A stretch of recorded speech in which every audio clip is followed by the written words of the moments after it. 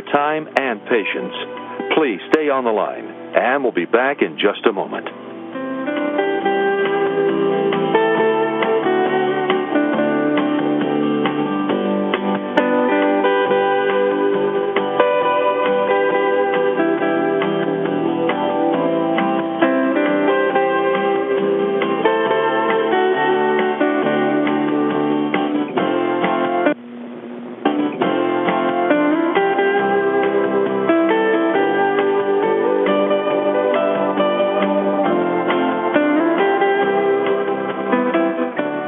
For holding. We sincerely appreciate your patience. Please stay on the line and we'll be back in a moment.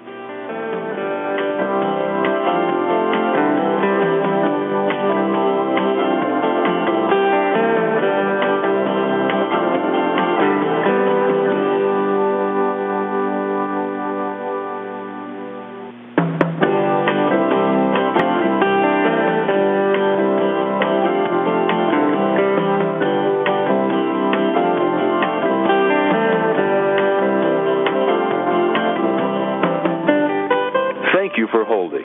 We look forward to talking with you soon. Please hold the line, and we'll be right back with you.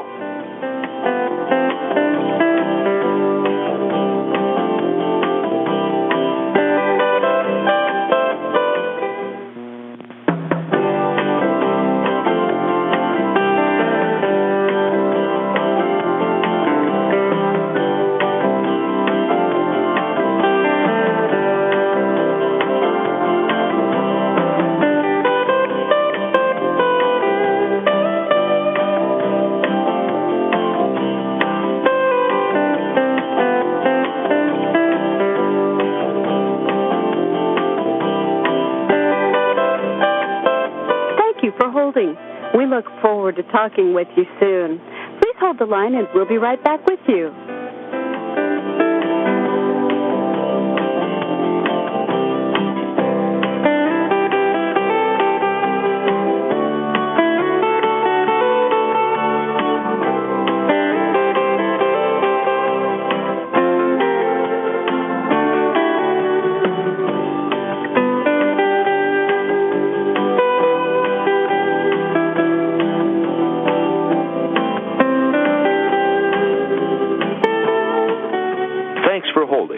We appreciate your time and patience. Please stay on the line, and we'll be back in just a moment.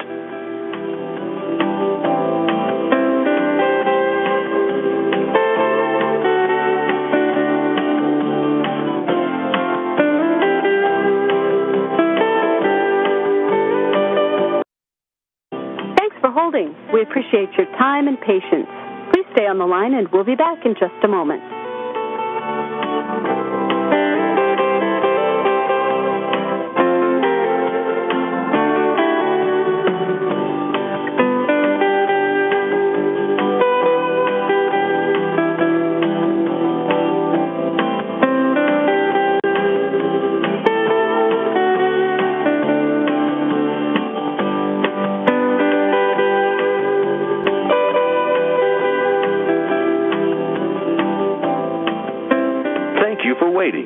Your patience is appreciated.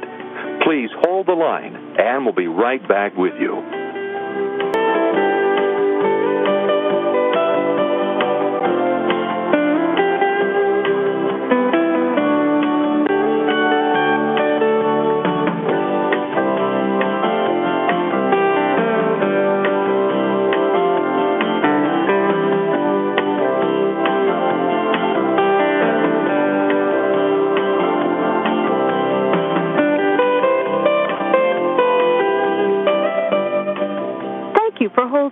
We look forward to talking with you soon. Please hold the line and we'll be right back with you.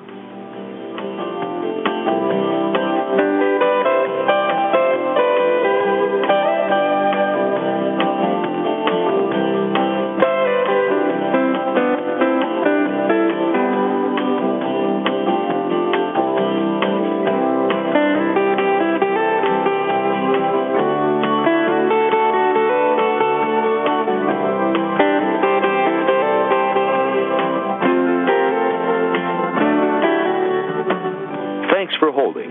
We appreciate your time and patience. Please stay on the line, and we'll be back in just a moment.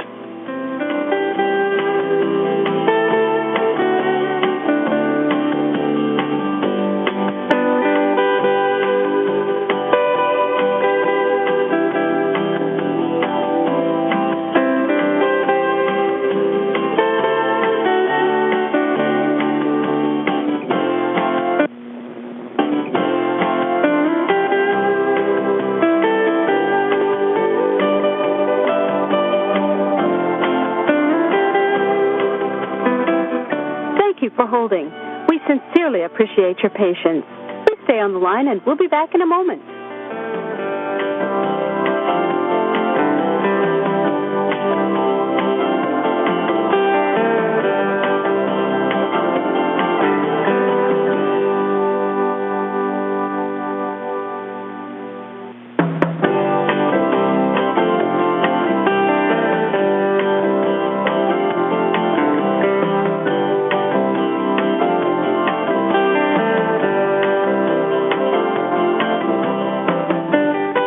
Thank you for holding. We look forward to talking with you soon. Good morning once again, ladies and gentlemen, and thank you for your patience. This morning's public session of the New Jersey Transit Monthly Board meeting will resume soon. Please remain connected at this time, and once again, thank you for your patience. Please note, if you intend to make a public comment pertaining to an agenda item during this morning's meeting, you may press star 1 on your telephone keypad at any time to indicate you would like to enter the queue. Once again, it'll be star 1 at any time to enter the public queue for public comment to address an agenda item only. There will be a second public comment period for other matters after the public comment period for agenda items.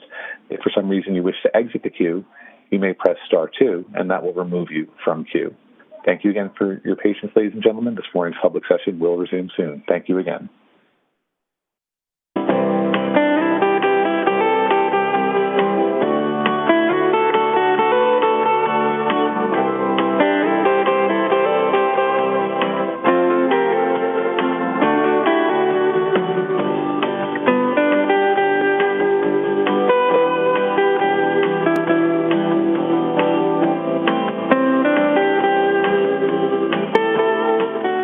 Thanks for holding. We appreciate your time and patience. Please stay on the line, and we'll be back in just a moment.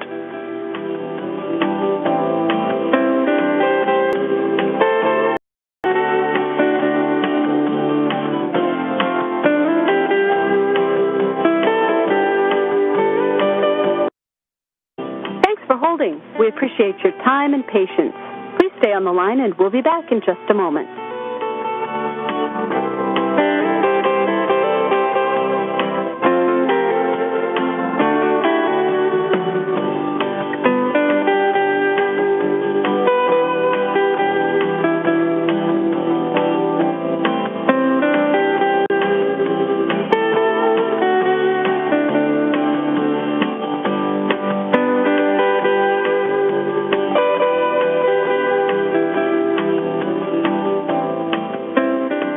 Waiting. Your patience is appreciated. Please hold the line, and we'll be right back with you.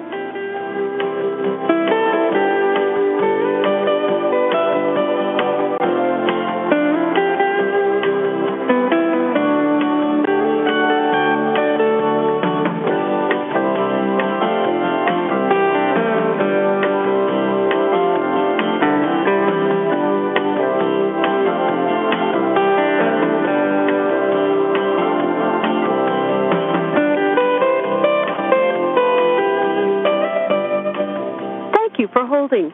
We look forward to talking with you soon. Please hold the line and we'll be right back with you.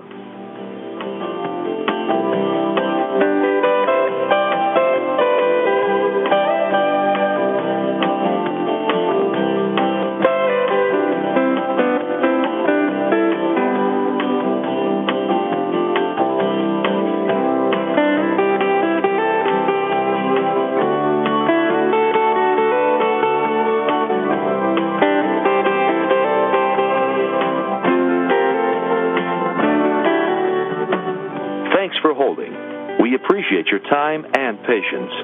Please stay on the line, and we'll be back in just a moment.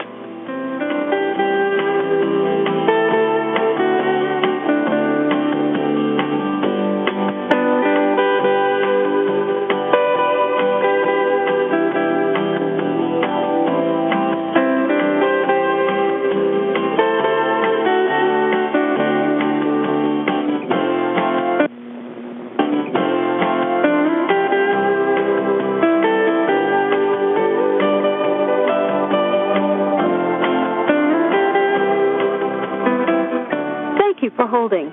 We sincerely appreciate your patience. Please stay on the line and we'll be back in a moment.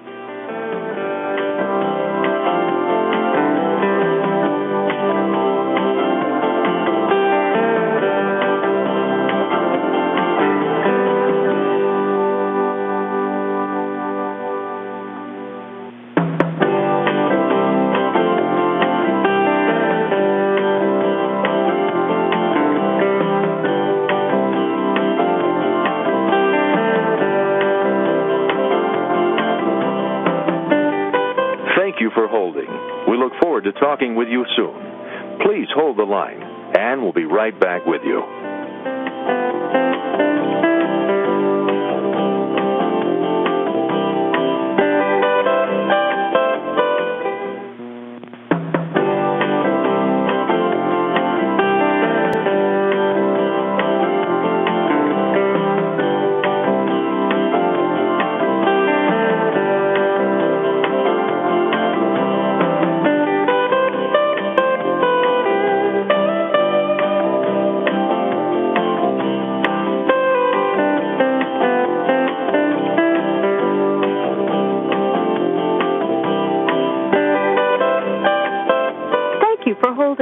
We look forward to talking with you soon. Please hold the line and we'll be right back with you.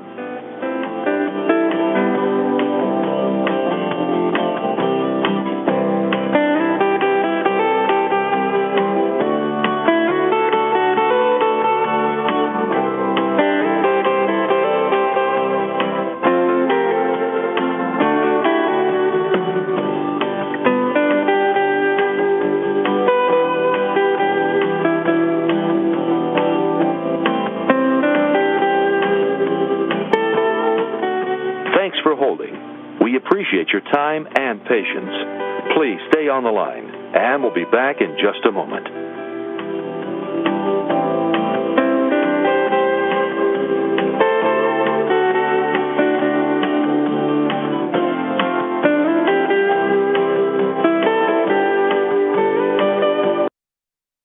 Thanks for holding. We appreciate your time and patience.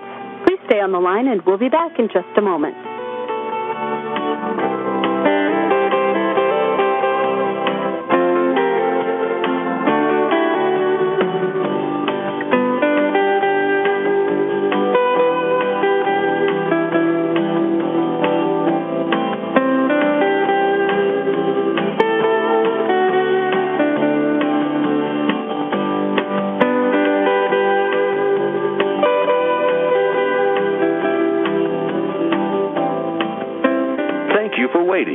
Your patience is appreciated. Please hold the line, and we'll be right back with you.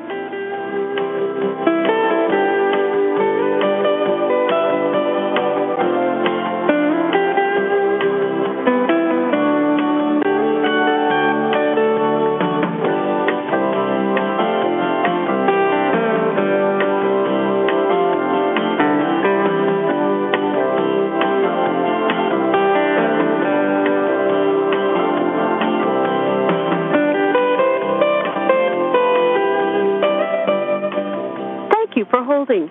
We look forward to talking with you soon. Please hold the line and we'll be right back with you.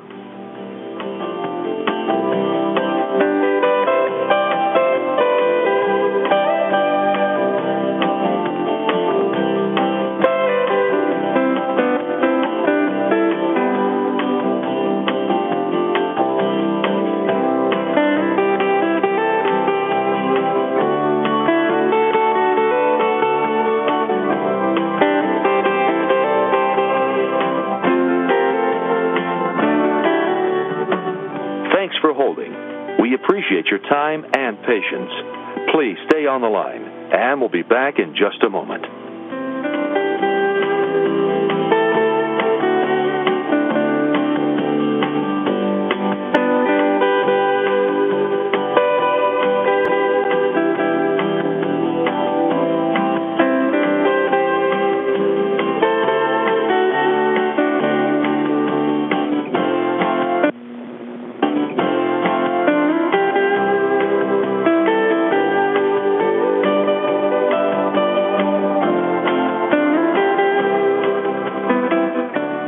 For holding. We sincerely appreciate your patience. Please stay on the line and we'll be back in a moment.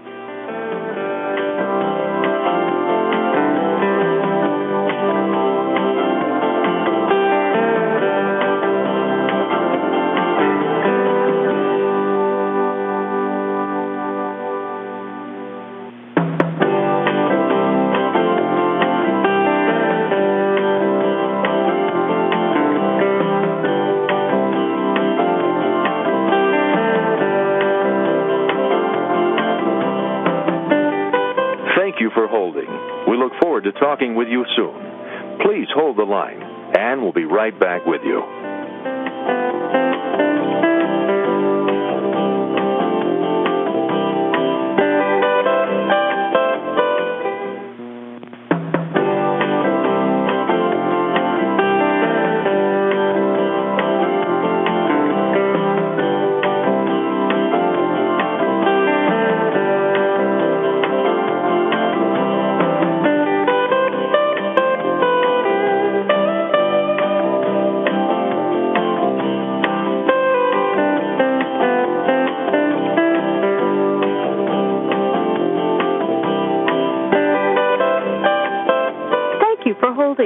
We look forward to talking with you soon. Please hold the line and we'll be right back with you.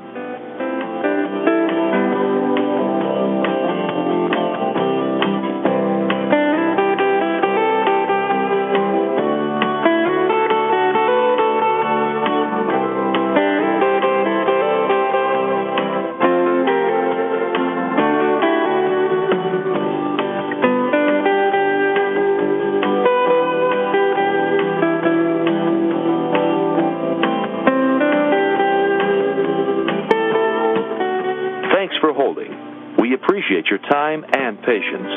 Please stay on the line, and we'll be back in just a moment.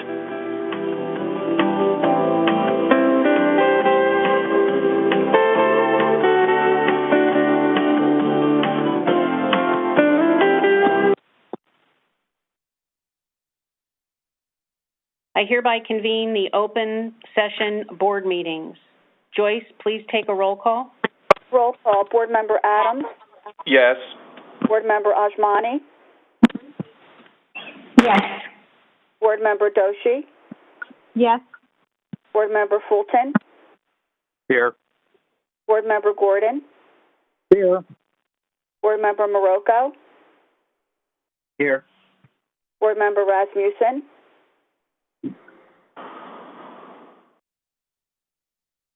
Board Member Rasmussen? Board Member Wilton? Here. Chair Gutierrez-Cachetti. Here, and I would ask the operator to ensure that Board Member Rasmussen was moved back into the public session of the meeting. Certainly. I'm checking that now. Stand by one moment, please.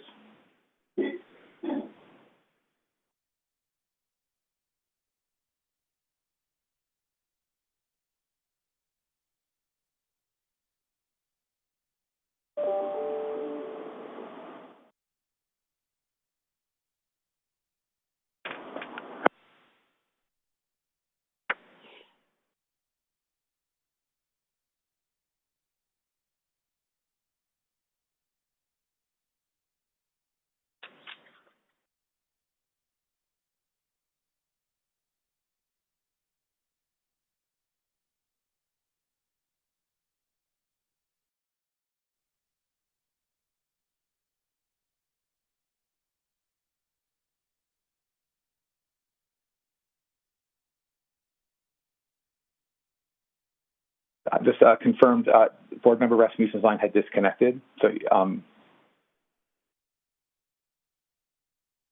We will reach out to have Board Member Rasmussen come back in. And operator, I would ask that you look for his name so he is priority to return into the public session. He is not a speaker. He's a member of the board. Understood. Thank you. We will monitor for his line incoming. Thank you. And Joyce, you'll reach out to him? Yes, you will. Joyce, do we have a quorum without Board Member Rasmussen? Yes, we do. Thank you. May I have a motion and a second to approve the minutes of the May 13th, 2020 board meeting? Board Member Adams, so moved. Thank you. May I have a second? Second, Board Member Fulton. Thank you. Are there any discussion by any of the board members? Board Member Adams? Not at this time. Board Member Ajmani? None. Board Member Doshi? This is not a roll call. This is if you have comment on the minutes. Board Member Doshi? No, thank you. Board Member Fulton? None. Thank you. Board Member Gordon? No, Board Member Morocco? no comments. Board Member Wilton? Joyce, No I comment. have no comments. Please take roll. Okay. Roll call vote. Board Member Adams? Yes. Board Member Ajmani? Yes. Board Member Doshi? Yes. Board Member Fulton? Yes. Board Member Gordon? Yes. Board Member Morocco? Yes. Board Member Wilton? Yes. Chair Gutierrez-Cachetti? Yes. Motion carried. Thank you, Joyce. At this time, I would call on President and CEO Kevin Corbett to present the President and CEO's monthly report. Good morning, Chair. Thank you, and members of the board. Good morning to all the members of the public joining us online. It seems like it's been a year since our last board meeting on May 13th. There's been a tremendous number of items to report on. I'll try to make that brief, but certainly we're still in the middle of the COVID epidemic, so I'll start off with some updates on that. To begin with, I'm sad to report that since our last meeting, another long-serving member of our organization has passed away due to confirmed COVID-19 related complications. Alfonso Villamarin served our state and our customers for nearly 2 decades as a bus operator in our Orange garage. He was deeply committed to his job, and we will always be grateful for his contribution to NJ Transit's bus operations. We also received news earlier this month that Tehran Billups, the ATU president of Local 819, passed away from complications related to the virus.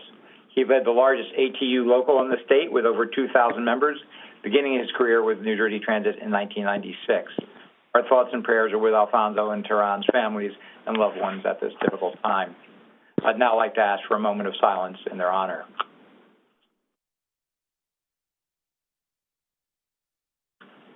Thank you. In our continuing efforts to protect the health and safety of our employees, we've added 4 new sites for employees for COVID-19 since our last board meeting.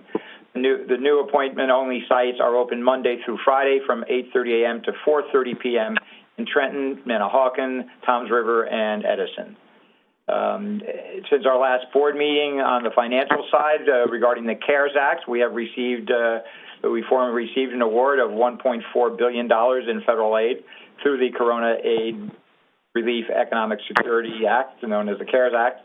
These funds are being used to offset the dramatic revenue losses and increasing COVID-related expenses in order to have sufficient funds to continue our current operations. The funding is certainly welcome and much appreciated and is indeed very critical, but it certainly will not be enough to get us through this crisis. Since our initial request to Congress and to the U.S. DOT in March, the effects of the pandemic significantly worsened. A fuller picture has emerged of the breadth and depth of the financial impact nationwide transit systems and particularly on New Jersey Transit ourselves, which is why on May 12th we made an additional request for $1.2 billion in federal relief funding. And we are now counting on our congressional delegation for their continued support. As we focus a lot in shifting from with the improvement in the health data that we see both in New Jersey and throughout the region, we are continuing to focus on the recovery-related issues. And while we are not letting our guard down in any way in maintaining the health and safety measures we have taken over the last 3 months, we have been working diligently on developing our recovery plan to prepare for our customers' gradual return to the system. To inform our operational decisions as we prepare for our the customers' returns, we have been actively leveraging data, tools, and regional information sources to monitor and identify projected trends in ridership and customer behavior. This comprehensive trend analysis will continue throughout the recovery period to ensure our recovery plans will remain flexible, responsive, and data-driven. We've branded our service restoration phase as NJ Transit, Your Ride to Recovery. On Tuesday, we released our new recovery guidelines detailing the critical steps being taken to protect customers and employees. These guidelines are consistent with the Road Back, New Jersey's roadmap for restoring economic health through public health, and focus on 6 core objectives: cleanliness, distancing, transit service, communication, testing, and personal protective equipment, public safety. The complete list of recovery guidelines can be found at njtransit.com/recovery. And the first campaign of New Jersey Transit's Ride to Recovery will be Safe NJ. Our Safe NJ campaign's main objective is to encourage customers to model good transit behaviors following the easing of COVID-19 restrictions when on our system.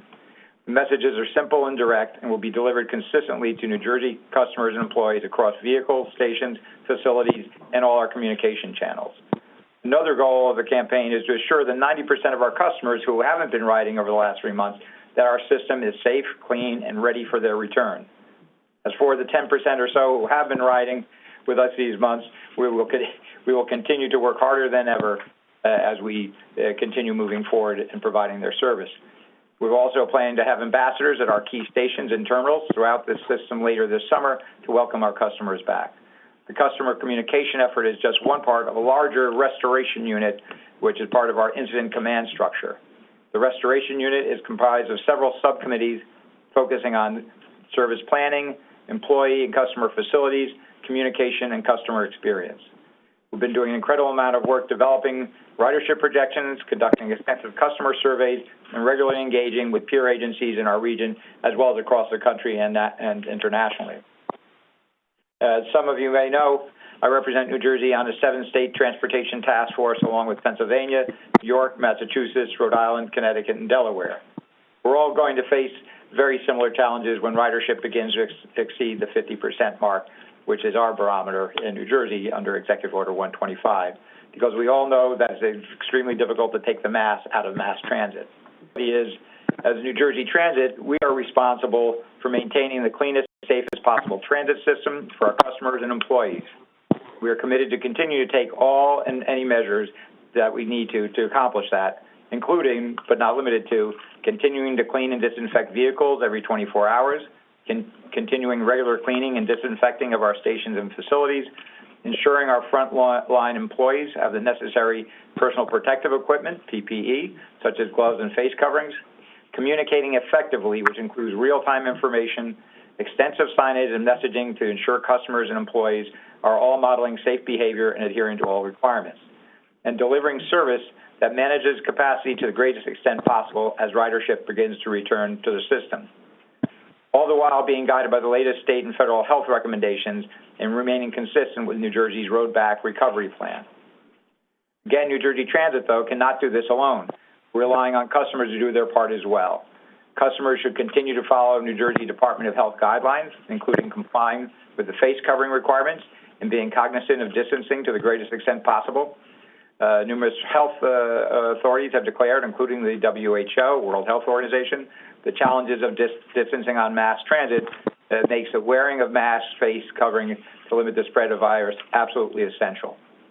Wearing a proper face covering correctly, along with everyday preventive actions, will help protect everyone riding the systems. Obviously, if customers are sick, they should stay home. If they have underlying health conditions, they should stay home or consider alternatives to mass transit. Finally, employers have a significant role in the shared responsibility for successful recovery and can do their part by allowing all employees who can work from home to continue to work from home. When working from home is not feasible, offer flexible work hours or staggered work shifts. There's been a lot of talk about flattening the curve as it relates to the virus. There is also another flattening of the curve we're intently focused on. We're really counting on employers for this work flexibility to flatten the peak period travel curves, to spread more ridership evenly over the service day to improve the distancing rather than at peak hours, the traditional rush hour patterns that we all know and familiar with from the pre-COVID days. The point of all this is that we're in this together, and it'll take each of us committed to doing our part to avoid further spread of the virus and deliver the safest possible customer experience until all the restrictions are lifted. As I mentioned, we'll be closely monitoring ridership in an effort to manage capacity as our customers begin returning. Towards that end, on Monday, June 8th, we adjusted our weekday bus service from a special modified weekday service to a full regular weekday service. We are providing roughly 13,000 bus trips under the modified weekday schedule, and we'll now be providing about 16,500 trips under the regular weekday schedule. This service increase will coordinate with New York City's Phase 1 reopening. Regarding our rail service, we have been strategically deploying extra trains and crews around the system to address potential hotspot crowding on select trains. We will continue to closely monitor ridership daily in order to make service adjustments that add capacity as needed, as we have since the onset of the pandemic. On a different note, as our recovery planning included more than just our transit service, it also included New Jersey Transit's rollout in supporting New Jersey's economic recovery. On June 8th, I was proud to join Governor Murphy at his daily press briefing in Trenton to make an exciting announcement that will be truly transformational for our organization.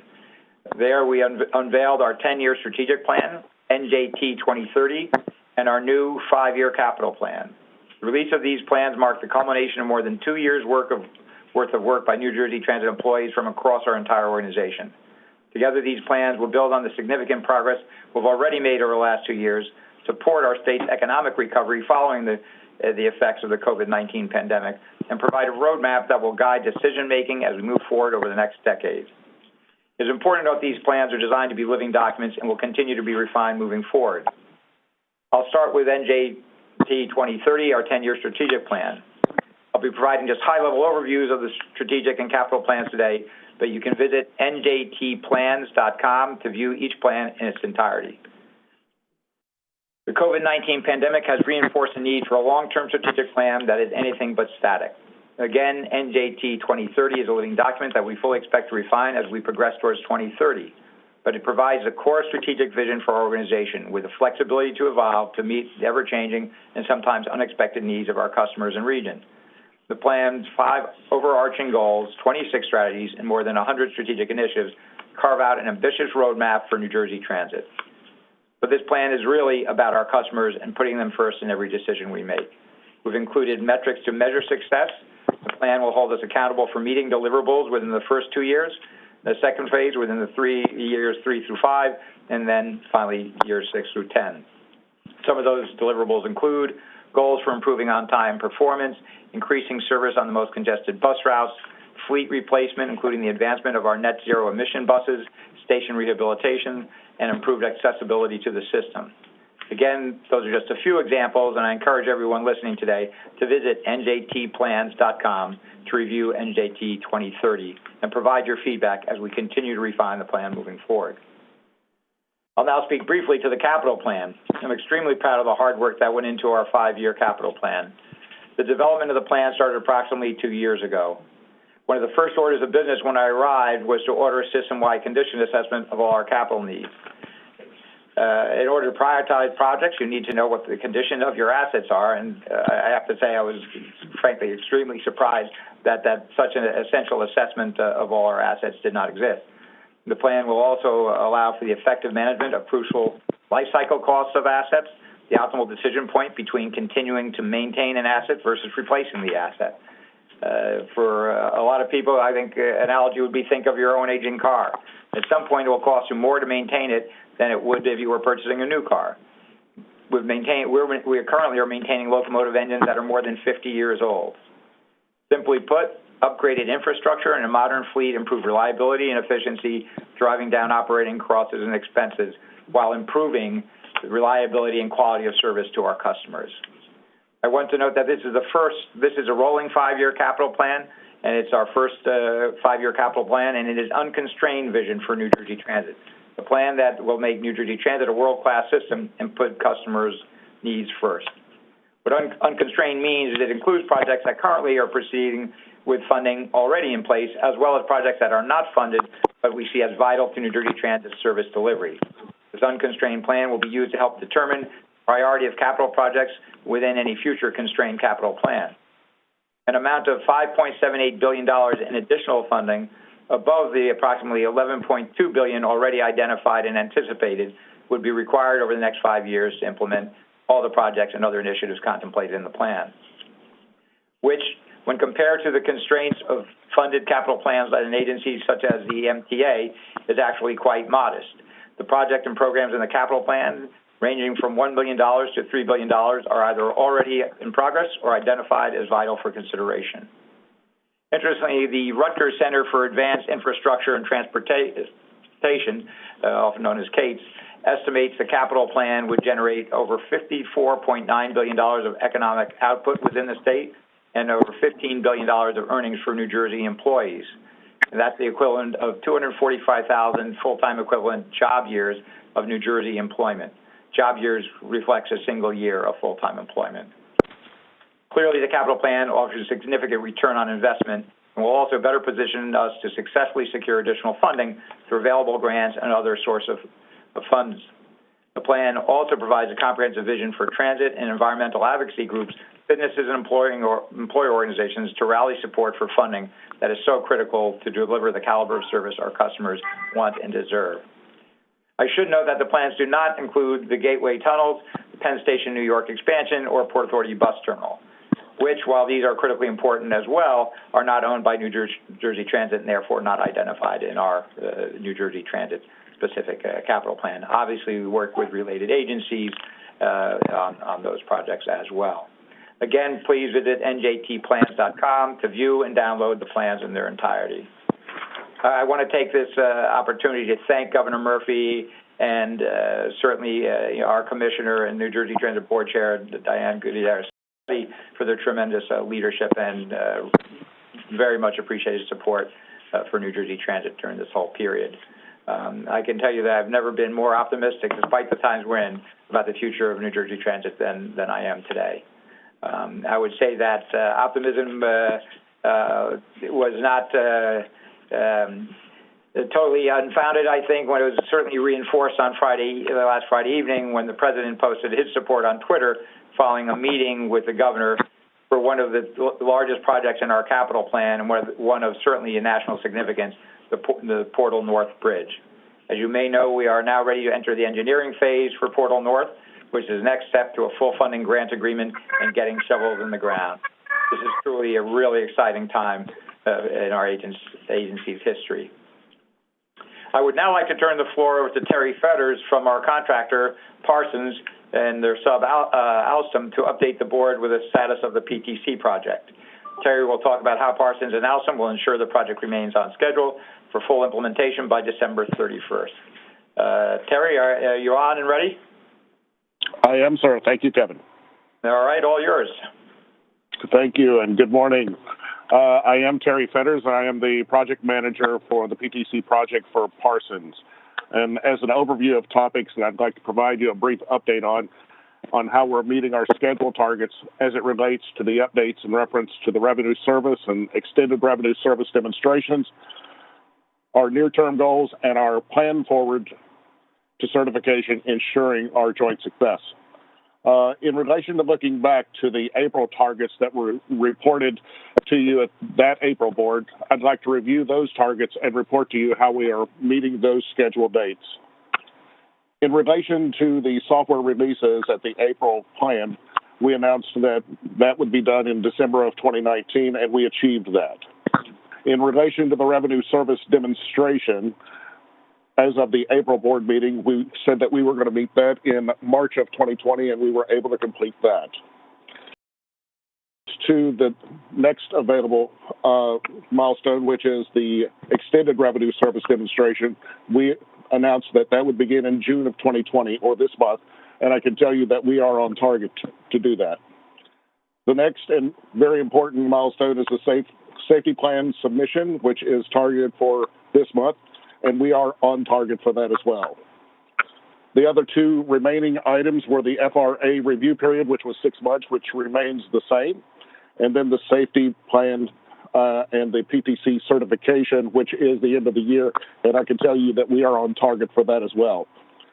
In reference to explaining further and how we are on target, and with regard to the revenue service demonstration and our near-term goals, we can review that the extended revenue service demonstration software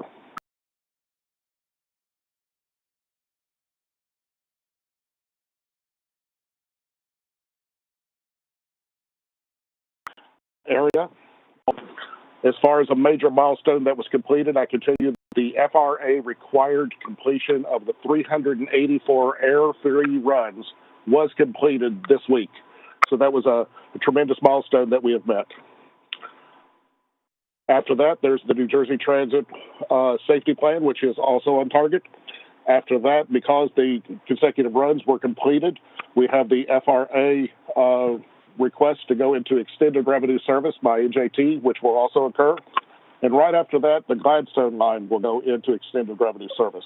So we're looking very positive toward the future. And to that plan, we're looking forward to the actual full PTC certification being on track for the end of the year. As of June 15th, with the new software approval on 6.5, we now have 173 vehicles that are loaded with the new extended revenue service demonstration software, and 140 of those are ready for revenue service. I tell you that in order to let you know that this significant increase allows us to have the vehicles available in order to meet all of our targets. By the end of June, we will be 26% complete with Montclair, Boonton, and Morristown in extended revenue service demonstration. Then by the end of August, we will complete 50% of the New Jersey Transit track route miles by adding Raritan Valley, Bergen, as well as Gladstone into the extended revenue service demonstration. And we are on target for 100% complete by the end of December 31st, 2020. In order to continue to ensure our success, I can tell you that we're having daily coordination meetings between Parsons, Alstom, and New Jersey Transit, as well as weekly meetings with all the stakeholders, including the FRA, New Jersey Transit, WSP, Parsons, Alstom, and these are to have collaborative, transparent discussions to progress the project. It's where we discuss our testing results, our upcoming schedules, we identify any mitigations that are necessary, as well as identify opportunity for efficiencies, which is an ongoing process that we do daily. And ultimately, we're engaging with all the stakeholders, and Parsons and Alstom are committed to having a successful completion, and we have a plan forward for that for the end of the year. Thank you. Great. Thank you, Terry. And certainly it's been a very intense month, the last month, for everyone involved in this project. And it's been getting crossing that threshold of 384 runs and going to extended RSD. It certainly gives a great sense of confidence in the stability of the software, the wayside, the system overall, and going into extended RSD is a big sigh of relief for all of us. So thank you for the presentation, and obviously, Terry, I presume it's yourself, but whoever will be through the end of the year will be providing a month update at all our board meetings through the end of the year. Would like to just say before, as I wrap up, I want to highlight some extraordinary police work that has been done by our very own New Jersey Transit Police Department. As some of you know, last month a man was fatally stabbed in South Amboy in the vicinity of South Amboy train station. New Jersey Transit Police assisted in both the investigation and ultimate apprehension of the suspect. The special thank you goes out to NJTPD Detective Sergeant Thomas Springs, Detective Michael Bavosa, and Detective Laquan Hudson for taking the lead on this case. I'd also like to give special thanks to our PD Chief Chris Trusillo, who has been fostering a very inclusive and community-based policing approach at the NJTPD for the last decade, and his entire department for all their efforts to keep our customers and employees safe during this pandemic. Our NJT Police Department is also proving to be a national model of progressive policing in the midst of the national outrage sparked by the abhorrent events last month, where George Floyd was tragically lost his life at the hands of a Minnesota police officer. In the aftermath of that incident, I sent a lawyer to all employees reaffirming New Jersey Transit's unequivocal condemnation of racism and inequality at any level. Now more than ever, we want to reinforce New Jersey Transit's commitment to fostering an environment of diversity, inclusion, and equality. New Jersey is one of the most diverse states in the nation, and I am proud that New Jersey Transit maintains a continued focus on ensuring that our workforce and values reflect that diversity of our great state. With that, Chair, I conclude my remarks and turn the floor back to you. Thank you, Kevin. Operator, we would like to open the floor for public comments pertaining to agenda items only. I would ask that you please provide instructions for entering the queue to make public comment on the agenda only at this time. And operator, can you please tell me at this time how many individuals we have in the queue for public comment pertaining to agenda items? Certainly. There are 25 individuals currently in queue for public comment for the agenda items, and I'll now provide instructions to the entire audience. Ladies and gentlemen. Just prior to that, operator, I would just like to note for the record that that is 75 minutes of public comment based on 3 minutes each. As you provide instruction, if it is my understanding that we have a state legislator who is asking to speak, and so if Senator Weinberg is on the line, she should be given the opportunity to speak first. Most definitely, Senator Weinberg's line has been prioritized, and she will be first in queue. Thank you. Please Certainly. continue instructions. Thank you. Ladies and gentlemen, the floor is now open for the first public comment period. Please note this public comment period is for addressing agenda items only. There will be another public comment period for other matters. If you would like to make a public comment regarding an agenda item at this time, please press *1 on your telephone keypad to enter the queue. You will hear a brief tone to indicate you have successfully entered the queue. Priority access will be given to any participant who has pre-registered, and those comments will be taken in turn. We will then take public comments from remaining participants on a first-come, first-served basis. Each person will have 3 minutes for their public comment. A warning will be provided with 1 minute remaining and again with 15 seconds remaining. Once again, please press *1 on your telephone keypad now to enter the queue to make a public comment regarding agenda items. And as noted, there are currently 26 public comments in queue at this time. And your first public comment is coming from Senator Loretta Weinberg. Thank you. Senator, on now? Yes, Hello? Your line is live, and your time, yes, Senator, your line is live. You may begin. Okay, thank you.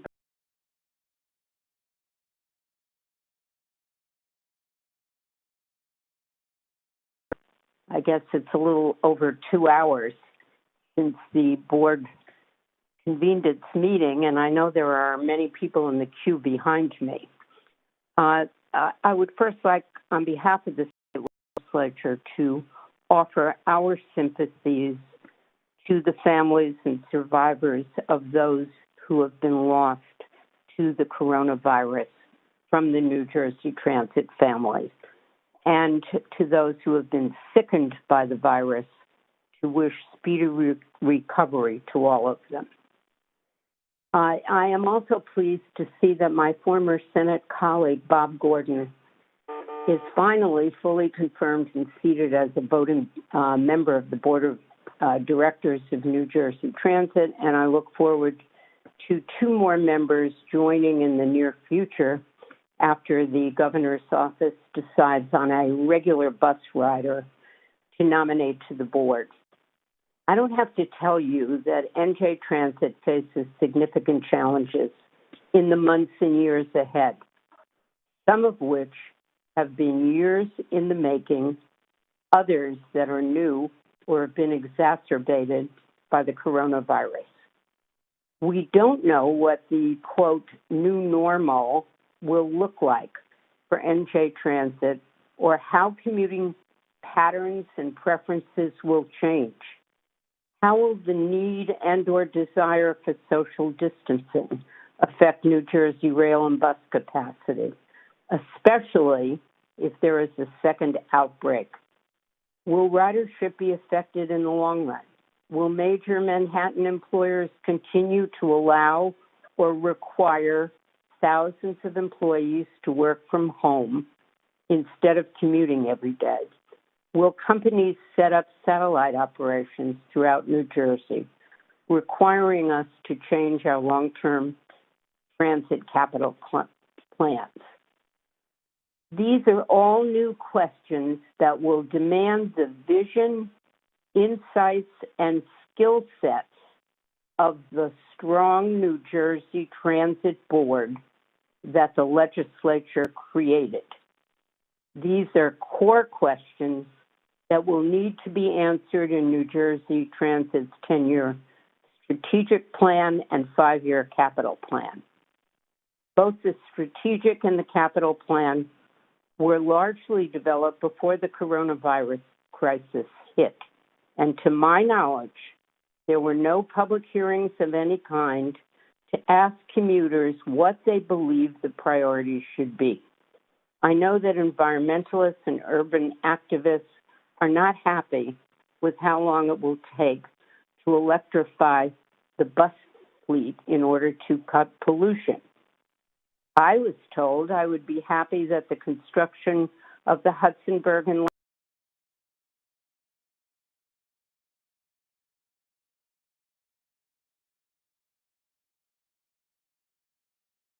the current 5-year capital plan, real construction will not begin until after 2030, assuming it doesn't get bumped out there. Clearly, we need a full public re-examination of both these plans. But there is a more fundamental long-term issue here. We worked hard, we in the legislature worked hard to create a strong New Jersey Transit Board. But to the best of my knowledge, these plans were developed with little of the ongoing input, guidance, and expertise we would have expected the NJ Transit Board to provide. Nor were there any plans developed, to the best of my knowledge, with the ongoing input, guidance, and expertise of the public. That is why we are introducing legislation, or did this past Monday, to strengthen the powers of the New Jersey Transit Board and to make NJ Transit more accountable to the hundreds of thousands of riders it was created to serve. The new legislation would require public hearings on the capital program and the strategic plan. The new bill would facilitate board and management collaboration by expanding direct board oversight to include any major planning document, including but not limited to any strategic plan, capital plan, unconstrained capital plan, or any other planning document. It would give the board the direct power to hire the executive director, as well as other positions of senior staff, including the consumer advocate. As promised previously, the legislation assures the independence of the customer advocate by taking the position out from under the executive director and placing it within the office of the auditor, who reports directly to the audit committee of the board and not to the executive director. In furtherance of the audit committee's independence and purpose, the bill requires NJ Transit to make available to the board in a centralized database all materials related to internal audits. NJ Transit is required to produce these materials for board members upon request. NJ Transit would be barred from submitting a fiscal item to another department of the state or a municipal planning organization without first presenting the item to the administration committee. And the full board should have final say on executing fiscal items to the administration committee.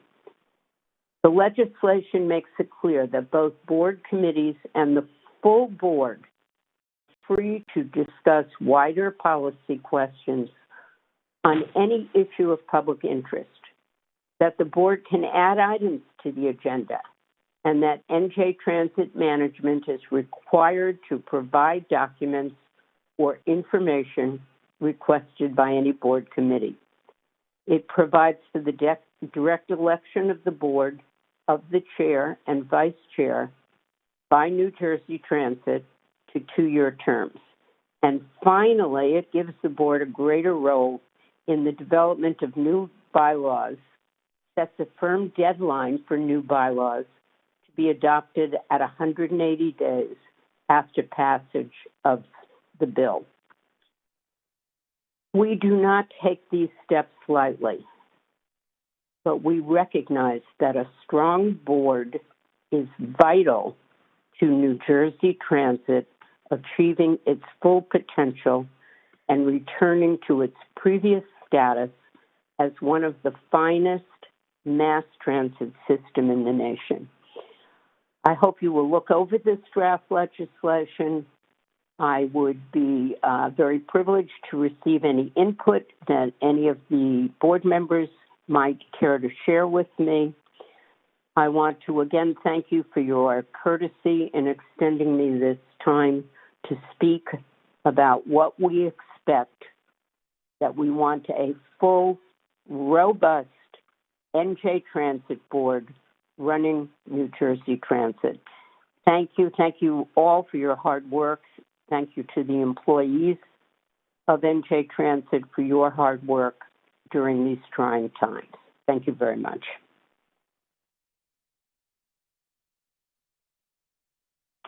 Thank you very much.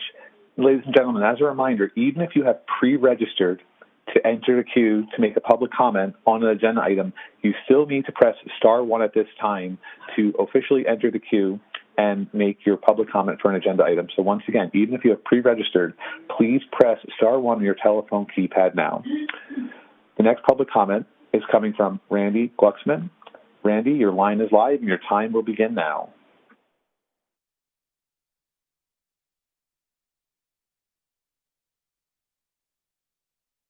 Randy Glucksman, your line is live and your time has begun. Please feel free to speak your public comment at this time. Okay, good morning. My name is Randy Glucksman. Good morning, board members and members of the public. My name is Randy Glucksman. I'm the chair of the Metro North Railroad Community Council and an MTA board member. Before getting to my remarks, I want to thank NJ Transit Rail Operations for providing and provide a reliable service for my constituents on the Port Jervis and Pascack Valley lines for the month of May. Obviously, I had to modify what I wrote prior to hearing Mr. Fetter's report, and notice that the PTC report on your website was updated yesterday. The fact remains that for more than a year, I have spoken about positive train control. I emailed a copy of last month's MTA report to Kevin, Paul, and Joyce. Per my request, Metro North, you provided some data on our west of Hudson lines, which is contained in the PTC report, which is being presented to our board members this month. Still, however, too many details are lacking. As you have seen, our report uses Gantt charts, which clearly show each line and branch, and it's a method I strongly recommend to be implemented for your reporting. While you are not there where we would like you to be, there is still some hope you will be able to cross the finish line. Please remember the clock is ticking toward the deadline for full implementation on December 31st, 2020. Ultimately, it will be you, the board members, who are responsible to your customers if NJ Transit fails to meet all necessary requirements and is forced to cease rail operations on January 1st of 2021. One final note, in case you did not take notice, but I'm sure everyone else did, this executive session took 1 hour and 31 minutes. I've mentioned to previous boards that at the MTA, executive sessions are rare, held at the end of the meeting, and generally take a few minutes. You need to do better. Thank you for the opportunity of speaking with you. Next public comment is coming from Joseph Cliff. Joseph, your line is live. You may begin. Your time begins now. Good morning, board members. First, I want to recognize the bill signed by Governor Murphy that allows Bob Gordon to vote. Congratulations, Mr. Gordon. To all board members, please look at the item 2006-43. It's the end of your package. It's to amend the PTC contract with Parsons Transportation. Just so you know, this will be the 7th amendment to pay Parsons more money to do basically the same scope of work. New Jersey Transit's reporting to the FRA and the limited information on the website updated on June 1st suggests it is at great risk of failing to finish and operate under PTC fully by December 31st. Despite what you just heard from Parsons, you have no reports. There's a letter that I've circulated, a link to a letter circulated to board members, FRA writing the governor, the commissioner, the executive director, saying you're at risk. And just to give you a comparison, as of March 31st, revenue service demonstration, which is a key metric, Long Island Railroad, 76% of track miles. Metro North, 75%, now at 90%. Metro Chicago, the only other major commuter railroad that got a letter from the FRA, 54% in revenue service demonstration. New Jersey Transit Rail, 5% as of March 31st. And the website I just checked still says that 5% done. You have like 120 vehicles done out of 500 that can work on revenue service. And I was concerned on March 31st when I read the March 31st report, 9 months to do a lot of work. When I saw the June 1st limited update on the website, even more concerned. Where's the report? Where's the monthly report? Randy talked about the fact that Metro North and Long Island Railroad board members have been getting detailed reports for months and months and months. Where's the report today? It's not online yet. The executive's report is not online yet. Bottom line, 1 minute remaining. 1 minute. You, the board members, must demand your information. This really fits into what you just heard from the senator about you all running things. Don't be in a barrel. Be out there, demand reports. They should be available to the public, and they need milestones.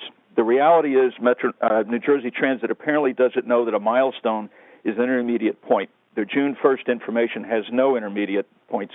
It's to see if you're on track.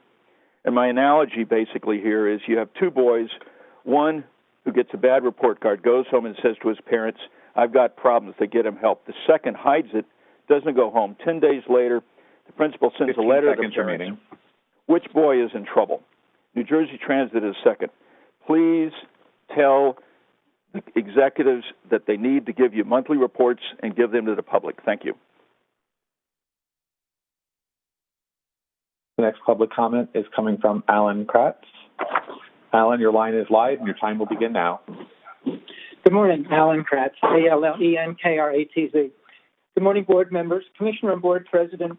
I recommend that you entertain a motion to table staff item 2006-39 until the board's meeting in October 2020 so that, number one, in the interim, staff can and shall prepare for the board's consideration at that October meeting a recommendation that incorporates a completed alternatives analysis that is based upon further due diligence, including a full conditions assessment of the records building, including an interior inspection and probes adhering to industry standards to be performed by a historic structures engineering firm that has demonstrated its experience with deteriorated, load-bearing masonry structures.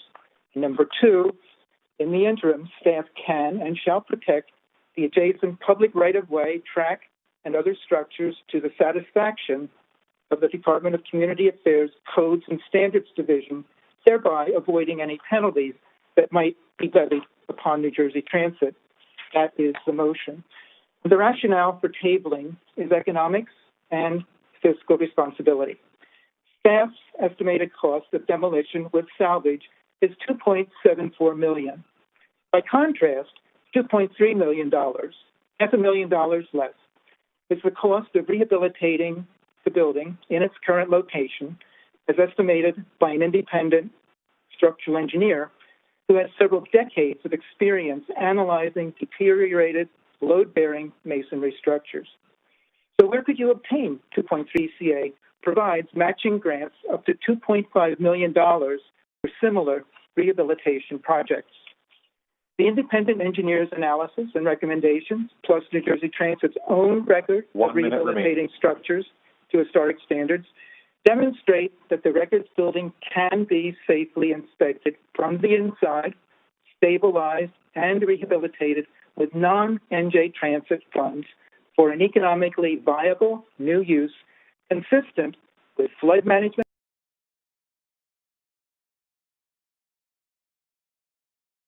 prudence. For example, rehabilitating the police use would constitute a high-need utility. Simultaneously, it would enable transit to fulfill its core business function of providing safe and efficient public transportation. Rehabilitation could be done without 15 seconds recourse remaining. to the Transportation Trust Fund. Instead, remediation funds from NJDP plus funds from the Department of Homeland Security could match the $2.5 million grant from the New Jersey Historic Trust at no cost to NJ Transit. Madam Chair, I urge you to entertain a motion to table the language that I've provided to the board office. Thank you. And the next question is coming from Matt Smith. Matt, your line is live and your time will begin now. Yes, thank you. And I am calling to speak on action item 2006-34. And I'm urging that regarding this proposed purchasing of materials and services from approved vendors to support New Jersey Transit system resilience programs, that I am strongly opposed to using any of the $28 million in this action item for purchasing anything regarding the New Jersey Transit Grid frac gas power plant proposal. I am urging this on behalf of Food and Water Watch's nearly 70,000 members across the state of New Jersey who believe in Governor Murphy when he issued executive orders to protect environmental justice, yet to date, no cumulative impact assessment of the proposed pollution from this plant has been completed in gross violation of Governor Murphy's own executive order, nor did the agency look at a comprehensive alternatives assessment that looks at a combination of renewable energy alternatives and energy storage alternatives that could meet the proposed needs for the New Jersey Transit Grid power plant project. In fact, Governor Murphy's own energy master plan, the Clean Energy Act that he signed into law, and that some members of the Board of Commissioners today actually voted for when they were in the legislature and helped craft when they were in the BPU, calls for aggressive energy storage goals, 600 megawatts by within the next couple of years. Yet nowhere in New Jersey Transit's final environmental impact statement does it seriously look at a combination of renewable energy technologies combined with energy storage technologies to meet the stated objectives of the Transit Grid project. Therefore, I'm urging that New Jersey Transit immediately stops all work on the Transit Grid project and that Governor Murphy take action to immediately move forward with an updated and comprehensive alternatives assessment that looks at an integrated suite of renewable technologies and energy storage technologies to meet the stated objectives without putting our public, who is suffering under a pandemic, under more of a public health burden with toxic pollution from yet another frac gas power plant, and which advances the state's own clean energy and energy storage goals and puts us on a track to achieving 100% clean renewable energy. This is a terrible project, and New Jersey Transit must take action immediately to stop it and replace it with a clean energy alternative. Thank you. And the next public comment is coming from Tina Weishaus. Tina, your line is live. Yes. Yes. Can you hear me? Yes, your line is live. Okay. So I am also commenting in regards to agenda item 2006-34 pertaining to the New Jersey purchasing of materials and services from approved vendors to support New Jersey Transit System Resilience Program. I am opposed to any of the money of the $28 million in this line for materials and services for New Jersey Transit's proposed frac gas power plant in Kearney. And I demand that New Jersey Transit and Governor Murphy stop this project and invest in a renewable alternative. I can't breathe has become a rallying cry around the U.S. and the world. But it does not only pertain to police murders.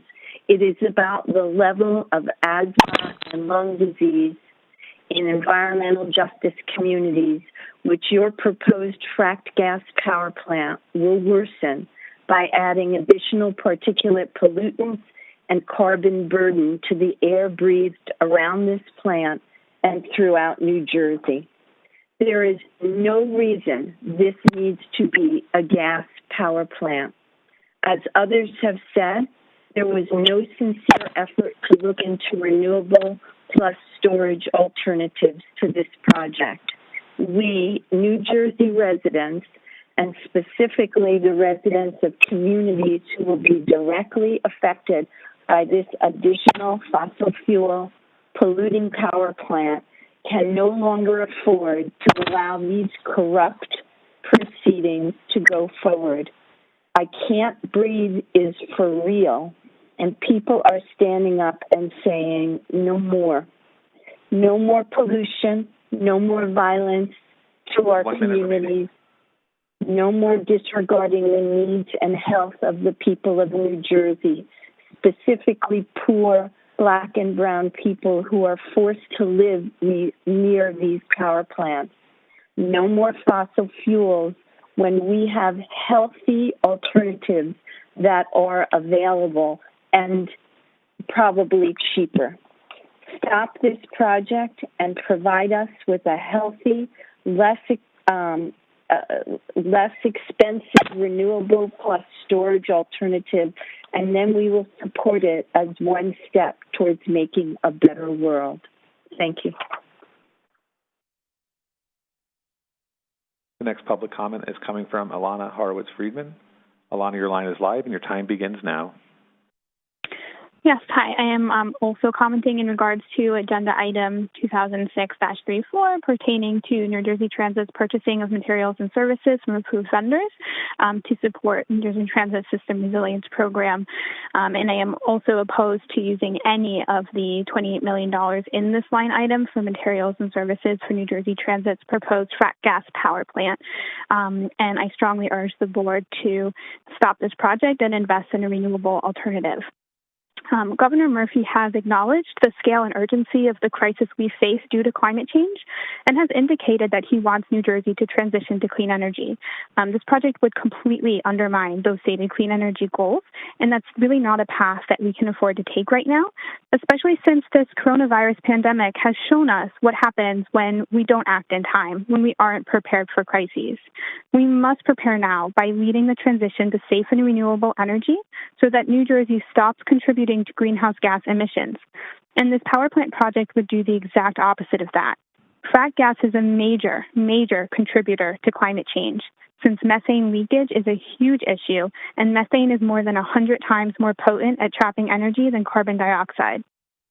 Given that we have 10 years to change our energy patterns before it's too late, it's absolutely unconscionable to go forward with a project powered by fracked gas, especially when the feasibility of renewable options has not been adequately considered. The failure to seriously evaluate clean energy alternatives is in direct contradiction with several New Jersey laws and policies, including the state's Clean Air Act, the 2018 Clean Energy Act, and the 2019 Energy Master Plan to achieve 100% clean energy economy-wide in New Jersey by 2050. I was really glad that I got to hear the update provided at the beginning of the meeting about what's in store for New Jersey Transit going forward and the precautions that are being taken in light of the virus and other factors. And the gentleman who provided the update mentioned the importance of continuing to move into technologies of the future, lower emissions, and improve efficiency, which I feel are all worthy goals. But continuing with a frack gas power plant, which is yesterday's dirty technology, directly contradicts those stated goals.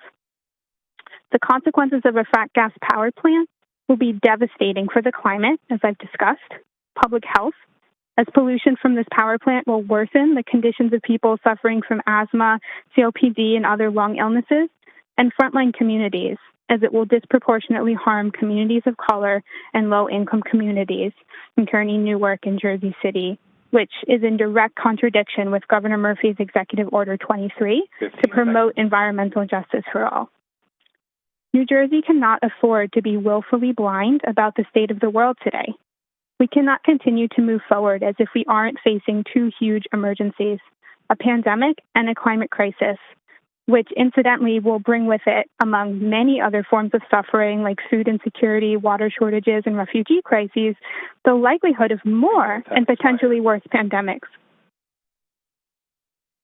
And the next public comment is coming from Jeff Tittle. Jeff, your line is live and your time will begin now. Thank you. I just want to mention one thing technically. I think you should send out an email when people register so we know, because some people may register more than once because you're not sure if you're on or not. But I want to thank you for your time, and I'm here to talk about two items, the resiliency and a little bit on the capital plan. We strongly believe that New Jersey Transit has to move forward with resiliency and a capital plan that meets the needs of the future. However, we're very concerned about a $28 million expenditure today that could go for planning and development and permitting for a fossil fuel gas plant. We're concerned that a fossil fuel power plant and resiliency is an oxymoron. It is the opposite of what we need, and that the capital plan as well should reflect a move towards electrifying not only our transit system and moving buses forward now, but also electrifying our transit system by using renewable energy, not just for the microgrid, but for the entire line. We're very much concerned that this power plant clearly, will add tremendous amount of air pollution into an overburdened area where people are already suffering in an area that has over 5 power plants and an incinerator within just a few miles, plus the turnpike and everything else. You cannot move to clean transportation with dirty fossil fuels. And that's really the key for us when we look at both the plan and at the resiliency. We are in a climate crisis. New Jersey is the second state in highest rank for impact of climate change and flooding and homes going underwater, and second in climate rise. We all have to work together and follow the governor's executive orders. More importantly, we're building 7,500 megawatts of wind off our coast. New Jersey Transit should be part of that. The state of New Jersey is committed to getting a third of our power from solar by 2050. New Jersey Transit needs to be part of that. What I'm very much concerned about has been the misinformation and outright lies about the power plant. During the EIS process and afterwards, New Jersey Transit said that it's cleaner than existing power. That's a lie. If you take the electricity that is in New Jersey's grid right now, it is 31% nuclear, 0 carbon, 0 air pollution, 15% renewable, 3% hydro, and 4% solar. When you work it all out, it's about 51% carbon-free because of some of the overlaps, and because solar is not on all the time. But that means that instead of 650,000 tons a year of CO2 coming from this power plant, you would cut that by more than half just by buying out of the grid and storing that. Plus, there's better alternatives in solar and hydro.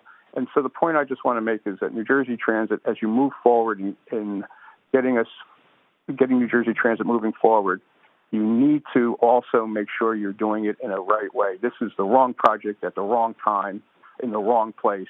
Please get to 100% renewable and do it soon. Hydro and solar together can get you. And the next public comment is coming from Paula Rogovan. Paula, your line is live and your time will begin now. Hi, Paula Rogovan from the Coalition to Ban Unsafe Oil Trains, a retired New York City teacher. I'm commenting in regard to agenda item 206-34 regarding the New Jersey Transit's purchasing materials from approved vendors to support the New Jersey Transit System Resilience Program. I'm opposed to using any of the funds in this line item for materials and services for New Jersey Transit's proposed frac gas power plant in Kearney. And I demand that New Jersey Transit and Governor Murphy stop this project and invest in a renewable alternative. This power plant would be in Kearney. The greatest impact from the pollution would be in the environmental justice communities of Kearney, Hoboken, Jersey City, and Newark. In April 2018, Governor Murphy issued an Executive Order 23 that says, whereas historically New Jersey's low-income communities and communities of color have been exposed to disproportionately high and unacceptable dangerous levels of air, water, and soil pollution with the accompanying potential for increased public health impacts. Continuing, whereas the New Jersey Department of Environmental Protection has recognized that environmental justice includes, at a minimum, ensuring that residents of all communities receive fair and equitable treatment in decision-making that affects their environment, communities, homes, and health. And there are other whereases. The Executive Order 23 calls on the executive branch of the state government and any agency, authority, board, bureau, commission, division, institution, office, and so on, to provide advice and guidance. There is an alternative, the renewable energy rail alternative. We met with New Jersey Transit Management at their request twice. The Don't Gas the Meadowlands Coalition. We met about this, and we are incredibly upset that New Jersey Transit has chosen to with building the power plant rather than working with us for a renewable energy solution. You are members of one of those commissions referred to in the Executive Order 23. I call on you, the New Jersey Transit Board of Commissioners, to pass a resolution that will advise Governor Murphy that the New Jersey Transit Power Plant violates his Executive Order 23. I believe it is your duty as members of this Board of Commissioners to take a stand, even if it is uncomfortable. Do this as a board or do it as an individual. Standing up against environmental racism, standing up for environmental justice communities is your civic and your moral responsibility. Thank you. And the next public comment is coming from Richard Grant. Richard, your line is live and your time will begin now. Thank you. Concerning agenda item 2006-34 on purchases from approved vendors to support the New Jersey Transit System Resilience Program, I oppose using any of the line item amount for materials and services for the proposed gas-fired power plant. Instead, conducting a genuine review of the feasibility of various generation sources is essential. The clearest way I could say it is this: because the consumer technology sector constantly advances with new and better features and pricing, if I need a new laptop or cell phone in 2020, my decision is based on information for the versions currently or soon to be available in 2020. With the same ultra-fast changes now occurring in the utility energy sector as it's being transformed by disruptors like Tesla, it is magnitudes more important than any decision on energy generation technology that involves factors of affordability, reliability, and sustainability be based on information for the versions currently or soon to be available, not exclusively based on aging reports. It seems ridiculously unlikely after a federal agency authors a technical report that it would immediately stop compiling new data that it could analyze in a future edition of a report. And unlikely as well that the agency would not informally consult on the data, particularly when a sister agency is providing the project's majority funding. The gas plant's environmental impact statement said that a battery system of 230 megawatt hours would require 40-foot containers. Well, the disruptors in the energy sector are making available new generations of battery systems intended to drive down project costs with smaller containers, pre-assembly, pre-testing, and fewer parts, all of which enables faster and therefore cheaper installation. 10 months before the impact statement was released, Tesla already had announced Megapack, its 23-foot long product. And earlier this week, a competitor, Fluence, announced a 10-foot cube product with one system specifically designed for co-location with solar projects. I noted in May that while the same impact statement said a battery system of 230 megawatt hours would far exceed any existing utility-scale solar plus storage plant application, and that a database had recorded only one teeny project, there were in fact 61 projects online and another 88 in the pipeline. Since then, every time I stumble on the phrase world's largest solar plus storage project, I discover it's a different project at a different location. No project holds that world's largest title for long. Less than 40 days ago, the feds approved a 690 megawatt plant with a 1,400 megawatt hour of battery storage in Nevada. This is about more than a gas plant. Mr. Corbett said earlier, as we continue to refine the plan moving forward, how would you do that when it is evident that your research efforts do not capture contemporaneous developments and future trends that others are recognizing? Time has concluded. The next public comment is coming from John Reichman. John, your line is live and your time will begin now. Thank you very much. Let me first briefly address the gas plants. The plan to allocate funds towards this plan is frankly a cruel joke. Superstorm Sandy showed how vulnerable the state is to the ravages of climate change. So what is NJ Transit's solution? To make the problem worse by building a frack gas plant.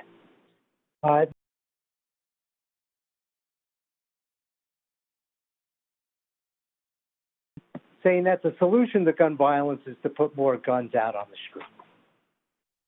But I'd like to spend the bulk of my limited time addressing the capital plan that Mr. Corbett described, and particularly this skewed transportation policy in the state that puts all our resources into building new unneeded highways while starving public transportation of needed funds. When it comes to transportation funding, we have the tale of two cities.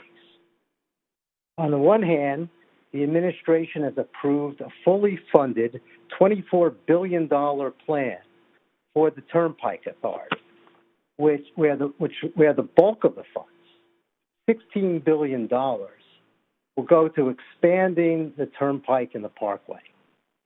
On the other hand, New Jersey Transit has now put out a more modest capital plan without having any funding to pay for even these projects, much less the other important public transportation projects such as Gateway. Now, pre-pandemic, funding highway expansion at the expense of public transportation made no sense. Antithetical to the governor's stated goals of reducing carbon emissions and economic, racial, and environmental. 1 minute remaining. Expanding highways means more vehicles, more air pollution, and more greenhouse gases. Post-pandemic, at the expense of public transit makes even less sense. With a pandemic, New Jersey Transit needs have become infinitely greater, and it is now uncertain whether vehicle travel will even return to its prior levels. So instead of thanking the governor for his leadership, you need to speak truth to power, and that's board members. You owe a fiduciary duty to the citizens of the state, and particularly the users of NJ Transit. You need to step up and advocate for a complete change in the state's priorities, and stop putting roads ahead of rails, special interests ahead of our people. And the next public comment is coming from Holly Cox. Holly, your line is live and your time will begin now. Hi there. Thank you very much. Before I start, I just want to mention there has to be a better way to do this. I've been on hold for 3.5 hours waiting to speak, and I feel like the board is just, not paying attention to this public part. They do their executive session. I don't know why they can't go afterwards. Anyways, I'm calling because in regards to item 2006-34 pertaining to New Jersey Transit's purchasing of materials and services, I'm opposed to using any of the $28 million in this line item for materials and services for the proposed fracked gas power plant, and I demand that New Jersey Transit and Governor Murphy stop this project and invest in a renewable alternative. The pollution from this power plant will worsen the conditions of people suffering from asthma, chronic obstructive pulmonary disease, and other lung illnesses. The coronavirus pandemic has underscored the importance of clean air and healthy lungs. The air pollution from this plant would disproportionately harm communities of color and low-income communities in direct contradiction with Governor Murphy's Executive Order 23, to promote environmental justice for all. Pollution is another form of racial violence and systemic racism. We should all be acutely aware of this after the death of George Floyd and recent events.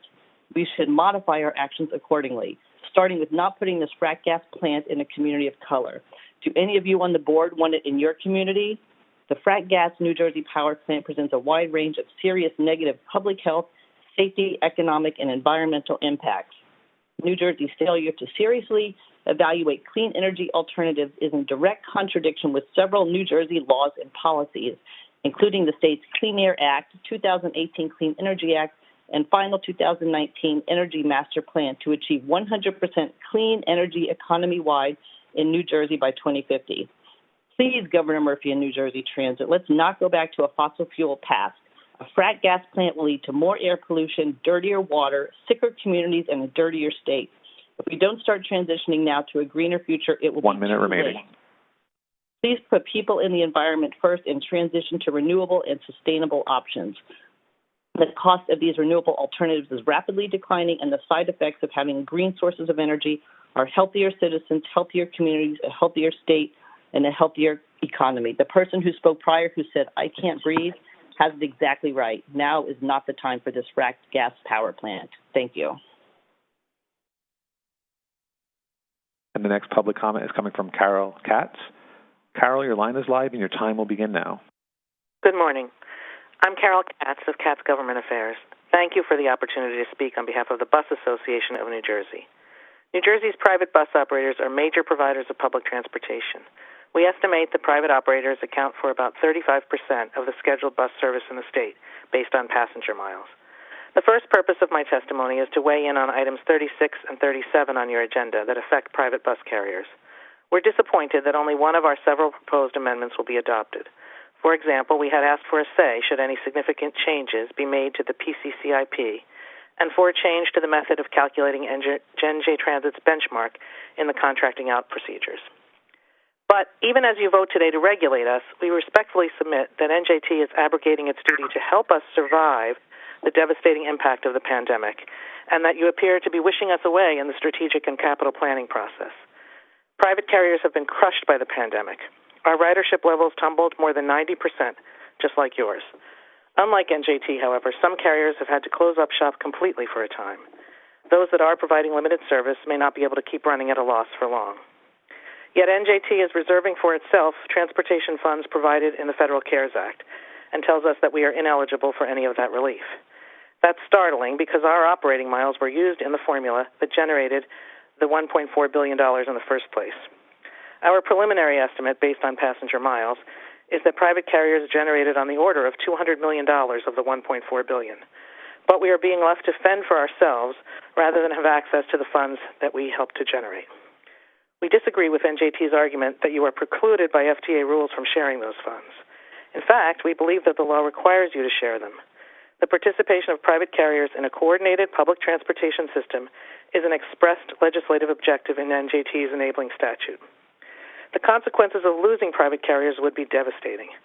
Where we can no longer provide service, will our passengers be left high and dry, or will NJT have to take over those routes at a far greater cost to taxpayers? We were stunned that in the recently unveiled strategic plan, private bus companies are mentioned only twice, and then only to refer to the companies that NJT took over at your formation 40 years ago. We were surprised that we were not consulted at all in the strategic planning process. Likewise, the recently announced capital plan includes no mention of the very program for which you're adopting regulations today. The PCCIP is tiny in the grand scheme of NJT's capital budget, but it's very significant to us, and it has traditionally been included in NJT's long-term capital plans. That it's missing here once again suggests that private bus operators may be an afterthought. We're not an afterthought to our employees or our passengers who are taxpayers too. Without some assistance and without meaningful partnership with you, private carriers may not make it. Please do everything you can to work with us to avoid such an outcome. Thank you very much. And the next public comment is coming from Charles Nunzio. Charles, your line is live and your time will begin now. Thank you. I'm Charlie Nunzio with the Franciscan Response to Fossil Fuels. And I'm also commenting on 2006-34, and I agree with many of the previous speakers in opposing any funds used for the frack gas power plant in Kearney. Please stop this project and invest my tax dollars in a renewable alternative. Power from fossil fuel is a step backwards. Coal is dead. Whale oil is dead. Kerosene is dead. These were once fuels we thought we couldn't live without. New Jersey needs the proposed gas power plant in Kearney like we need a third nostril.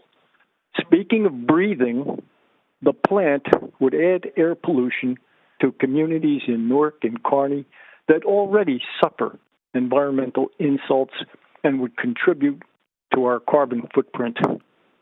St. Francis would be spinning in his grave.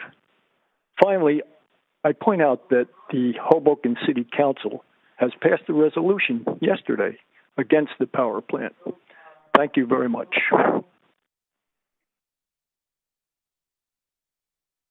And the next public comment is coming from Ann Kelly. Ann, your line is live and your time will begin now. Thank you. I'm also calling in regards to item 2006-34 pertaining to New Jersey Transit purchasing of materials and services from approved vendors to support New Jersey Transit Systems Resilience Program. And I also agree with the previous speakers that I am opposed to any of the $28 million in this line item for materials and services for New Jersey's Transit's proposed frack power plant in Kearney. And I really think that we need to New Jersey Transit and Governor Murphy need to stop this project and look at the renewable alternatives. The air pollution from this plant would, of course, harm people disproportionately, low income and people of color in already impacted areas, and it's against Governor Murphy's Executive Order 23. And as you could see, that we've been faced with a lot of people who are out there protesting, and it could kind of happen here because eventually it's going to, because people are hungry and they're tired and they're sick and tired of dirty air, dirty water, dirty food, and it's disproportionately impacting people with the least resources to fight it. And we need to, this project is set to be funded from $546 million of state and federal taxpayer money, including $410 million for Superstorm Sandy resilience grant, money that the governor could direct to fulfill his renewable energy and battery storage goals. And we really need to go into 1 minute that. remaining. We need to build on, what we already know, that this is a dead science. Fossil fuels are actually below market value and will continue to be that as we look into further new and exciting technology in tidal and air and wind and geothermal. I mean, these are all up and coming, battery storage. And we're not immune to the toxins that already flood our air.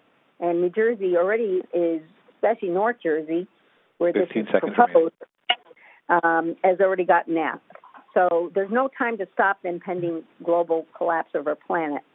So we must stand up and say stop to all further construction. And thank you for allowing me this time. And the next public comment is coming from Sally Geller. Sally, your line is live and your time will begin now. Hi. Good morning, if it still is. On the agenda itself, we are continually frustrated by the ever-moving executive session. We thank you, for notifying us that we could call in as late as 9:45 this morning. I note that it is now, 12:01 this afternoon. An expectation that your first executive session will end no earlier than 10. I think it was about 10:25. And that those wishing to speak on non-agenda items can call in at the beginning of the second executive session. Why do you have two anyway? This seems to be an attempt to appear considerate, telling us we can call later, but it doesn't quite get there. People whose main concern are non-agenda items will, of course, be pleased to not be on hold, but they're still required to be tied to their computers or phones, waiting for an unknown start time. Executive sessions are your responsibility alone. Nobody else should. They're nobody else's. You should hold them after everyone else has spoken. The common courtesy we all learned as children: put your guests first. Basic respect for those who make the effort to come to your meetings, live or virtual, apparently does not exist in this board any more than in previous incarnations. Yesterday, New Jersey Com published an article by Larry Higgs expressing his concern about the structure of public meetings in New Jersey, particularly when they all are virtual, citing your own meeting last month as the worst example. I'm skipping through here. On agenda item 2006-39, Hoboken Records Building Construction Contract Award is a complete misrepresentation of reality. First, the building is called the Lackawanna Records Building, and of course we're probably more sensitive to that than most as the Lackawanna Coalition. It's another remnant of our heritage railroad that you're trying to lose. More important, the reality of the project is not a construction contract. It is a demolition contract. We stand with Alan Kratz's earlier comments. Demolishing a historic 104-year-old building that has many local supporters, the potential for historic preservation or possibly DHS funding, and interested local organizations. Instead of acting as a responsible government agency, you are acting more like a spoiled child that does not want to clean her room.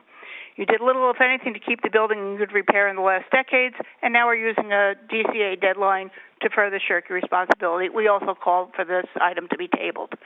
Regarding the New Jersey Transit microgrid, which I didn't actually realize was on the agenda because I can't read your complexity and misrepresentation, last night, as was mentioned, the Hoboken City Council voted unanimously to pass a resolution in opposition to this proposed gas-powered power plant in Kearney. This is a council that rarely votes unanimously, listening to their residents. It is time, past time, the day before Juneteenth, to kill this environmental justice disaster. Thank you very much.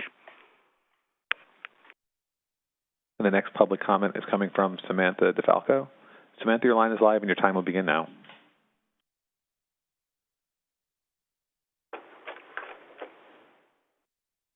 Samantha, your line is live. You may begin your public comment now. Sorry, I was muted. My name is Samantha DeFalco. I'm from Morris County, and I'm an organizer with Food and Water Action, speaking on behalf of our over 70,000 members and supporters in New Jersey. I'm commenting in regards to Agenda Item 2006-34 pertaining to NJ Transit purchasing of materials and services from approved vendors to support NJ Transit System Resilience Program. We are opposed to using any of the $28 million in this line item for materials and services for NJ Transit's proposed frac gas power plant in Kearney, and we are urging that NJ Transit and Governor Murphy stop this project and invest in a renewable alternative. Opposition is growing to this project. Just last night, Hoboken City Council unanimously passed a resolution against this power plant. From the resolution, be it further resolved that the City of Hoboken urges Governor Murphy to direct NJ Transit to immediately undertake a comprehensive engineering and economic analysis of the use of various renewable energy and storage technologies to power its traction power system microgrid, and report back to the Governor and the public on the results of this analysis before it proceeds with bids to construct the system. As an agency of Governor Murphy, NJ Transit has an obligation to uphold his commitment to protect environmental justice communities. We cannot have any more major polluters in our state, especially in communities that have historically been made to face the brunt of the pollution burden. West Essex and Hudson counties have suffered greatly from the coronavirus pandemic in New Jersey. These areas also all have failing grades of ground-level ozone pollution that is caused by burning fossil fuels. These dangerous levels of ground-level ozone will increase if another power plant is built in this region. Ground-level ozone is directly related to asthma, reduced lung function, and chronic lung disease. Right now, more than 700,000 New Jerseyans suffer from asthma, and 300,000 others live with chronic obstructive pulmonary disease. This is directly tied into our current health crisis because chronic lung disease is one of the major factors that that increase one's risk of dying from COVID-19. And we're seeing the worst outcomes from this virus happen along racial lines because Black and Latinx residents have asthma at 2 to 4 times the rate of white residents in our state, because low-income communities of color have historically faced the biggest pollution burdens in New Jersey. Building a new toxic power plant in Kearney, New Jersey that will increase pollution levels in Kearney and surrounding Newark, Secaucus, and Jersey City Heights, all environmental justice communities, is simply environmental racism. We can either invest millions in this unnecessary power plant, which will poison the communities it claims to serve and destroy the climate and environment in the process, or we can direct the $410 million taxpayer-funded 15 seconds. grant to a solution that will actually promote climate resiliency, achieve Governor Murphy's own goals, and create green jobs in our state. The solution is in front of you. We've done the research as possible. Thank you. And the next public comment is coming from Christian Noel. Christian, your line is live. Your time will begin now. Hello. I'm a New Jersey high school teacher, and I'm commenting on item 2006-34 relating to New Jersey Transit's purchasing of materials and services from approved vendors to support New Jersey Transit System Resilience Program. I'm also opposed to using any of the $28 million in this line item for materials and services for New Jersey Transit's proposed fracked gas power plant, and I request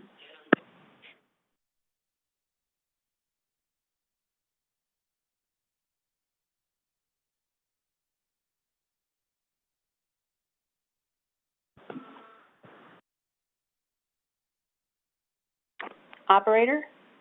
I'm just checking on that now. Give me one moment. Please stand by for one moment. We will bring this, the questioner, commenters line back in. For now, though, I will resume. David Allen, your line is now live, and your public comment can begin, and we will bring the previous commenter back in next. Once again, David Allen, your line is now live. Okay, thank you. Good afternoon. I am David Peter Allen. My colleagues at the Lackawanna Coalition and the New Jersey Association of Railroad Passengers are in accord with what I say today. I am addressing the lease at 2 Hudson Place in Hoboken, which is a component of a plan that is a bad idea for a number of reasons. It is a common practice at NJ Transit to propose a small part of an overall plan as a separate item, approve spending for it, and then push for the rest of the plan, arguing that the sunk costs would be wasted. Anyone who has been to business school or owned a business knows that to be wasteful and misguided, truly one of the worst practices. It would make more sense to use the Lackawanna Records building for the purpose rather than demolishing it. The entire Hoboken plan is a wasteful disaster which must be rejected now. I am familiar with the Hoboken terminal and have been using it for more than 53 years. The current plan, of which today's agenda item is part, would build unnecessary tracks in the most inconvenient location available, beyond the light rail tracks, and an additional walk of up to 5 minutes away from the path, buses, and the streets of Hoboken. The additional travel time would inconvenience almost everybody and would pose a particular difficulty to persons who have trouble walking, especially those with disabilities. Hoboken is underutilized and does not need additional infrastructure. It has been New Jersey Transit's deliberate policy for many years to discourage Hoboken ridership in favor of Penn Station, to bolster the case first for the ARC project that was canceled in 2010 and now for the Gateway program. Since 2006, every service change on the Morris and Essex lines to Hoboken has been a cut, and not a single Hoboken train that was eliminated during that period has ever been restored. This includes trains that were discontinued in 2018 and were supposed to have returned early in 2019, but have not. New Jersey Transit could have encouraged riders, especially on the Morris and Essex and Montclair-Booton lines, to use Hoboken, but that would require increases in service and changes in the fare structure because going to New York through Hoboken is more expensive than on Midtown Direct. Hoboken will remain one of New Jersey Transit's chronically underutilized assets. Only after those low-cost policies have attracted new riders to Hoboken will it be time to think about spending lots of scarce dollars on infrastructure. The COVID-19 virus changed everything, and the old rules no longer apply. It is time to put a halt on capital spending as New York has done. It is time to reassess NJ Transit's capital plans in light of changes in commuting that will come as a result of more people working from home. The entire strategic plan is 15 seconds. completely obsolete, including the plans for Hoboken. Do I have any more time? 10 seconds. Okay, I just want to say, you people hold this railroad in trust for us, and it was very disrespectful to have your private sessions on time when we have to wait for you to comment. This is a phone meeting. You could have your executive session any. And the time has expired. And now, Christian Noel, your Yes, line hello. will begin, or your time will begin now. You may begin your public comment at this time, and your time will begin now. Thank you. Okay, should I restart? You may. Okay. Well, okay, I'm commenting on item 2006-34 relating to New Jersey Transit's purchasing of materials and services from approved vendors to support the New Jersey Transit System Resilience Program, and I'm also opposed to using any of the money in this line item for materials and services for New Jersey Transit's proposed fracked gas power plant, and I request that the project be stopped and a renewable alternative be invested in. So I want us to try a brief thought experiment for a moment. Imagine that we know for a fact that the natural gas supply will run out entirely within 5 years. If this were the case, would we say, that's it, no more electricity, no more trains? Of course not, because, first of all, it's possible to have a transit system run on renewables. Germany is planning to have continuous operation of hydrogen fuel cell trains by 2022. The hydrogen can be obtained from electricity from renewable energy. Indian Railways is planning to go 100% renewable in the next decade, installing solar on remote unused lands owned by the railways. That's according to pvtech.org. They are skipping entirely the so-called bridge of natural gas. Second, it is necessary to have a transit system run on renewables for all of the health concerns that were raised already. But also think about how close were we to a national ban on fracking?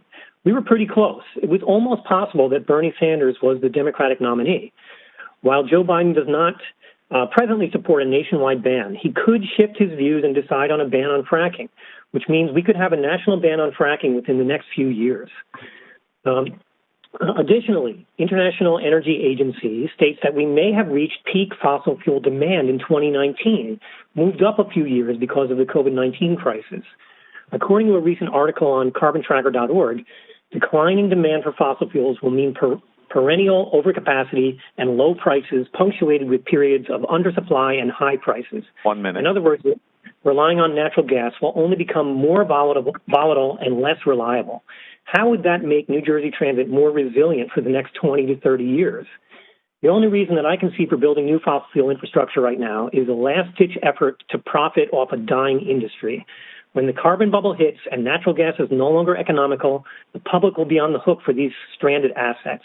What does this mean? It means that we must think creatively to long-term solutions that won't harm the health of New Jersey residents, won't leave taxpayer-funded power plants abandoned only several years after they've been built, and won't exacerbate climate change further and its environmental and health impacts in the process. Look what Hoboken just did. People are catching on. I'm certain that there'll be many more towns to follow soon. Renewable energy is the only way to go for New Jersey Transit.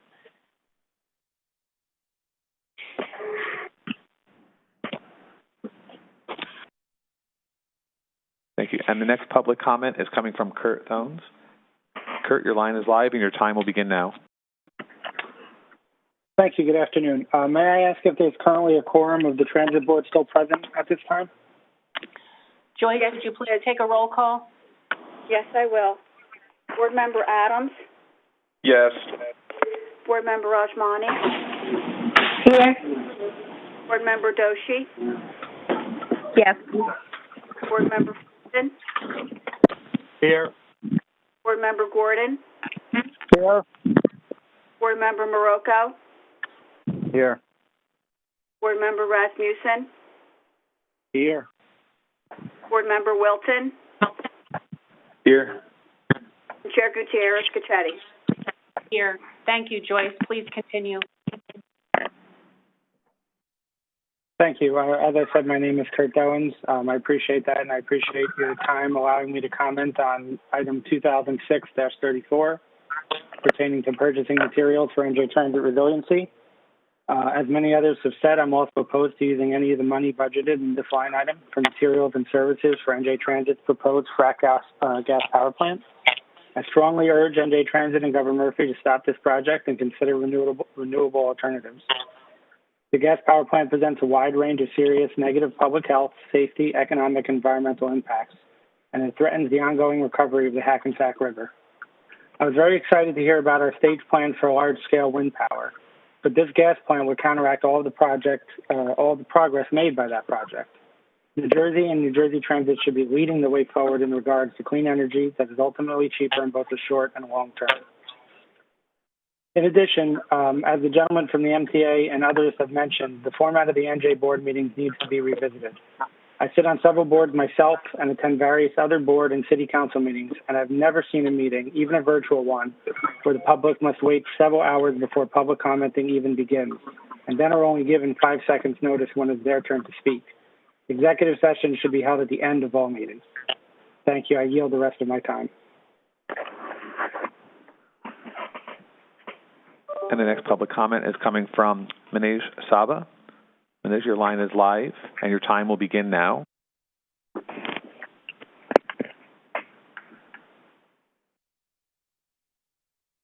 Hello, Manej Saba. Your line is live and for public comment, and your time will begin now. Please check to see if your line is muted.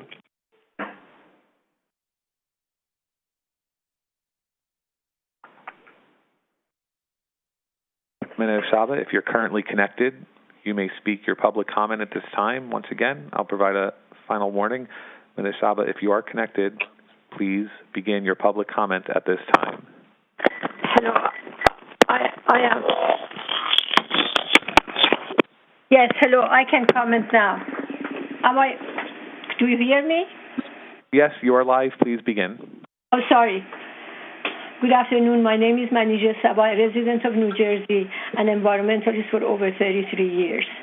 I echo the comments of previous speaker about your process that makes it difficult for the public to make their comments in timely manner and get on with their lives. I am speaking on agenda item 2006-34 concerning New Jersey Transit purchasing support material and the system resiliency program. For the system resiliency program, I strongly oppose using any of the $28 million in this line item for materials and services for New Jersey Transit proposed gas power plant in Kearney. Therefore, I demand that New Jersey Transit and Governor Murphy to stop this project and invest in renewable energy to ensure public health in line with New Jersey Transit System Resilience Program. Much of North Jersey has earned F grade from American Lung Association for exceedingly high levels of smog, air pollution, and ground-level ozone. Much of this high population density region's residents are low-income and people of color. I can't breathe, cry. 1 minute remaining. I can't breathe, cry has been unanswered experience of New Jerseyans for decades. The result of building the proposed frac gas plant is direct attack on people who are already suffering from COPD and other illnesses such as lung cancer, cardiovascular diseases, and diabetes. Considering the devastation of COVID-19 pandemic that has underlined the importance of clean energy and healthy lung, how can New Jersey Transit justify construction of frac gas power plant without seriously exploring alternatives? Ozone emission technology solutions such as solar, wind, and tidal energy combined with battery energy storage, each of which or in combination would avoid environmental and public health issues while still providing new jobs and other financial benefits to local municipalities. Furthermore, New Jersey Transit failure to seriously evaluate clean energy expired.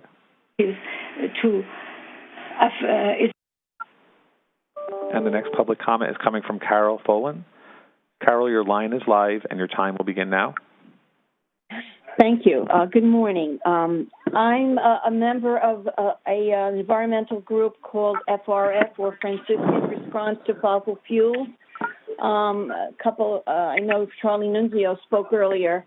I'm speaking to the item 2006-34, okay? And I am opposed to this line item to finance materials and services needed to enable your New Jersey Transit proposed frac gas power plant in Kearney, and instead to use this to finance renewable energy alternatives for this purpose. As people had said earlier, the Hoboken City Council yesterday, Wednesday evening, took an historic vote to unanimously pass a resolution opposing the plan to build this massive new frac gas power plant on the Hackensack River in Kearney. I could not put it any better than Samantha DeFalco, who is a Food and Water Action organizer who spoke previously this morning, and I hope she doesn't mind me quoting her, and I quote her.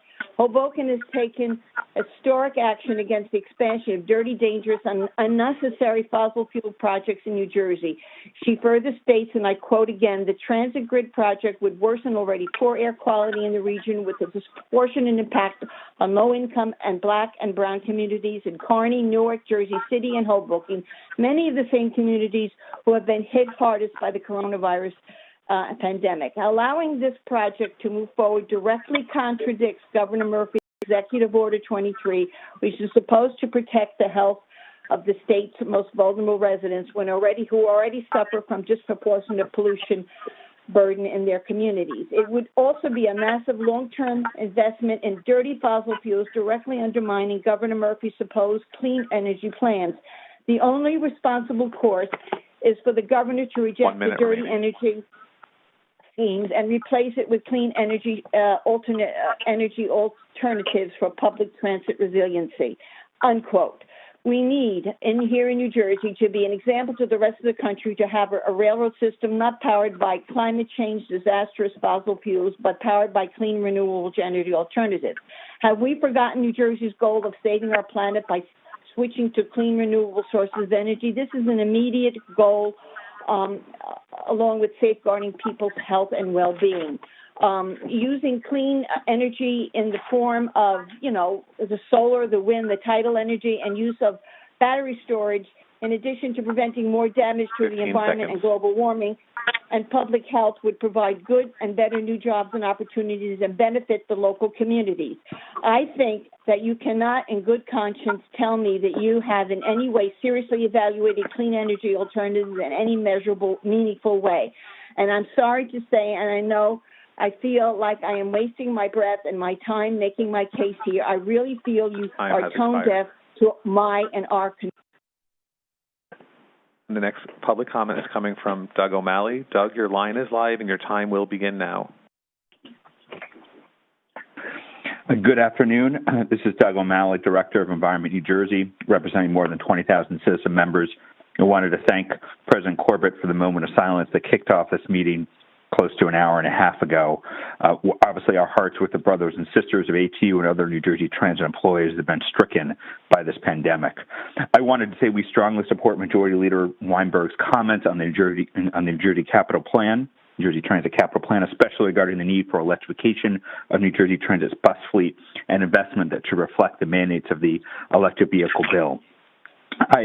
Others have said this, but I find it's critical to note here the public waited through 90-plus minutes of an executive session before the board meeting began. The whole meeting says, we appreciate your time and patience. That obviously approached an Orwellian kind of ministry of truth level. This should not be an endurance Hunger Games exercise to issue public comment. In previous COVID moments, the public was welcome to provide public comments at the beginning of the meeting. And I strongly suggest the board return to this format. Executive session should not be a impediment for public involvement. I wanted to comment directly in regards to agenda item 2006-34 pertaining to New Jersey Transit's purchasing of materials and services from approved vendors to support New Jersey Transit System Resilience Program. I'm opposed to using any of the $28 million in this line item for materials and services from New Jersey Transit's proposed frac gas power plant in Kearney. New Jersey Transit and the governor should work to stop this project and invest in a renewable alternative. You've obviously heard a lot of comments on this already. You've obviously heard that Hoboken City Council passed a resolution against this power plant unanimously last night. I do want to note that community, half the residents are dependent upon public transit. That's a remarkable show of support against that project in that community. I also wanted to say that it's impossible to comment on this agenda item without directly referencing the direct link to the New Jersey Transit Capital Plan, which was just released last week. That capital plan does not, includes a reference to the transit good project in the capital plan finance sheets, but it does not reference it in the sustainability sections, and for good reason. It's not sustainable for the climate or the environment. And for that matter, the New Jersey Transit Capital Plan ultimately is not sustainable, because there's no dedicated source of funding to pay for any of these transit capital needs.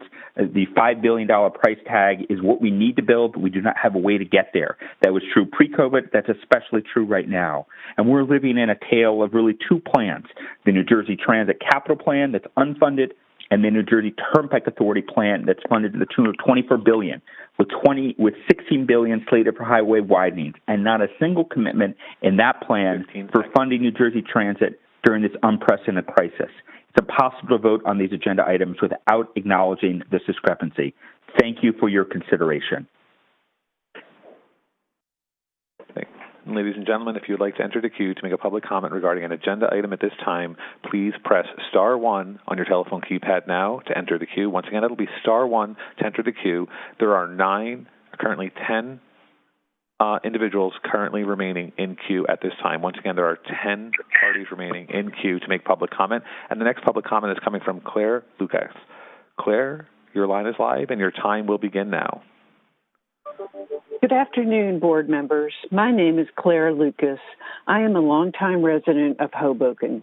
I request you table item number 2006-39, Hoboken Records Building Project, Construction Contract Award, until the October board meeting, so that New Jersey Transit can fulfill their duties in a proper manner with due diligence.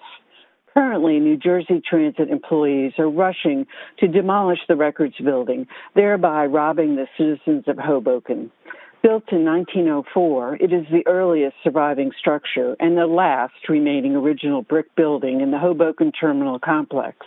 This building was entrusted into New Jersey Transit's care with the commitment to preserve it, and is currently on Preservation New Jersey's 10 most endangered historic buildings list. I fear you, as members of the Board of Directors, are being guided in the wrong direction. New Jersey Transit could easily seek an extension to the DCA demolition and/or repair notice. The 106 process is ongoing, and if you look at your website documentation of the public meeting, you will find the majority of responses from the community, including the Responsible Development Task Force and the Quality of Life Coalition, was to keep the Records building for adaptive reuse. If you contract to demolish it now without full and transparent consideration, you are risking your reputations. This building has weathered Superstorm Sandy in 116 years. More than likely, its walls are made of 3 layers of brick, not 1. An independent engineer, Donald Friedman, PE of Old Structures Engineering, has contradicted the New Jersey Transit's engineering report from STV and has noted buildings like this have standard procedures to inspect and evaluate. His report is also available in the website documentation of the public meeting. And you're being asked to use the Transportation Trust Fund, which I'm sure you could put to better use. Other funds are available, such as New Jersey Historic Trust grants. Consider asking your employees to seek an extension to the DCA notice and to listen to the broad community support for the Records building for adaptive reuse alternative 4 in the alternatives analysis of the 106 section process. Thank you for your time and consideration. next public comment is coming from Paul Somerville. Paul, your line is live, and your time will begin now. Thank you, and good afternoon. I want to speak on Board Agenda Item 2006-39, the Lackawanna Records Building. And while New Jersey is giving NJ Transit is giving serious consideration to either demolishing the Records Building or deconstructing it for relocation to another site, both costly alternatives, NJ Transit has never fully engaged with the potential buyer or tenant that I mentioned at the last NJ Transit board meeting. It is a state mandate that NJ Transit maximize its non-fare box revenue for properties such as the Records Building. Working with the developer I refer to or another, using the same dollars, it is now considering spending on demolition or rehabilitation instead. Would be a win-win, and Hoboken would not lose more of its historic fabric. Without authority and prior to any discussion at the Hoboken Historic Preservation Commission's public meetings and on more than one occasion in public online meetings, the current chair of the Preservation Commission alluded to conversation he's been having with NJ Transit regarding the relocation of the Records Building. This ignores and negates the importance of the structure's historic context as part of the ferry rail terminal complex. I served on Hoboken's Preservation Commission for 14 years, during which time NJ Transit appeared before us on a few occasions. Each time, the commissioners used the opportunity to remind NJ Transit about the upkeep and use of the Records Building. Your representatives unanimously agreed each time that it had been an oversight that the Records Building was not described in the original nomination form for National Register listing, and that it was taking steps to correct that and find a use for the building. It's obvious that those things never happened. Now we are faced with another example of demolition by neglect. Mistakenly, 1 minute remaining. NJ Transit is often cited as the owner of this and all other NJ Transit real estate in its portfolio. As an instrumentality of the state, NJ Transit is the steward or property managers of those sites, not the owners. You stand in the shoes of every New Jersey citizen who values our state's history, preservation, and careful use of taxpayer dollars. Thank you.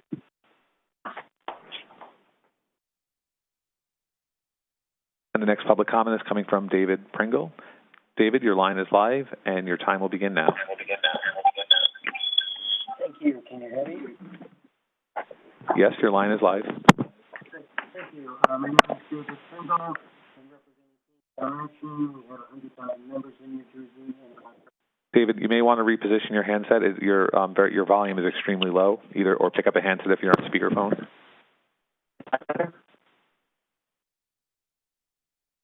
Do something it's slightly better. Listen, do your best to increase your volume, please. Okay. That sounds good now. Is that better now? Much better. You may begin now. I'm sorry. Can you hear me? Yes, your line is live.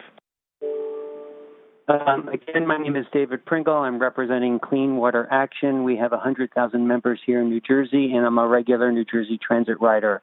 I'm speaking on item 2006-34, the resolution concerning the fiscal year 21 procurement policies and expenditures. Before I get into specifics there, I'd like to second generally the comments of Senator Weinberg, all those advocating also spending no money from this line item on the New Jersey Transit Grid project. And you're not doing nearly enough more to fund and expand the capital plan. I'd also like to second the commenters concerning the executive session, public engagement, securing information, inserting independence. As Randy said, I think the second commenter, you must do better. The Ledger published an entire story on your failure last month, and today it's clear you've taken the wrong lesson from that. It appears you're trying to just limit public engagement, feigning concern, rather than improving public comment with meaningful engagement. We have lots of ideas. We've asked repeatedly to be engaged, but we're talking to a brick wall that you just try to reinforce. So board members, especially Senator Gordon, we go back a long while. You're a good man. I know you're a champion for mass transit and good government. And Commissioner, please tear down this wall. Open the door, let us in for meaningful input and engagement. Now into the particulars of the resolution. It totals over $58 million. Your budget is understandably incredibly tight, so we urge you to proceed very carefully. Even before COVID, your operating budget was underfunded, your capital budget was underfunded, recovering from years of Christie neglect and malfeasance. And now with COVID, ridership and revenue is drastically down, your expenses are up, and it's not just New Jersey Transit, but you're relying on the general fund, and that's taken a huge hit as well. Add on top of that all the health threats, and wow. So that's all important, but it's old news. Your capital plan released last week documents that it's unfunded and it's unimaginative. It's not nearly going far enough. All that makes spending every single dollar very carefully. There's never a good time to waste money, but especially now. So we urge you to ensure that all of that $58 million and the rest of your budget is well spent. Not even a penny on the frac gas plant, and you must do more to fully fund the current capital plan and make it much more robust. Don't be a rubber stamp. Be an advocate, whether that's privately, publicly, whatever it takes. This is not a radical idea. It's not just environmentalists. It's urban, racial, and environmental justice, labor, progressive advocates, and planners. You're going to be hearing from Regional Planning Association, New Jersey Future, with similar thoughts this morning. So we call on you to do better. Work with us. We're in the midst of a climate crisis, a health crisis, an economic crisis, a race crisis. We clearly have a crisis in democracy. Please be part of the solution, not the problem. Tear down the wall you've put up. Open the door. Welcome us in to work with you. Thank you. And the next public comment is coming from Janet Glass. Janet, your line is live and your time will begin now. Thank you. I will be brief. I know everyone's probably exhausted by this point. I am also commenting in regards to Agenda Item 2006-34. Of course, I support having a resilience program, but I am opposed to a fracked gas power plant in Kearney. My name is Janet Glass, as we said, and I'm a member of Green Faith, which is a coalition of congregations of all faiths around the environment. I'm also a resident of North Bergen in Hudson County, which is one of the environmental justice areas. What I'd like to do is point out that New York State put a fracking ban into law in 2015. And why did they do that? They had done a 7-year comprehensive review process that found the potential environmental and health impacts were just too great to do hydraulic fracking. And at that time, Governor Cuomo was publicly applauded all over New York State for that. This is 5 years ago. By now, we should know better than to even consider building a fracked gas plant. And so as Jeff Tittle said before, this is not clean energy. And it would be in direct contradiction to the clean energy goal of Governor Murphy's own Energy Master Plan, which he put out in 2019. So I call on you, New Jersey Transit Board, to help us applaud Governor Murphy and New Jersey as they did Governor Cuomo in New York, and do the right thing, renewables only. Thanks again for this chance to speak. And the next public comment is coming from Joe Bezralian. Joe, your line is live and your time will begin now. Oh, thank you very much. It's regarding 2006-34. I would just urge you, please don't use a penny of these funds to poison people with the new gas-fired power plant, especially people who already suffer the dirtiest air in New Jersey. But I just want to cut right to the chase. The language, it's not, I don't mean to say this with hostile language at all. I'm trying to be right to the point. By voting in any way toward a gas-fired power plant there in Kearney, you are essentially voting to strengthen systemic racism in New Jersey. The plant would produce toxic air pollution. It will dump it into our dirtiest air area in the state, Hudson County. Hudson County is 42% Hispanic, well above the New Jersey state average of about 20%. So this plant would very disproportionately poison Hispanics. What you propose is basically that this pollution amounts to racial violence against people's lungs and against their bodies. The time we are waking up to what we have been doing in this country for decades, we cannot now do it in 2020. Hudson County already has the highest asthma rates in the state, to name just one of the many, many illnesses that this plant would add to. Now let's think about COVID-19 again. It spreads more readily to people with susceptible lungs. This plant would create even more of those susceptible lungs. 30% of COVID cases were among Hispanics in New Jersey, despite being only 20% of the population. The other terrible thing, although what could be more terrible than what I've just said, but it's that this plant would be using Superstorm Sandy funds. The storm was supercharged by global warming, and now we want to use those funds to add to global warming and future disasters. It makes absolutely no sense. We have to say no. So we need to stop, we need to think, and develop a serious solar and clean power alternative instead. Now, we'd also like to think, oh, there's no choice. This is what the consultant said. We like to think there's no choice to absolve ourselves of the feeling of moral responsibility. But there is a choice. We have moral responsibility to make the right choice. I urge you to dig deep and do that. Thank you. And the next public comment is coming from Nancy Griffith. Nancy, your line is live and your time will begin now. Thank you, and good afternoon to the board members. I'm Nancy Griffith with Unitarian Universalist Faith Action, New Jersey. We're a faith-based group that subscribes to the principles of justice, equity, and compassion in human relations, and respect for the interdependent web of all existence. I'm commenting on agenda item 2006-34, pertaining to New Jersey Transit's purchasing of materials and services to support the resilience program. UU Faith Action is opposed to spending any money on the gas power plant in Kearney.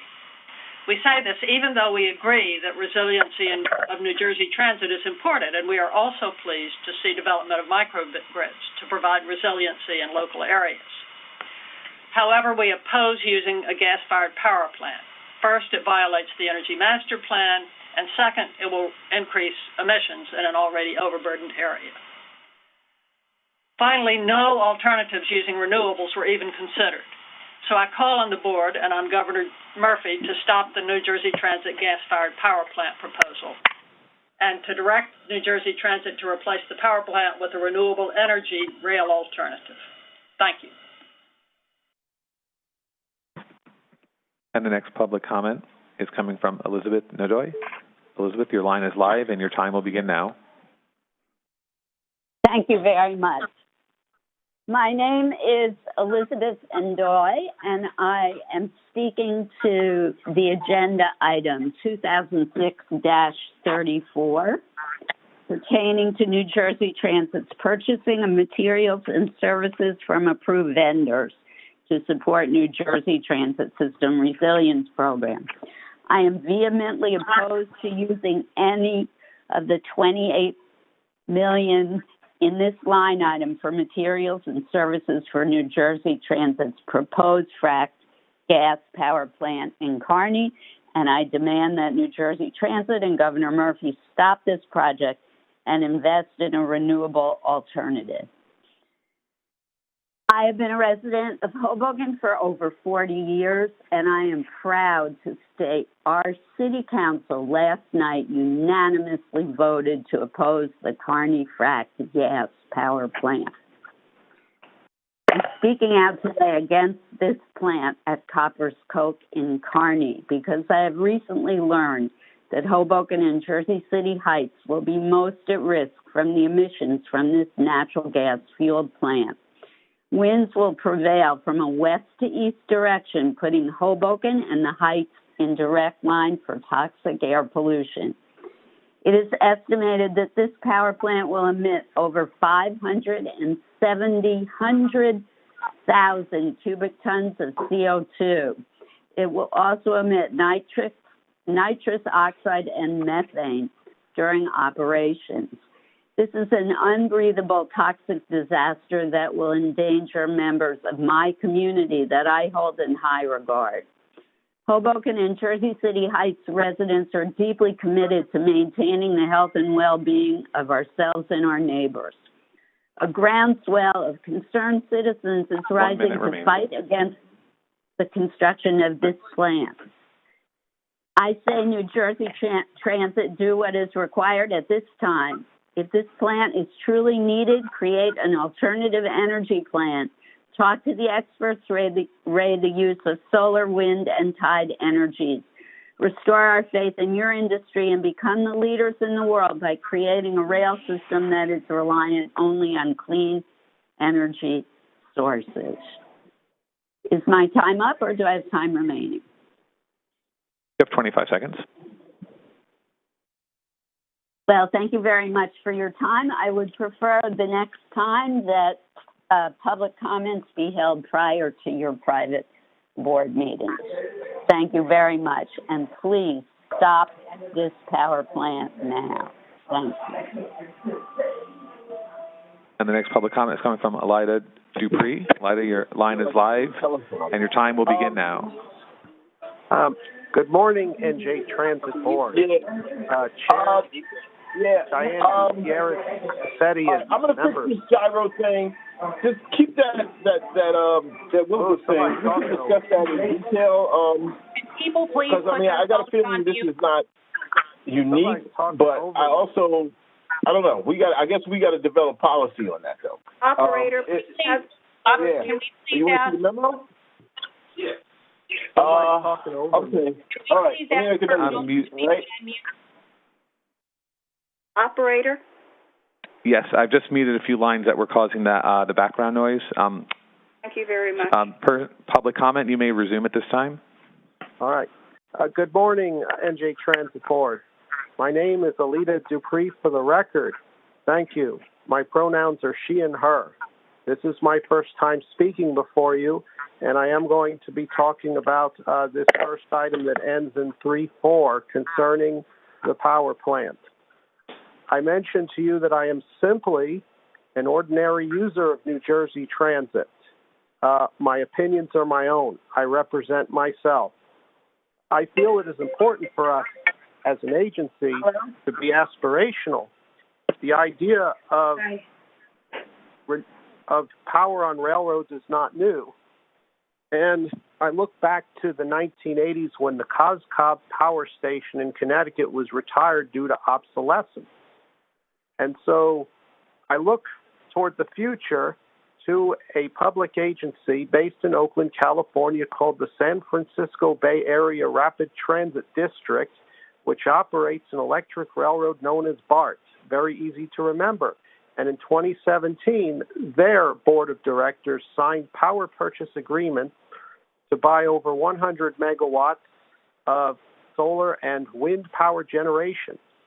I think it is important that we, as NJ Transit, invest in the future of New Jersey, because purchasing natural gas is an expenditure, but buying batteries and solar and wind is an investment.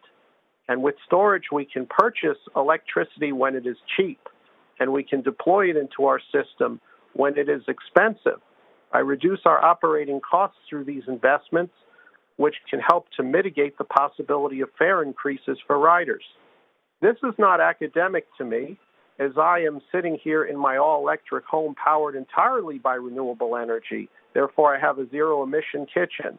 So I practice this in my daily life, and I am a person of modest means, therefore proving that it is possible to access renewable energy and zero-emission practice and time of use, and you don't have to have a lot of money to do so, as I am a person on a fixed income, a disabled Army veteran of Desert Storm. So I feel it is important to look toward the future, and I thank you for the opportunity to engage in this public process.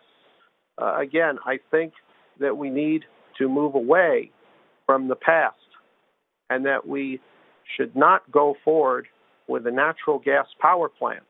I look forward to attending and speaking respectfully with you at meetings going forward. Thank you.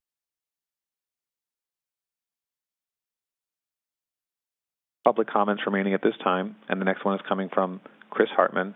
Chris, your line is live, and your time will begin now.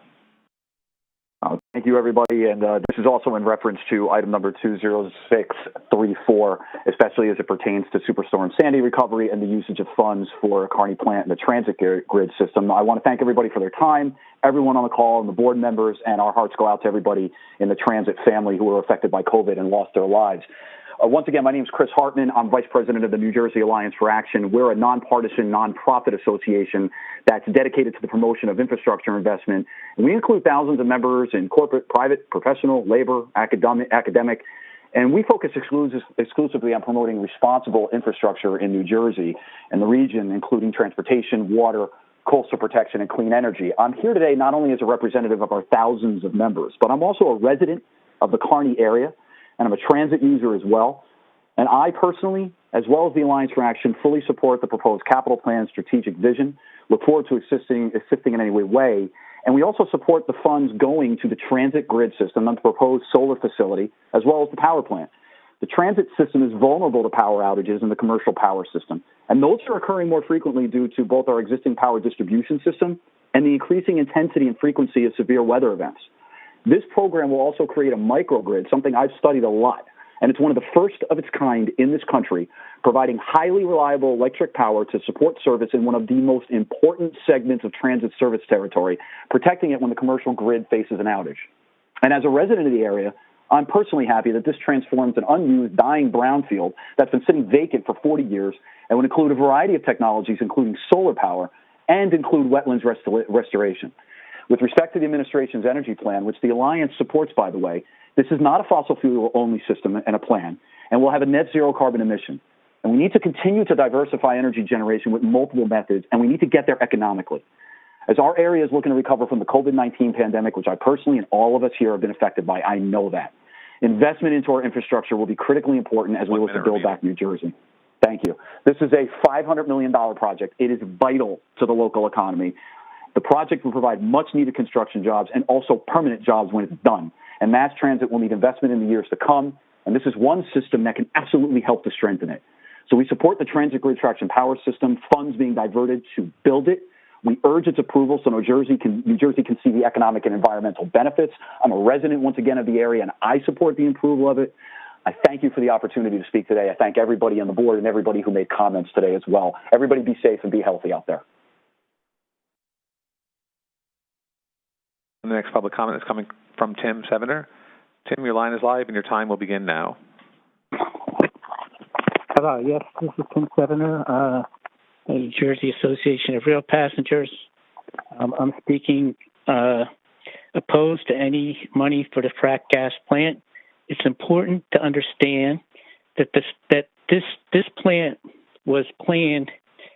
There's a Sandia report from 2014. It is 6 years old. Since then, has more than doubled their capacity on-demand fossil fuel generation to make sure you have enough energy. 1 minute remaining. So we need the rest. What we need is the solar renewable component to be running year-round, supplemented only by anything that's required. And we haven't been able to find the numbers on that because it's all redacted, the actual power demands. All we need really is to be able to run 14 days off-grid, which possibly might include some minimal fossil fuel backup. The rest of the time, we can be running solar and then expanding it to all the other train stations, all the other rail yards, all throughout New Jersey Transit. Thank you. The next public comment is coming from Ken Dolsky. Ken, your line is live and your time will begin now. Very good. Thank you very much. I am also a member of the Don't Gas the Meadowlands Coalition. I'm commenting in regards to agenda item 2006-34 pertaining to New Jersey Transit's purchasing of materials and services from approved vendors to support the New Jersey Transit System Resilience Program. When we started reviewing the New Jersey Transit Grid microgrid project material, we realized that you had not done any real analysis of renewables and storage. When we asked for the analysis, you could not produce anything. As we worked with you in meetings and via email, you realized our arguments had merit and could not be ignored by waving your arms as you had previously done. So you produced a new Appendix D as part of your final EIS to try to demonstrate to us that renewables and storage could not work. You have failed.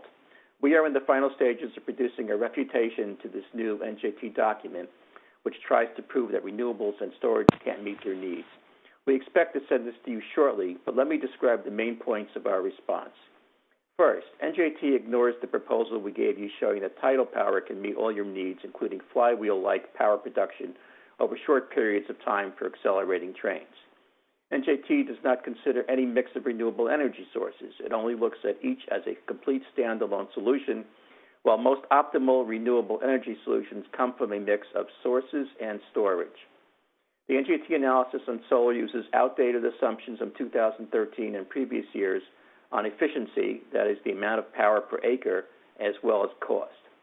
NJT does not consider hybrid solutions, that is augmenting a mainly renewable energy-based solution with a small amount of fossil fuel power. There are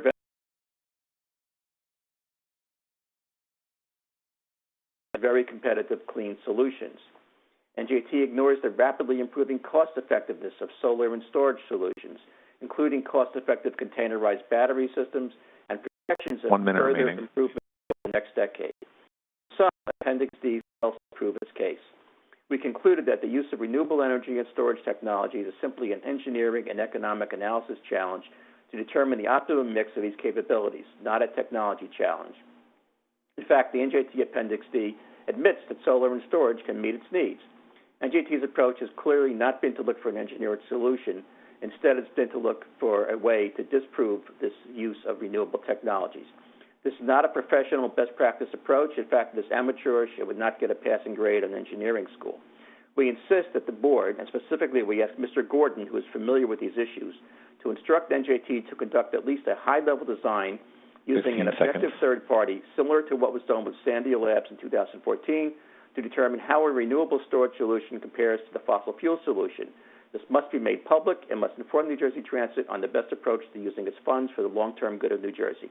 Thank you very much for the opportunity to comment. You'll be hearing much more from us on this topic very soon. And the final public comment is coming from Jeff Rappaport. Jeff, your line is live, and your time will begin now. Hi, I'm also here to speak about 2006-34. I'm here to oppose the proposed frac gas power plant in Kearney. I believe the issue is of significant importance to be given a real review, especially on alternative energies, which has not been done. I support renewable energy. It is a clean, efficient, and economic, and in our interests. Trains are using renewable energy around the world. They're using solar. They're using these battery packs that have become exponentially being reduced in cost. Name one that wasn't mentioned. Very recently, Tesla secured a massive project to replace a gas power plant from Ventura County. Ventura County was going to allow the construction of a new gas-fired power plant by NRG Energy to supply peak power to Southern California Edison. But the electric utility pivoted to energy storage instead and plans to deploy several battery systems. Last month, they selected Strata Solar to develop the biggest of those battery systems, a 100 megawatt stroke 400 megawatt battery energy storage system. Strategy Solar built its own battery system in large containers before, but it is now announced that it selected the Tesla Megapack for its new project from Southern California. You've heard about South Australia. You've heard about India. You've heard about several places in the United States. I strongly suggest that you Google the terms battery technology, solar power, and along those lines, and I think within half an hour you can see the strong momentum that this has, and we should seriously consider it. 1 minute remaining. Do a review of renewable energy under current technology, not technology that's 6-7 years old. The world has changed dramatically. Why won't you go there is the next question. We have experts that can help. You just heard from Ken Dulski, Eric. There's a whole bunch of people. that have significant knowledge here and know people that work in the renewable energy area. Use us. Use them. You owe this to the F rating Northern New Jersey gets on air pollution. Thank you for sitting there, and I hope you'll give this very serious consideration because all I see is avoidance of the topic. Thank you. And there are no further participants in the queue for public comment at this time. To confirm, operator, there are no further folks in the queue for public comment on agenda items, correct? That is correct. There is no one remaining in the queue at this time. Thank you. I'll now call on Suzanne Mack to present the advisory committee report. Am I on, Commissioner? You are. You are. Oh, thank you. Thank you so much. And thank you for letting me come today. I'm very happy to have been here to listen to the entire presentations and by the public. Before I start, I would like to say, because I give a report back to my committee, we're very happy that New Jersey Transit is going to help us set up virtual meetings. We're going to start them. We'll probably have one before the end of the month. And I think that'll give us an opportunity to examine some of the comments that were made today, which I saw, and I wasn't going to do this, but I'll just say, there were many speakers. It broke down into environmental, bus, and issues on Hoboken and transparency on how the meetings are actually operated in a virtual environment. And I just wanted to say to the commissioner and to the board that these are the type of issues that the advisory committees, both North and South, would be happy to go over with staff, and maybe we could brainstorm and help make some suggestions on how these things could be done. Because as I said, we've seen the environmental issues become more prevalent over the last 4 months at the meetings, and certainly the environmental community needs to be addressed. I do represent Hudson on the committee, and I listened and heard everything that was said, and I will be following up with the county exec and with Hoboken and Kearney, because the project is in Kearney, which is in Hudson County, and the resolution which is being presented to you is from Hoboken. So I want to tell everybody I will be following up on that, on that with you all. I want to go back and thank Senator Weinberg for starting out as the public speaker. I think she gave a very good frame on the issues. She also welcomed finally that former Senator Gordon was finally confirmed, which we're very pleased about. The whole situation that we're in now is that how to keep New Jersey Transit running in an area of pandemic and support you in those efforts.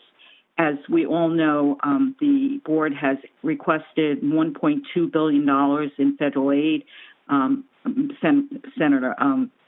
Congressman Series is spearheading that effort, and we have to support the effort to get the money to get us back up and running. I want to tell you personally, as I am in Hoboken, Bayonne, and Jersey City, on many days, I wanted to tell you, I see the people who are waiting for those buses, and because of the eye I have towards it, I look at the people who would not be able to get to work in the restaurants and would not be able to get to their jobs if it was not for the provision of the bus services. And as they restart, I think everyone out there would congratulate not only the president, the CEO, the board, but the bus drivers and the people at New Jersey Transit who have been on the front lines continuing to service the public during this terrible time. So as we go to the road to recovery and the governor does his recovery plan, we just want you to know that every one of us support what happens to our employees and to the entire organization. So I want to take time to at least thank you for that.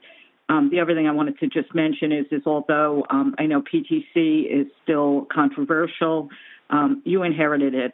This board came in as a federal mandate and has had to meet certain guidelines and benchmarks in order to do it. And I want to say that, I heard a lot today about what we really need to re-examine or continue to examine, but I want to say that we also have to look at the fact that you came in and you promised to do certain things to meet federal mandates, and we are continuing to do that under extraordinary circumstances. So I wanted to say that.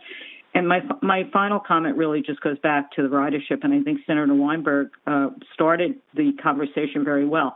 We don't know what the ridership is going to be in the future. We don't know the long-lasting impact. We had the same situation after 9/11. The market for transit was not New York for several years. We don't know what the long-term implications of people working from home and not being able to get on transit will be. So the existence of the strategic plan and the capital plan are things that are really good that they're in place.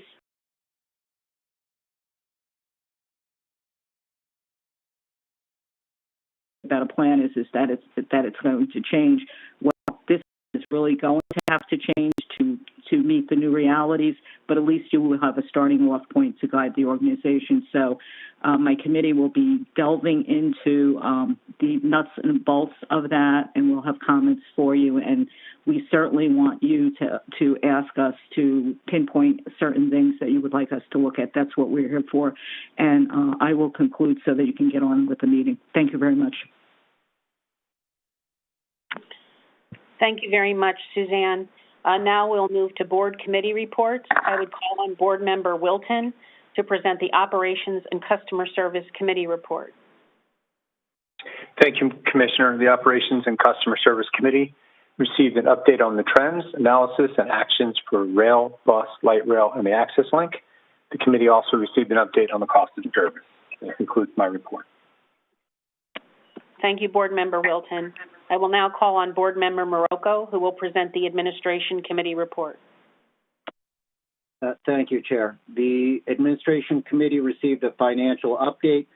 This included a summary of operating results, major variances, the impact of COVID-19 on ticket sales, major balance sheet items, and a report on cash management and liquidity. Additional information was provided as part of the agenda materials, including the cost of service key performance indicators, attrition and hires, ridership and revenue, infrastructure and operations metrics and reporting highlights, and a technology improvements timeline. That concludes my report. Thank you very much, Board Member Morocco. I will now ask Board Member Fulton to present the Capital Planning, Policy, and Privatization Committee report. Thank you, Chair. I would first like to just congratulate the team for the capital plan and strategic plan. I look at these plans as beginnings and not ends, and I took to earnest a lot of the comments that we heard today, and I recognize that things will be dynamic, and certainly following COVID and other issues like ridership and funding, I'm sure the board will work together with everyone to make sure that we can adapt the plan as necessary. The Capital Planning, Policy, and Privatization Committee discussed the board items for the following. Fiscal year 2021 sole, single, and limited qualified source procurement by exception authorization. The North Bergen Park and Ride West Side Avenue Lot Soil Removal Plan construction contract. Regulation, adoption of new rules NJAC 16:76. Private Carrier Capital Improvement Program Guidelines and Procedures. Regulation, adoption of new rules, NJAC 16:85, Contracting Out Policies and Procedures. New Jersey Transit, advertising, contractual payment modification, and Hoboken Records Building Project Construction Contract Award. That concludes my report. Thank you, Board Member Fulton. At this time, I would ask President and CEO Corbett to present the action items for vote. Thank you, Chair. I'd now like to introduce Jeannie Kwan, Senior Vice President and Chief Administrative Officer, to present Board Item 2006-34. Jeannie?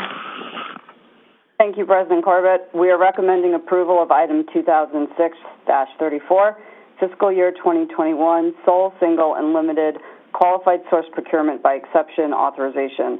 Authorization is requested to enter into procurement by exception contracts for the purchase of materials and services from approved vendors set forth in Exhibit A1, subject to adjustments to support bus, rail, light rail, and headquarters operations at a cost not to exceed $28 million plus 10% for contingencies to account for increase in ordering quantities and changing market conditions subject to the availability of funds. New firms with new material or services whose aggregate value exceeds $250,000 within the fiscal year will be submitted to the board. This request will cover a 12-month period from July 1st, 2020 to June 30th, 2021. Authorization is further requested to enter into procurement by exception contracts for the maintaining and upgrading hardware and software systems from approved vendors set forth in Exhibit A2, subject to adjustments, to support New Jersey Transit's information systems at a total cost not to exceed $27,450,000, subject to the availability of funds. New firms with new services whose aggregate value exceeds $250,000 within the fiscal year will be submitted to the board. This request will cover a 12-month period from July 1st, 2020 to June 30th, 2021. Authorization is further requested to enter into procurement by exception contracts for the purchase of materials and service from approved vendors set forth in Exhibit A3, subject to adjustments, to support the New Jersey Transit's System Resilience Program at a cost not to exceed $2,800,000, subject to the availability of funds, FTA approval, and all other applicable requirements. New firms with new services whose aggregate value exceeds $250,000 within the fiscal year will be submitted to the board. This request will cover a 12-month period from July 1st, 2020 to June 30th, 2021. We ask for your approval of item number 2006-34. Thank you. Thank you. May I have a motion to approve board item 2006-34? Morocco, motion. May I have a second? Hoboken. I'm sorry, we didn't hear that. May I have a second, please? Second. And who is seconding, please? I'm sorry, this is Doshi, Councilwoman Doshi. Thank you. Joyce, at this time for discussion, would you please read the board members for purposes of discussion only, not vote discussion? Board Member Adams, any comments? Yes, Joyce, I do have a few comments. I've discussed this item with the administration, or I should say with the staff, and I have very big challenges with approving this board item as it's written, as is constructed. I have a problem with the 10% contingency and the explanation that was given to me, and I do have some challenges with the computer hardware, software, and resiliency portions. So it's unfortunately that at this time I will not be able to vote in favor of this item. I have no other comments. Thank you. Board Member Ajmani, any comments? No comments. Board Member Doshi, any comments? I have no comment. Thank you. Board Member Fulton, any comments? No comments. Thank you. Board Member Gordon, any comments? No comments. Thank you. Board Member Morocco, any comments? No comments, thank you. Thank you. Member Rasmussen, any comments? No comments, thank you. Thank you. Board Member Wilton, any comments? No comments. Thank you. Chair Gutierrez-Gichetti, any comments? Yes, Joyce, I have two. I would ask the staff to advise how much of the $28 million that we're voting on pertains to anything to do with transit grid. Yes, Commissioner, this is Jeannie Kwan speaking. So the category for resilience is $2.8 million, and out of that $2.8 million, it is less than $500,000 for the vendor that is related to transit grid services. Thank you very much. And then my second question is, given the fact that I have some concerns about the process as well, it is my understanding that your procurement department is going to start the process of putting some of these out for RFI to see if there are other firms that are competitive in this regard. Is that correct? That is correct, Commissioner. Thank you very much. Is there any other discussion based on comments received? Hearing none, Joyce, would you please take a roll call vote? I'll vote. Board Member Adams? No. Board Member Ajmani? Yes. Board Member Doshi? Yes. Board Member Fulton? Yes. Board Member Gordon? Yes. Member Marocco? Yes. Board Member Wilson? Yes. Chair Gutierrez Cacchetti? Yes. Motion carried. All right. Thank you, Chair. I'd now like to introduce Eric DeLeo, Senior Vice President, Capital Programs, to present Board Item 2006-35. Eric?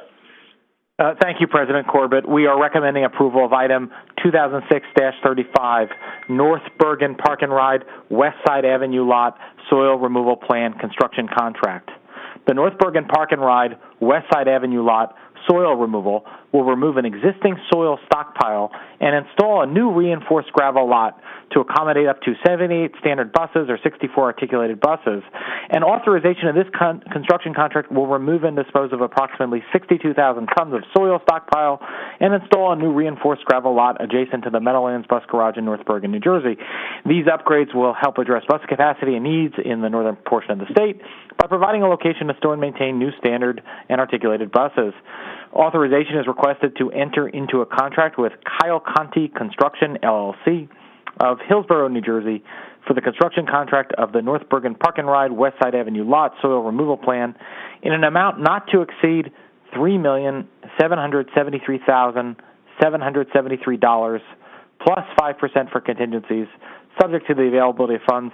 We ask for your approval of item 2006-35.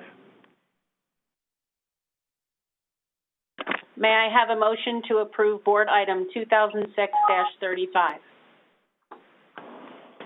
Board Member Adams, so moved. May I have a second? Marocco, second. Joyce, for purposes of discussion, would you go through the board roster? Board Member Adams, any comments? No comments. Board Member Ajmani, any comments? No comments. Board Member Doshi, any comments? No comments, thank you. Board Member Fulton, any comments? No, nobody's getting in. Board Member Gordon, any comments? No comments. Board Member Marocco, any comments? No, thank you. Board Member Rasmussen, any comments? No comments. Board Member Wilton, any comments? No comments. Chair Gutierrez Cacchetti, any comments? No, Joyce. Please take roll call vote. Roll call. Board Member Adams? Yes. Board Member Ajmani? Yes. Board Member Doshi? Yes. Board Member Fulton? Yes. Board Member Gordon? Yes. Board Member Marocco? Yes. Board Member Wilton? Yes. Chair Gutierrez Cacchetti? Yes. Motion carries. Great. Thank you. I'd now like to introduce Ron Nichols, Chief of Light Rail and Contract Services, to present Board Item 2006-36 regarding private carriers. Ron? Good afternoon. We are recommending approval of item 2006-36, regulation adoption of new rules, NJAC 1676, Private Carrier Capital Improvement Program Guidelines and Procedures.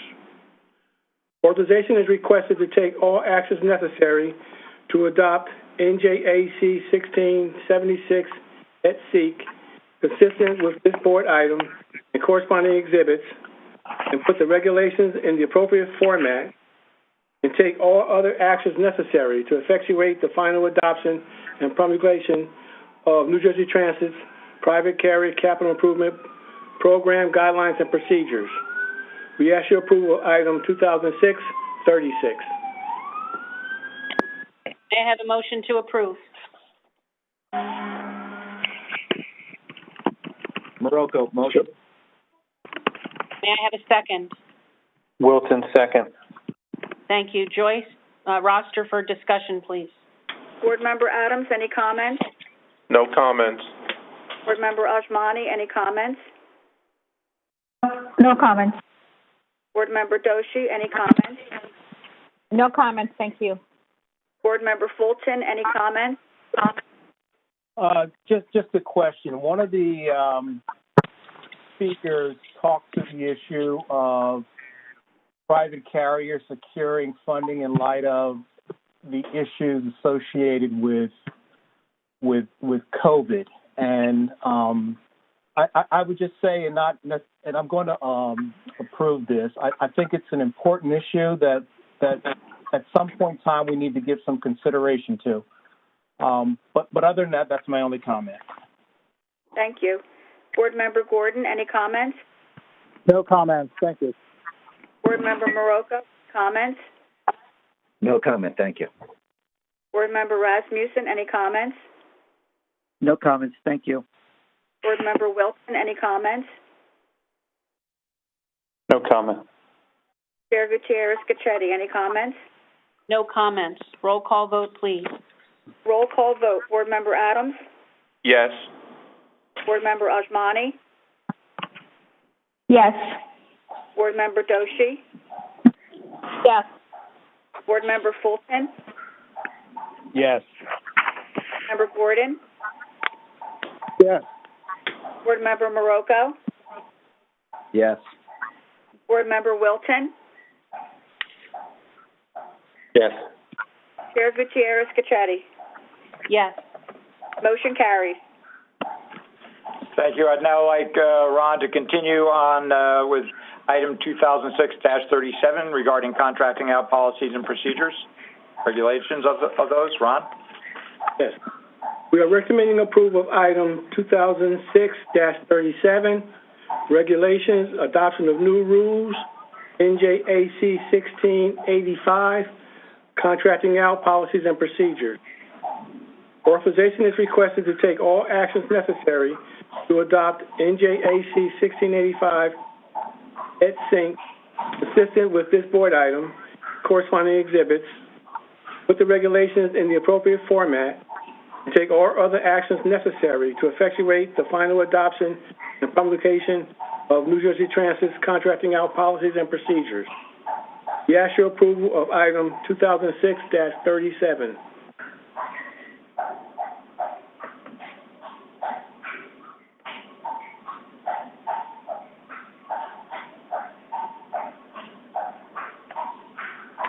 May I have a motion to approve board item 2006-37?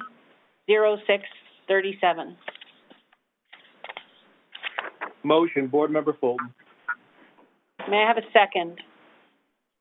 Second, Board Member Adams. For discussion, Joyce, please call the roll. Board Member Adams, comments? No comment. Board Member Ajmani, any comments? No comments. Board Member Doshi, any comments? No comment, thank you. Board Member Fulton, any comments? No comment. Thank you. Board Member Gordon, any comments? No comment, thank you. Board Member Marocco, any comments? No comment, thank you. Board Member Rasmussen, any comments? No comments, thank you. Board Member Wilton, any comments? No comment.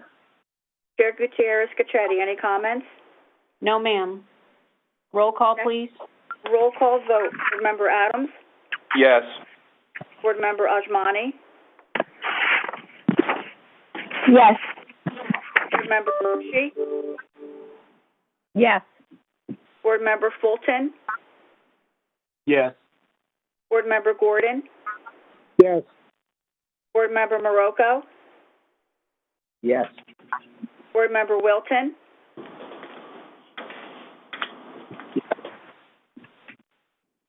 Board Member Wilton?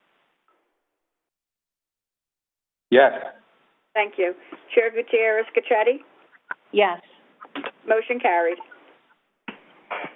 Thank you. I'd now like to introduce Bill Vaquera, Senior Vice President and Chief Financial Officer and Treasurer, to present Board Item 2006-38 regarding contract amendments.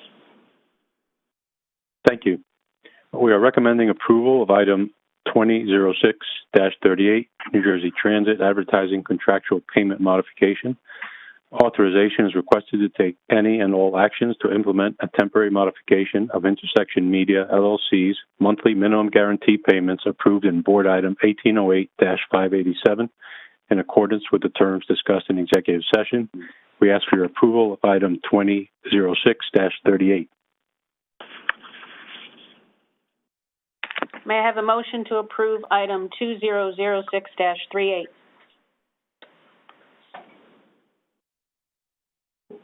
So moved, Wilton. May I have a second? Second, Gordon. Thank you. Joyce, for discussion purposes, please read the roster. Board Member Adams, any comments? No comments. Board Member Ajmani, any comments? No comments. Board Member Doshi, any comments? No comments, thank you. Board Member Fulton, any comments? No comments, thank you. Board Member Gordon, any comments? No comments. Board Member Morocco, any comments? No comments, thank you. Board Member Rasmussen, any comments? No comments, thank you. Board Member Wilton, any comments? No comments. Thank you. Chair Gutierrez-Gacchetti, any comments? No comments, thank you. Full vote. Member Adams? Yes. Board Member Ajmani? Yes. Board Member Doshi? Yes. Board Member Fulton? Yes. Board Member Gordon? Yes. Board Member Morocco? Yes. Board Member Wilton? Yes. Chair Gutierrez-Gacchetti? Yes. Motion carried. On the next item, we have a board member recusal. Board Member Ajmani is recused from the next item, 2006-39.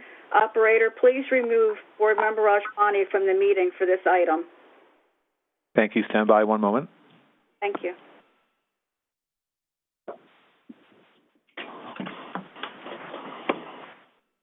Board Member Ajmani has been removed from the public session. Thank you. All right, thank you, Joyce. I'd now like to introduce Eric DeLeo, Senior Vice President, Capital Programs, to present Board Item 2006-39 regarding the Hoboken Records Building. We are recommending approval of item 2006-39, Hoboken Records Building Project Construction Contract Award. The Records Building in the city of Hoboken, Hudson County, New Jersey, is located at Hoboken Terminal along Observer Highway on the north side of the yard. A recent roof parapet collapse, along with severe deterioration, has created an unsafe condition for the safety of pedestrians and the potential to damage the newly constructed substation located nearby. The New Jersey Department of Community Affairs has ordered the building to be demolished by June 30th, 2020, to create a safe area for pedestrian flow, rail operations, and the protection of the newly constructed substation. The Hoboken Records Building Project involves executing the final alternate after conclusion of the Section 106 process, which range from stabilization to demolition. And authorization is requested for an amount as discussed in executive session and subject to the availability of funds, to allow NJ Transit to move forward quickly with limited competition to engage a contractor to carry out the option concluded by the Section 106 process for public safety. We ask your approval of item 2006-39. May I have a motion to approve item 2006-39? Board Member Adams, so moved. May I have a second? Second. Thank you. For purposes of discussion, Joyce, can we do a roster, please? Board Member Adams, any comments? No comments. Board Member Doshi, any comments? Yeah, I would just like to thank the team at New Jersey Transit for working with the mayor's office and town council in trying to come up with a hybrid solution with the city of Hoboken. So thank you for that. Thank you. Board Member Fulton, any comments? Just a clarification. I want to clarify that this action is being sought in advance, pending the 106 determination as to what New Jersey Transit would be required to do. Through the chair, Board Member Fulton, it's Eric DeLeo. The 106 process has not yet been completed, as you note. And we continue to, work with the Federal Transit Administration, the Department of Environmental Protection, and local stakeholders to complete that process. NJ Transit had previously hosted a public meeting with the town to try to listen and understand concerns of those in the community, those outside of the community. We've received comments. We created a dedicated public website to share information about the project and about the Department of Community Affairs order, and we continue to attempt to work toward a solution. Thank you. Thank you. Board Member Gordon, any comments? Yes, just a very brief comment. I'd like to commend Kevin and staff for looking for a compromise approach to this and recognizing the architectural significance of the building and striking a balance against the safety issues involved. I was pained to learn that the building would have to come down. I've come to appreciate New Jersey's industrial history and its architectural heritage and want to try to preserve it whenever possible, but we have to be mindful of safety risks. I think this hybrid approach is a good one, and we'll support it. And again, thank Kevin for trying to accommodate the request of the mayor of Hoboken. Thank you. Thank you. Board Member Morocco, and No comments, thank you. Board Member Rasmussen, any comments? No comments, thank you. Any comments?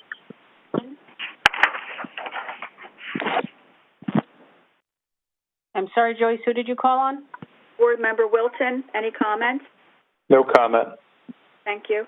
Chair Gutierrez-Cachetti, any comments?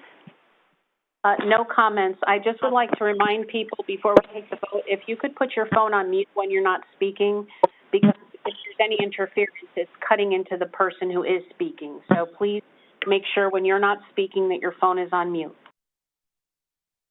Joyce, please continue with a vote. Roll call vote. Board Member Adams? Yes. Board Member Doshi? Yes. Board Member Fulton? Yes. Board Member Gordon? Yes. Board Member Morocco? Yes. Board Member Wilton? Yes. Chair Gutierrez-Cachetti? Yes. And again, for the record, Board Member Ajmani is recused. Motion carried. Operator, please bring Board Member Ajmani back into the meeting. Certainly. Please stand by one moment. Thank you.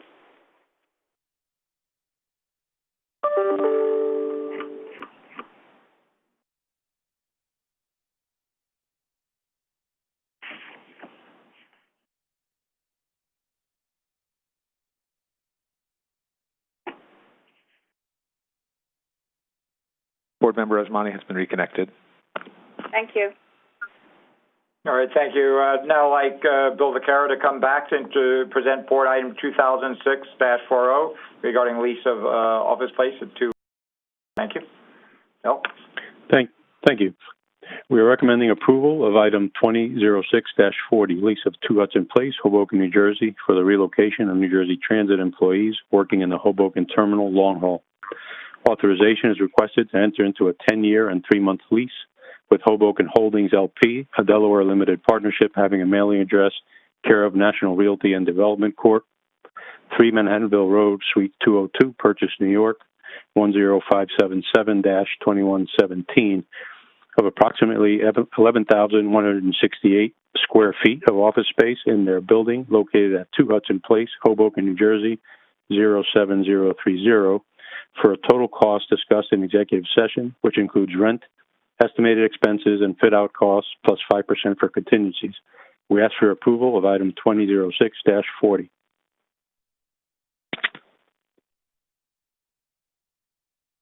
May I have a motion to approve item 2006-40? So moved, Wilton. Second, Gordon. Thank you. For discussion, can we have a roll call, please? Board Member Adams, any comments? No comment. Board Member Ajmani, any comments? No comment. Board Member Doshi, any comments? No, thank you. Board Member Fulton, any comments? No comments. Board Member Gordon, any comments? No, thank you.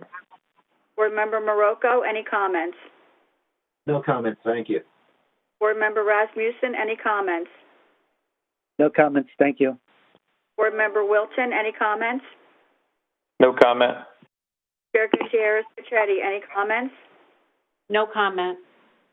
Roll call vote. Board Member Adams? Yes. For Ajmani? Yes. Board Member Doshi?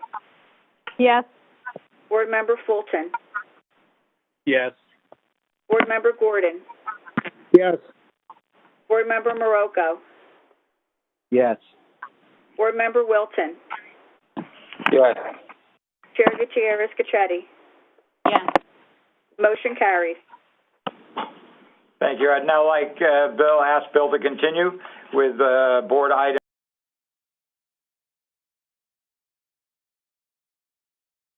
Bill? Thank you.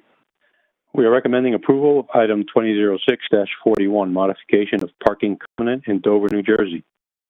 Authorization is required to take actions necessary, including but not limited to the execution of all documents to negotiate and enter into agreements with Dover Veterans Urban Renewal Housing Associates, LLC, an affiliate of Penrose, and with the town of Dover to modify the deed covenant on Block 1219, Lot 2 in the town of Dover to permit the development of affordable housing with a preference for veterans housing, thus decreasing the number of spaces available for public parking to 40 in Block 1219, Lot 2, also known as Lot D, from 6 a.m. to 8 p.m., and relocating 34 parking spaces to the town-owned parking lot identified as Block 1213, Lot 2, also known as Lot A, located on Dickerson Avenue, to be designated for public commuter parking 24 hours a day, 7 days a week, in exchange for cash consideration discussed in executive session. We ask for your approval of item 2006-41. May I have a motion to approve board item 2006-41? Board Member Adams, so moved. May I have a second? Doshi, second. Thank you. Joyce, for discussion, please go with the board members. Board Member Adams, any comments? No comments. Board Member Ajmani, any comments? No comments. Board Member Doshi, any comments? No comments, thank you. Board Member Fulton, any comments? No comments, thank you. Member Gordon, any comments? No comments, thanks. Board Member Morocco, any comments? No comments, thank you. Board Member Rasmussen, any comments? No comments, thank you. Board Member Wilton, any comments? No comments, thank you. Chair Gutierrez Pichetti, any comments? No comments. Just a roll call vote, please. Roll call vote. Board Member Adams? Yes. Board Member Ajmani? Sorry, yes. Board Member Doshi? Yes. Board Member Fulton? Yes. Board Member Gordon? Yes. Board Member Morocco? Yes. Board Member Wilton? Yes. Chair Gutierrez Pichetti? Yes. Motion carried. Thank you. Now ask Bill to present his last item, number 2006-42, regarding corporate insurance program. Bill? Thank you. We are recommending approval of item 2006-42, corporate insurance program annual renewal. Authorization is requested to revise and renew the corporate insurance program and to include Services necessary to administer the program for the period July 1st, 2020 through June 30, 2021, at an annual cost not to exceed an amount discussed in executive session, plus 5% for contingencies, subject to the availability of funds. Authorization is further requested to enter into an agreement with Helmson Management Services, LLC, for workers' compensation claims handling and administration services at a cost not to exceed an amount discussed in executive session for a period of 3 years beginning on July 1st, 2020, with 2 one-year renewal options subject to the availability of funds. We ask for your approval of item 2006-42. May I have a motion to approve item 200642? Wilton, so moved. May I have a second? Bolton, second. Last item. Roster for comment, Joyce, please. Board Member Adams, any comments? No comments. Board Member Ajmani, any comments? No comments. Board Member Doshi, any comments? No comments. Thank you. Board Member Fulton, any comments? No comments. Thank you. Board Member Gordon, any comments? No comments. Board Member Morocco, any comments? No, thank you. Board Member Rasmussen, any comments? No comments. Thank you. Board Member Wilton, any comments? No comment. Chair Gutierrez Scacchetti, any comments? No comments. Roll call vote. Board Member Adams? Yes. Board Member Ajmani? Yes. Board Member Doshi? Yes. Board Member Fulton? Yes. Board Member Gordon? Yes. Board Member Morocco? Yes. Board Member Wilton? Yes. Chair Gutierrez Scacchetti? Yes. Motion carried. Next, we have a board member recusal. Board Member Gordon is recused from the next item, 2006-43. Operator, please remove Board Member Gordon from the meeting for this item. Please stand by, removing Board Member Gordon now. Thank you. And Board Member Gordon has been removed from the public session. Thank you. All right, thank you. I'd now like to introduce our last item for action today, item 2006-43, and have Eric DeLeo present the item regarding positive train control. Eric? Thank you, President Corbett. We are recommending approval of item 2006-43, Advanced Speed Enforcement System 2, Positive Train Control, Contract Amendments for Implementation. Now, last July, the Board approved staff to endeavor to negotiate resolution of certain claims with Parsons Transportation Group of New York, New York. And today, staff seeks to reduce the amount authorized in July 2019 based on the conclusion of negotiations with Parsons, and to allow staff to enter into a series of change orders as required based on the terms discussed in executive session. Parsons presented New Jersey Transit with a claim of $7,800,000 for additional measures that NJ Transit directed Parsons to deploy in 2018 in order to meet the December 31st, 2018 PTC statutory installation deadline. Today, staff is proposing to settle that claim for $2,700,000, and Parsons will agree to waive associated claims and counterclaims. Parsons also presented New Jersey Transit with a claim of $51,450,000 for time delays to the project that Parsons alleges are solely due to NJ Transit's actions dating back to 2017. NJ Transit disputes this claim. Today, after careful review of the claim, staff is proposing to settle that claim for an amount up to $30,768,276 tied to 3 performance milestones. These payment opportunities are designed to bolster meeting the end-of-year deadline and timely delivering the positive train control project. Parsons will agree to waive associated claims and counterclaims if milestones are met. Staff is also requesting a smaller additional reserve to address a range of potential project needs, including infrastructure and design changes and materials requested by New Jersey Transit for an amount discussed in executive session. Following the execution of any additional change orders utilizing this reserve authorization, staff will report to the board a summary of the change order entered and value of settlement. These authorization requests collectively are subject to the availability of funds. We ask for your approval of item 2006-43. May I have a motion to approve? Board Member Adams, so moved. May I have a second? Second, Morocco. For discussion purposes, Joyce, please call the roll. Board Member Adams, any comments? Yes, Joyce. I just want to compliment and thank Kevin and Eric and the rest of the staff on coming up with an innovative solution to a truly difficult and challenging problem for New Jersey Transit, and I look forward to the full implementation by Parsons by December 31st, 2020. Thank you. Board Member Ajmani, any comments? No comments. Board Member Doshi, any comments? Yeah, I'd also like to reiterate that thank you for the team's effort and work on this innovative approach. Thank you. Board Member Fulton, any comments? Yes. I would echo my colleagues' comments. The ability to complete difficult projects requires a cooperation between all the parties.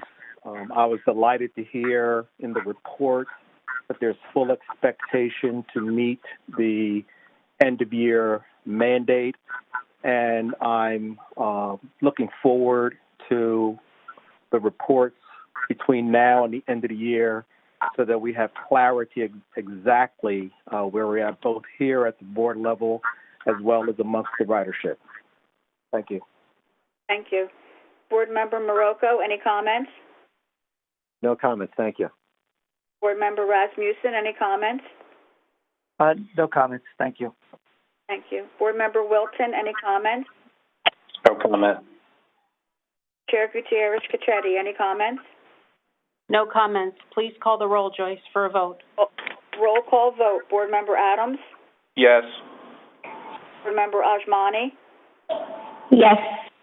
Board Member Doshi? Yes. Board Member Fulton? Yes. Board Member Morocco? Yes. Board Member Wilton? Yes. Chair Gutierrez-Cachetti? Yes. And again, for the record, Board Member Gordon is recused. Motion carried. Operator, please bring Board Member Gordon back into the meeting. Please stand by one moment.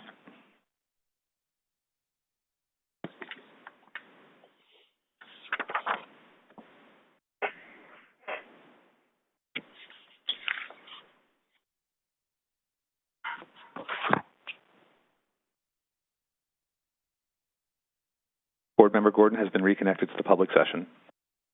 Operator, Chair, can you please tell me how many people remain on the line for public comment? Sure. Give me one moment. I'll stand by for that. There are currently there's no one queued for public comment at this time, but there are approximately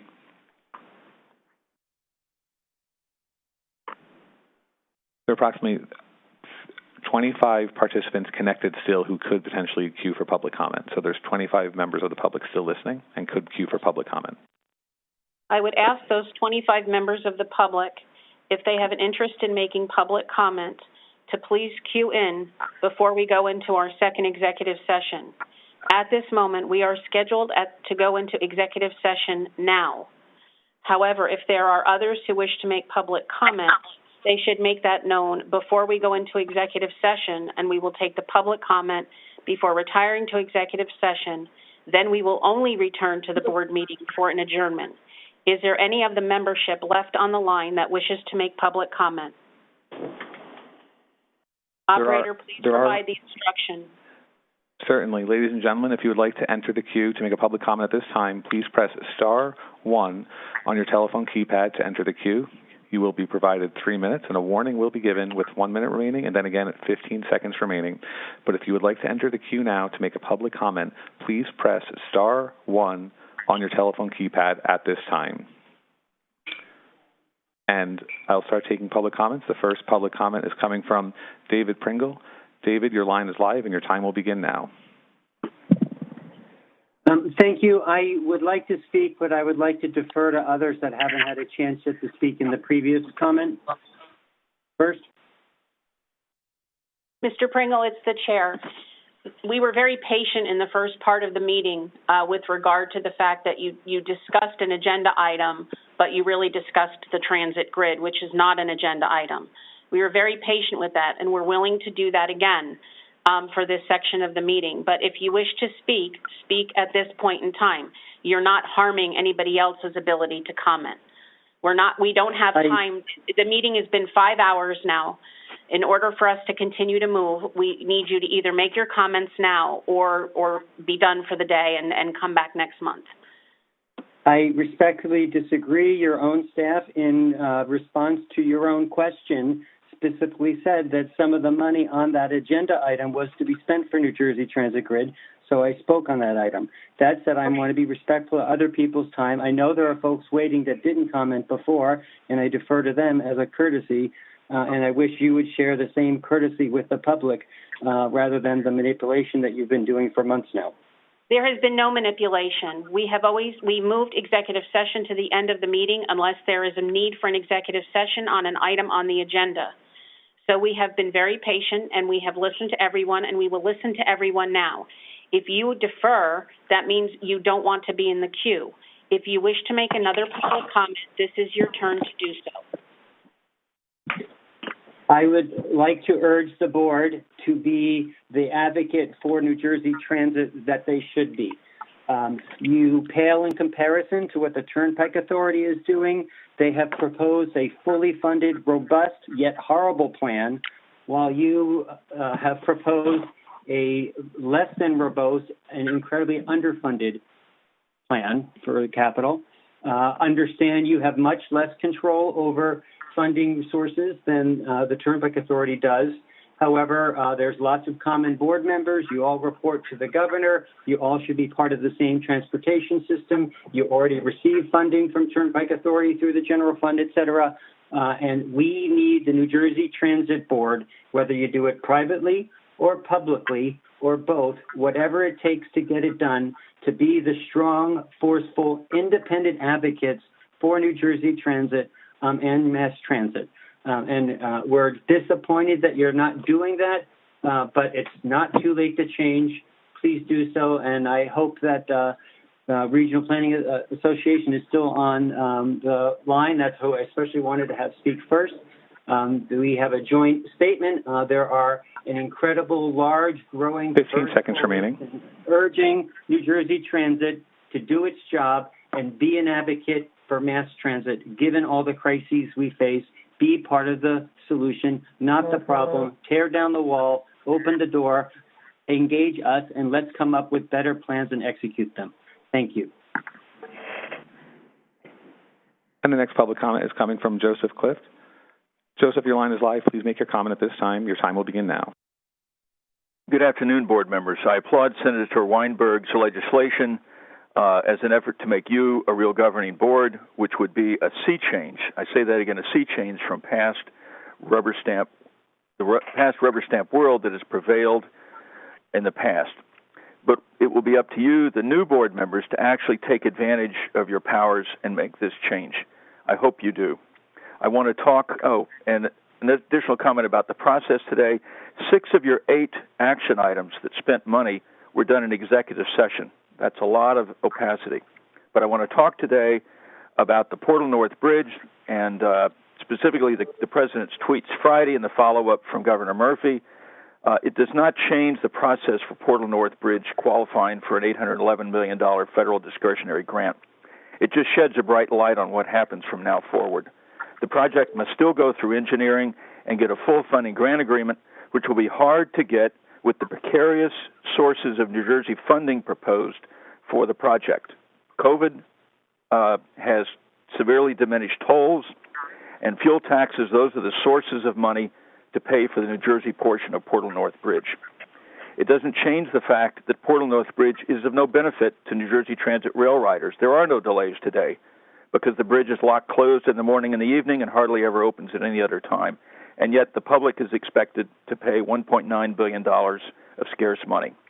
The project will take so long, it will not be finished until 2 governors' terms from now, when a 4-track low-level movable bridge, 4 tracks, not 2 in Portal, would actually cost a quarter of the combined $4 billion cost of Portal North and Portal South and be done sooner, 1 governor's term from now.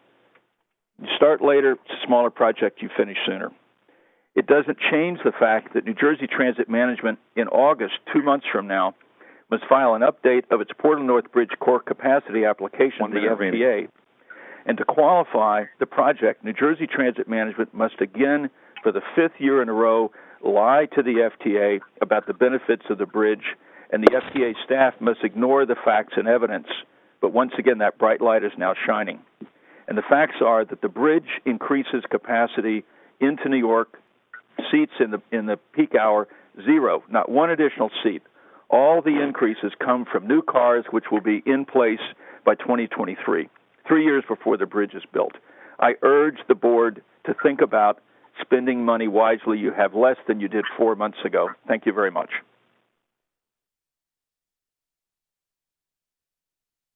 And the next public comment is coming from Paul Tashima. Paul, your line is live and your time will begin now. Thank you. And thank you for listening to the public. While I support the need for backup power for New Jersey Transit rail operations, I oppose using fossil fuels to power it. New Jersey Transit should not be using its resources to get into a business in which it has no current expertise. It's difficult enough to keep trains and buses running smoothly without taking on an additional task which will drain your resources and may be a future financial liability. The risks and harms of this project as proposed to the citizens of New Jersey far outweigh the benefits. The problems of the health of local residents caused by the constant pollution generated in an area that already has poor air quality is not worth a few days of possible necessary backup power. The pollution problems this plant will cause every day on both the local and statewide level are the opposite of what New Jersey needs. The pollution caused by this plant every day will exacerbate the climate chaos that causes storms to be bad enough to affect transit operations. It's easy to see that our Earth is straining under the air pollution that we have spewed into the atmosphere. How many times in the past 20 years has the grid gone down long enough to justify needing a dedicated pollution plant to supply that power?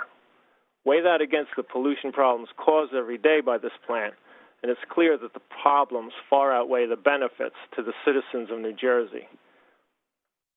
We shouldn't risk more calamity by building a fossil fuel burning power plant.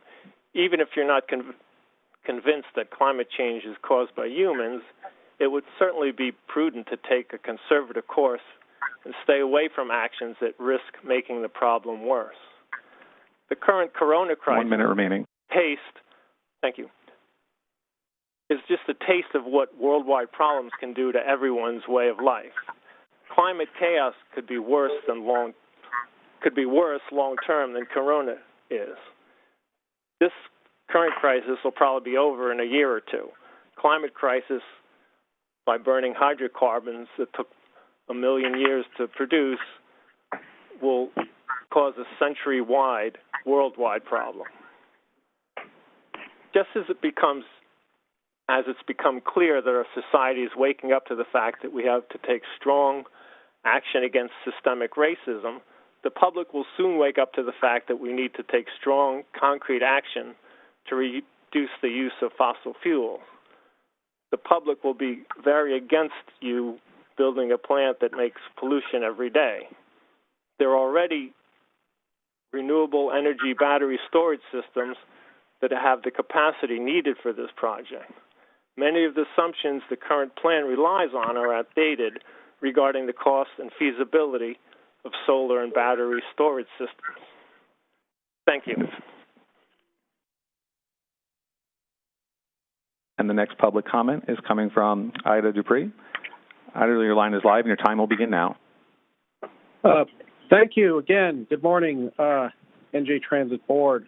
Lita Dupree for the record. My pronouns are she and her. I'm glad to have attended this meeting, and thank you for the opportunity for me to speak with you again in public comment. I'm going to talk about some different things today. I mentioned to you that I have ridden NJ Transit bus and rail since 1980, and I am a user of the MyTix app. I downloaded it a long time ago, and it is a very helpful program to me, and I have written comments to staff, and they have listened and made improvements to the app since my first use in 2016, integrating it with the Route 320 park and ride, and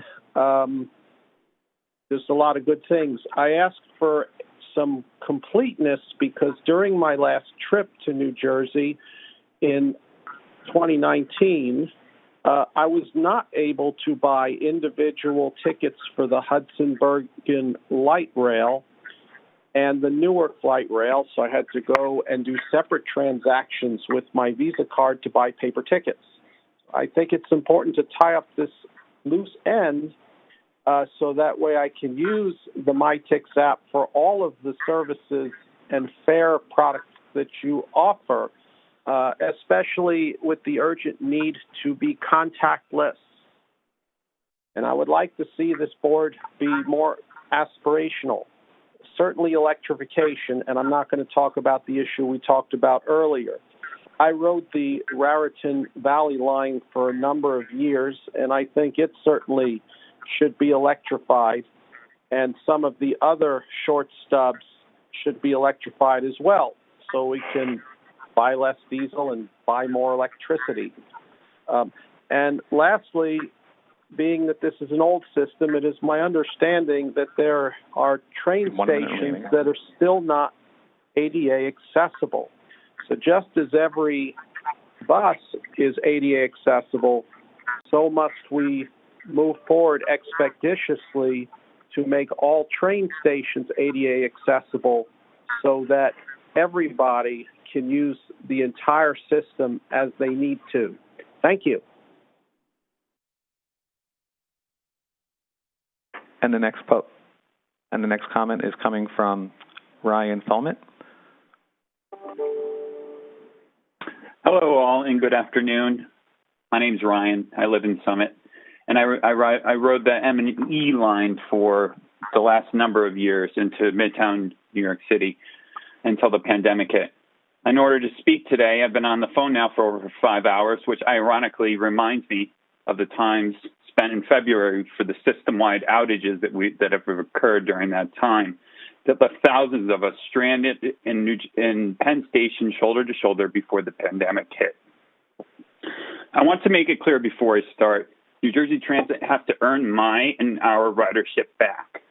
People are literally leaving New Jersey due to the lack of faith in commuting into the NYC via mass transit, as I have for so many years.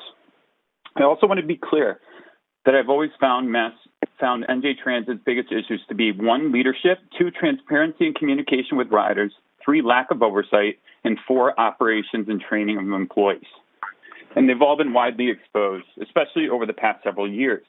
As a regular rail rider, I've studied NJ Transit and the issues that I've experienced and found that New Jersey Transit continues to look inward instead of outward in reaching out to the ridership, engaging, collaborating, and working alongside the 990,000 previous ridership to help us understand and work with us to fix the issues.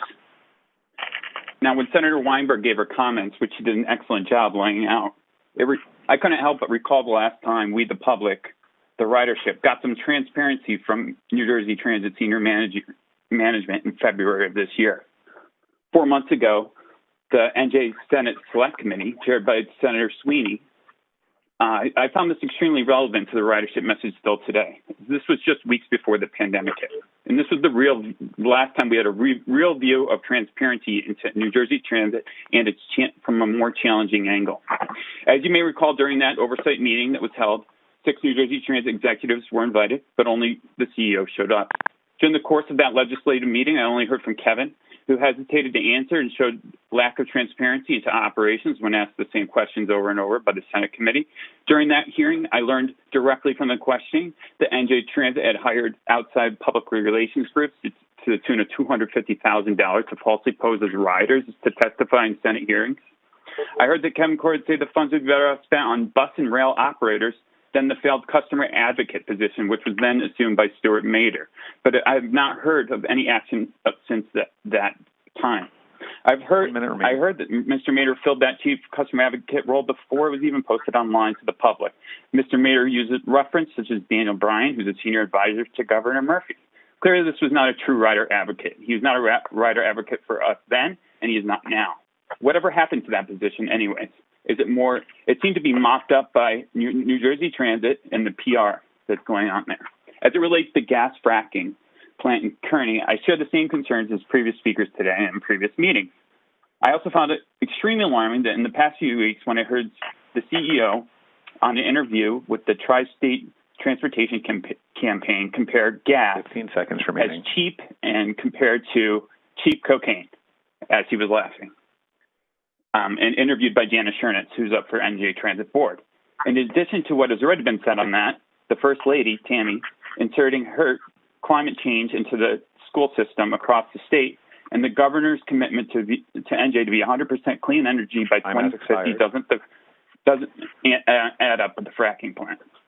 I have many more comments And the next question is coming from Bruce Bergen. Bruce, your line is live, and your time will begin now. Good afternoon, Commissioner, President Corbett, and members of the board. As most of you know, I am chairman of the Raritan Valley Rail Coalition, and I am speaking today on behalf of the many commuters and other riders on our line, as well as the many thousands of residents who live within the service area. I was unable to speak in person during your last meeting, which lasted a rather long time, but I did submit comments at that time in writing. First, we are very glad to see that the recently adopted 5-year capital plan includes the long-awaited Roselle Park Station improvements, with a planned project start date of 2021. If I understand correctly, this project has previously been funded, so we look forward to it getting started next year.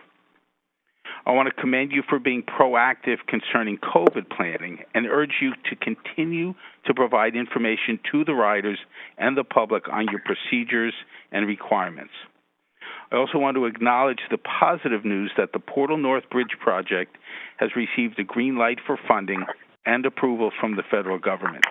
This long-delayed project is an important step forward in the critical Gateway project. Also, we are very glad to have submitted a letter to the Federal Railroad Administration in support of Transit's grant application, which, if awarded, would be utilized for preliminary engineering for the improvement of Newark Penn Station Platform A, improvements to Conrail's Lehigh Line, and for the Hunter Flyover. Each of these projects would directly benefit the Raritan Valley Line riders. Finally, turning to our most important issue, one-seat ride on the Raritan Valley Line.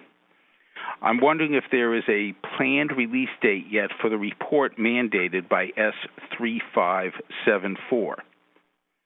As concerns scheduling of the one-seat ride on the RVL, belatedly reinstated earlier this year, which was once again suspended during the COVID schedule changes, could you please advise sooner rather than later when you plan to once again reinstate the limited direct service on the Raritan line? I would suggest that the communication with our riders the last time we were waiting for reinstatement of the service left something to be desired. Also, as I did in my written comments last month, I would wonder if the need for more efficient service due to the virus would not make reinstated and increased one-seat ride a viable and useful option. Thank you once again for your attention. I look forward to hearing further concerning these issues. And there are 2 public comments remaining. The next one is coming from Alan Kratz. Alan, your line is live and your time will begin now. Thank you. It'll be a very short time because I simply have a question for clarification.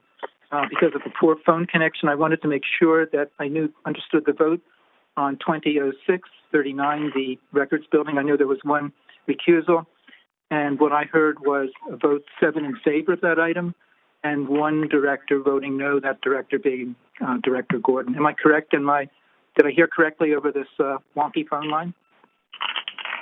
Joyce, would you please confirm the vote on that item? Just one moment, please. Let me get my papers. Thank you, Joyce.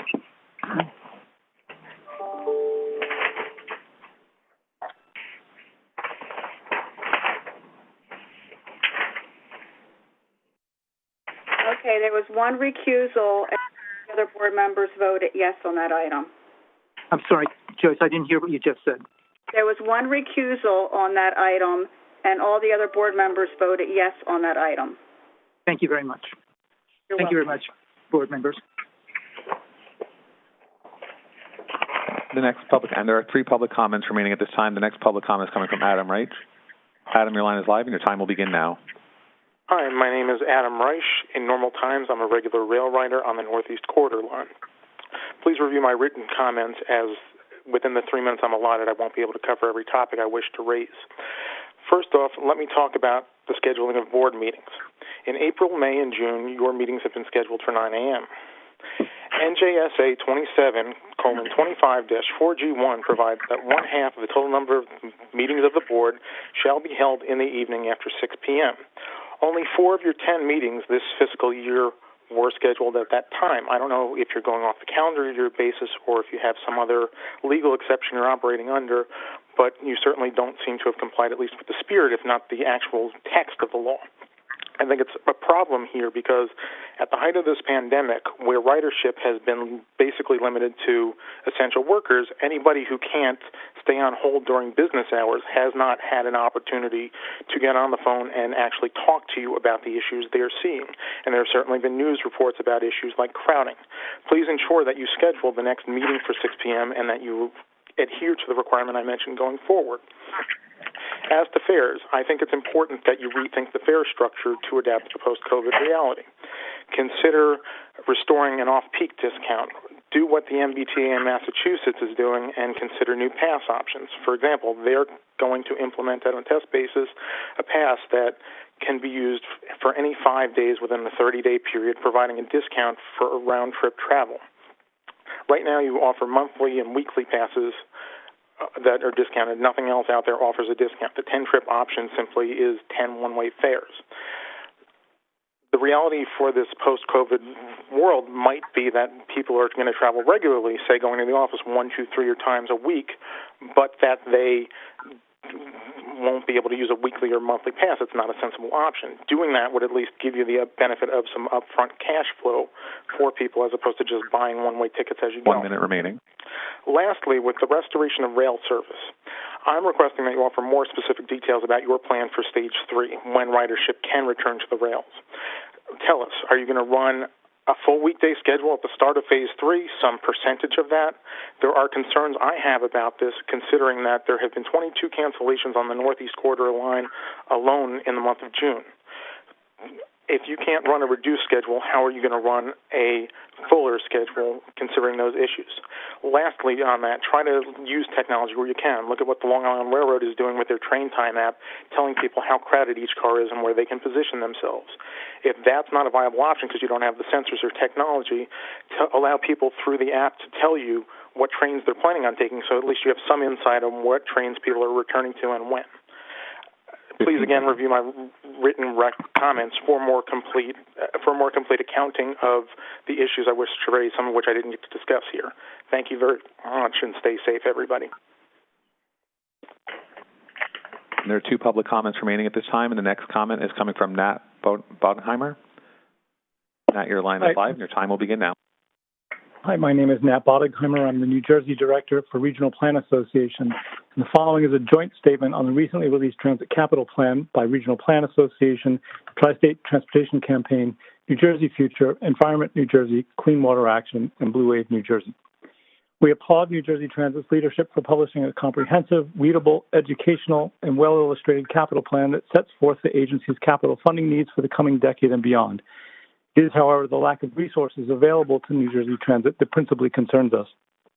We call on Commissioner Gutierrez-Scacchetti and Governor Murphy today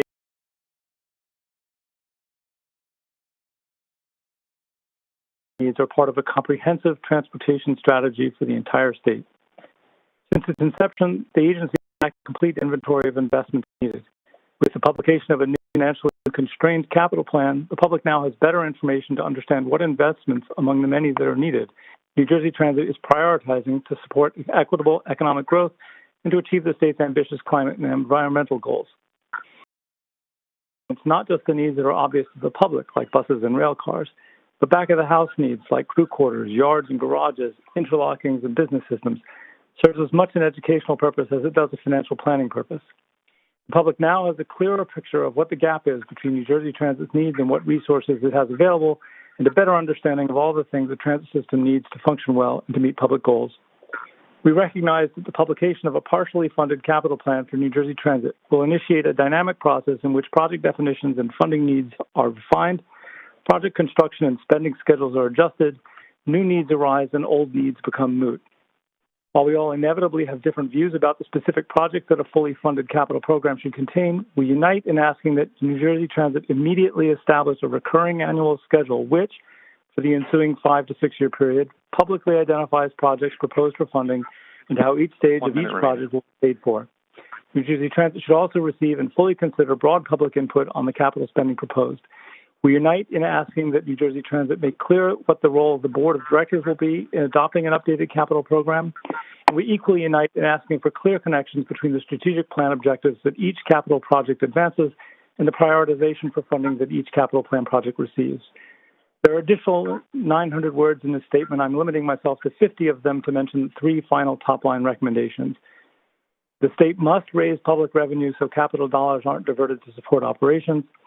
Partnership with New Jersey DOT is needed to aggressively invest in walkable, bikeable communities around the state, and especially around bus and rail services. And finally, every facet of the New Jersey Transit 10-year strategic plan and 5-year capital plan must be viewed with an equity lens. Thank you very much. Once again, ladies and gentlemen, if anyone would like to enter the queue at this time to make public comment, it would be *1 on your telephone keypad. Once again, that'll be *1 if you'd like to make a public comment at this time. And it appears the final public comment will be coming from Sally Geller. Sally, your line is live, and your time will begin now. Hi. Thank you very much for letting me back in here. Recently, New Jersey Transit published legally, Sally Geller from Lackawanna Coalition Communications Director, published legally required, eagerly anticipated long-range plans, 10-year operating, 5-year capital. These are long overdue. We riders and taxpayers have been waiting to see the results. Our reaction? Well, we asked local reporter Chris Neidenberg to take a look, and his initial reaction was, is that all there is? We feel his question is quite reasonable. While we wade through the many colorful pages, illustrations, and tables of figures, we had our own questions. Why are you planning that preventable delays will be with us until 2025? Must we really wait 5 more years for a reliable schedule? How is it that preventable delays will hit 0 in 5 years, decreasing 35% annually, while preventable injuries and fatalities will reach 0 in the same 5 years, but decreasing 20% annually? Those numbers don't make sense. How do we trust the rest? When can we expect the restoration of our many canceled trains, just mentioned, those that were canceled even before COVID-19? Commuting and travel patterns have temporarily changed, and we expect that peak ridership will be permanently reduced to some degree, with more people working from home at least part-time, but we need frequent, reliable trains and buses. Interesting considerations of the fare structure. We've been asking for the restoration of the off-peak fare for many years. How do you have the audacity to publish a 5-year capital plan subtitles An Unconstrained Vision for New Jersey Transit that requires almost $6 billion over 5 years in addition to the annual subsidies that you seem to take for granted? Even before SARS-CoV-2 arrived, New Jersey Transit, and indeed our state, had major financial issues. Releasing these plans now shows a lack of understanding of the current realities. We hope they are updated quickly to focus on what's real. Further, you state that the unrestrained plan will be used to set priorities. One usually sets priorities based on current 2 minutes, reality. or 1 minute remaining. Not based on, well, if we could do anything we wanted, what would we do first? You apparently refuse to set parameters that would make the capital plan realistic. When will we get something actually affordable? When do we hear what you really plan to do? These all have little net graphs breaking down the presumed but unquantified advantages in 5 areas that are reasonable but very general with exorbitant price tags. It seems abundantly clear that many, if not most, of these items will not be done. This is nothing new for New Jersey Transit. 2020 transit possibilities for the future plan put forth in the year 2000 included non-committed projects, 19 candidates, and 6 projects to be studied. Very few of them ever done at all, even partially. If there had been true commitment to that vision, how much better would our transit be today? How much cleaner our air and uncrowded our roadways? So thank you very much for a very long day.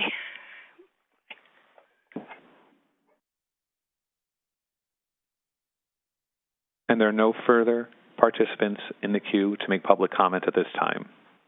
I appreciate it. The public comment section of the board meeting is completed. May I have a motion to enter into executive session to discuss personnel matters, contract negotiations, the status of pending and anticipated litigation, and matters falling within the attorney-client privilege? May I have a motion to enter? Gordon, second. Any discussion? Roll call, please.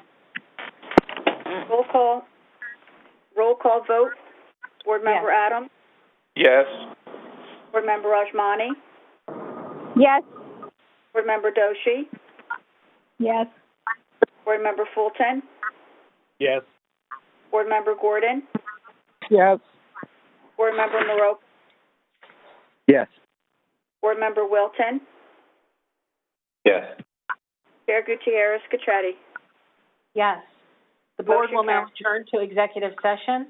The only purpose of the board returning to public session will be to adjourn the meeting. No further public comment or actions will be taken. Operator, please move the board members into executive session. Please stand by while this executive session is initiated.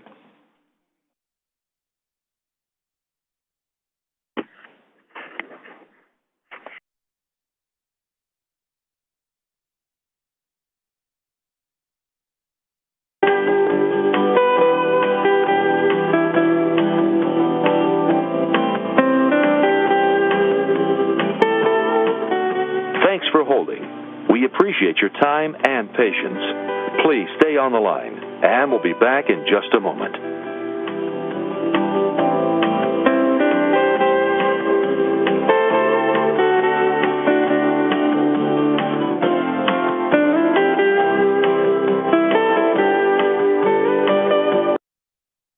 Thanks for holding. We appreciate your time and patience. Please stay on the line, and we'll be back in just a moment.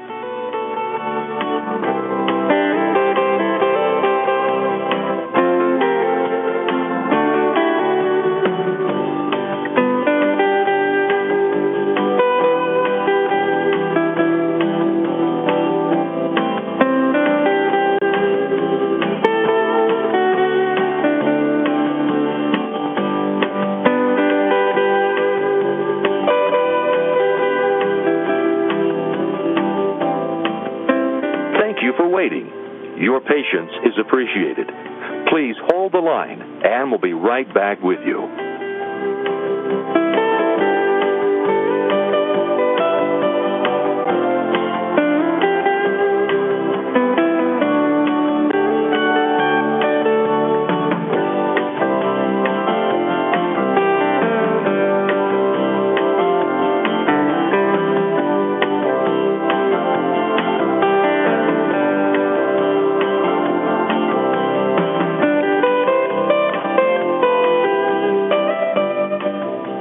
For holding. We look forward to talking with you soon. Please hold the line and we'll be right back with you.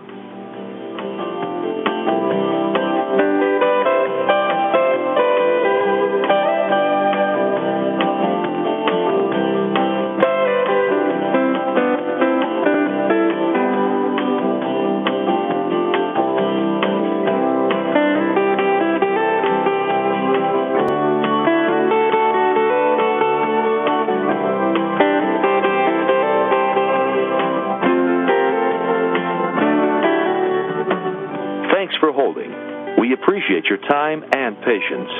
Please stay on the line, and we'll be back in just a moment.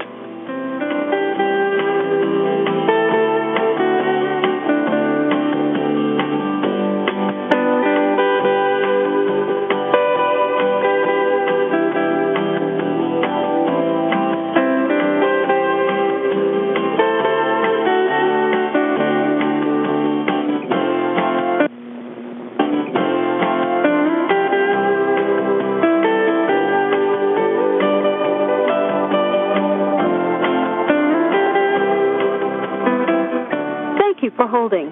We sincerely appreciate your patience. Please stay on the line and we'll be back in a moment.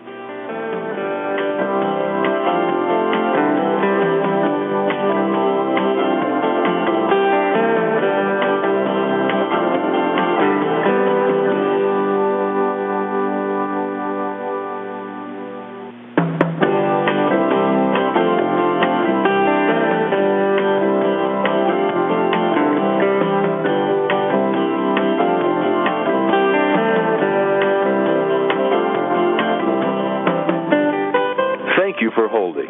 We look forward to talking with you soon. Please hold the line, and we'll be right back with you.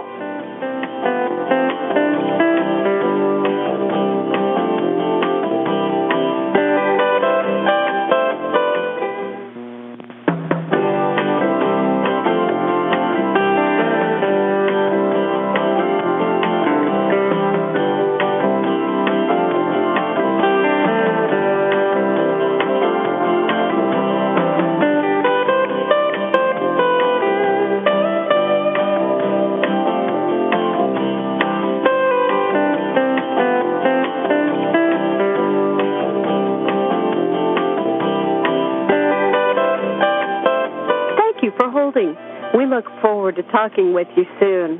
Please hold the line and we'll be right back with you.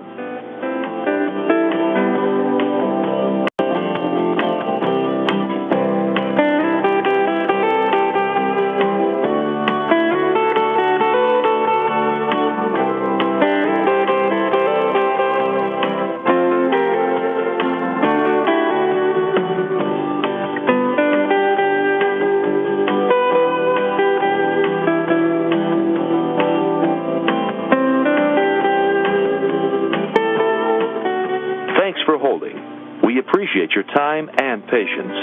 Please stay on the line, and we'll be back in just a moment.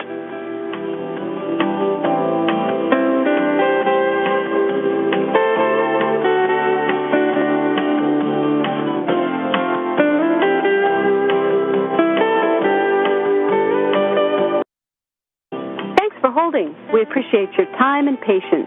Please stay on the line, and we'll be back in just a moment.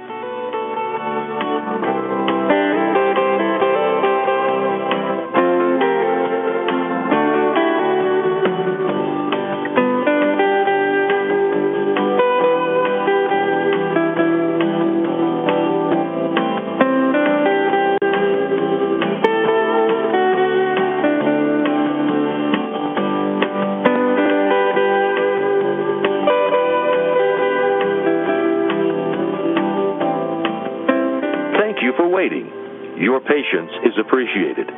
Please hold the line, and we'll be right back with you.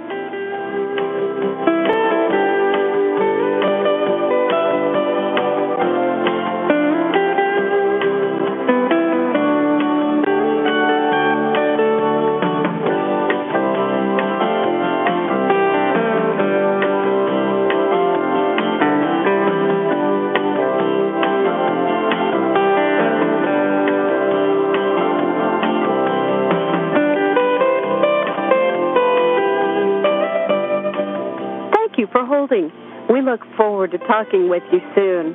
Please hold the line and we'll be right back with you.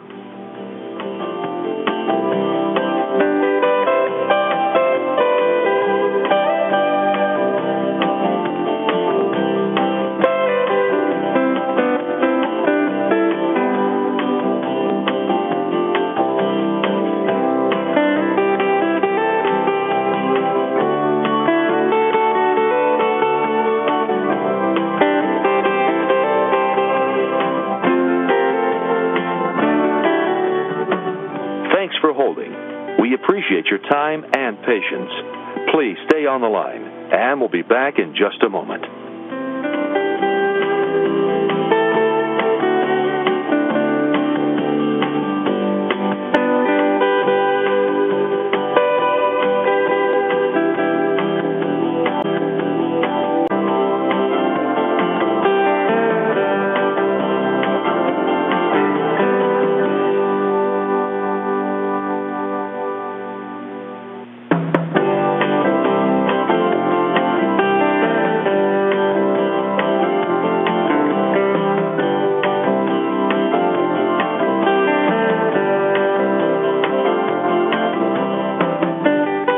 Thank you for holding. We look forward to talking with you soon. Please hold the line, and we'll be right back with you.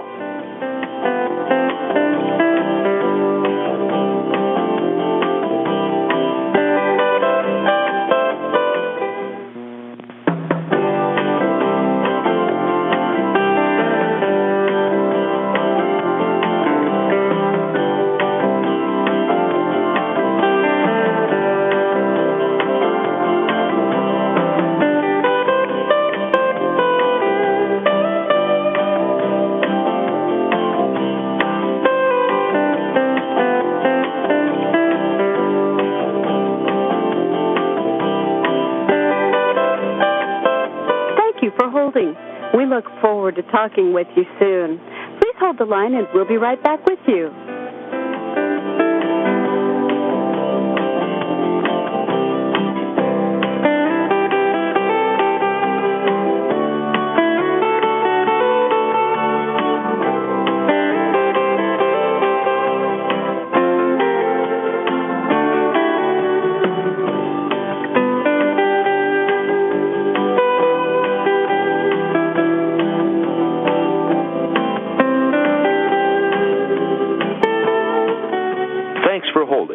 We appreciate your time and patience. Please stay on the line, and we'll be back in just a moment.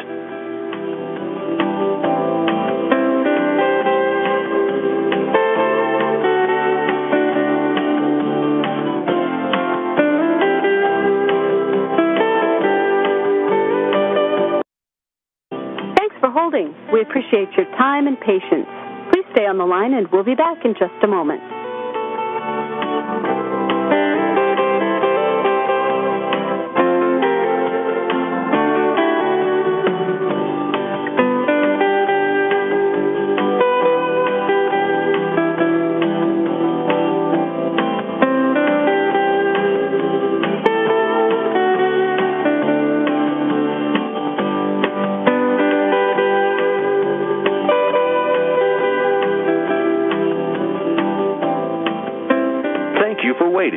Your patience is appreciated. Please hold the line, and we'll be right back with you.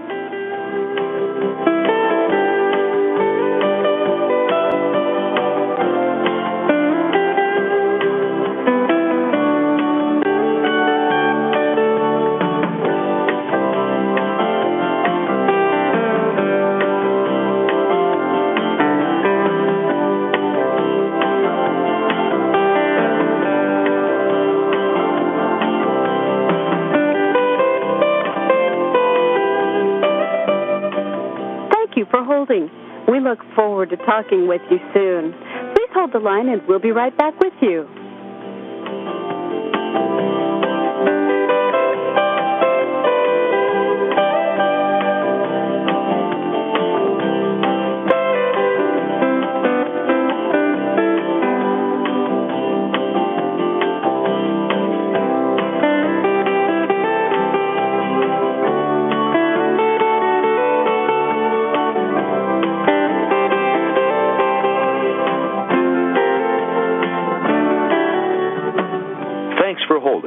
We appreciate your time and patience. Please stay on the line, and we'll be back in just a moment.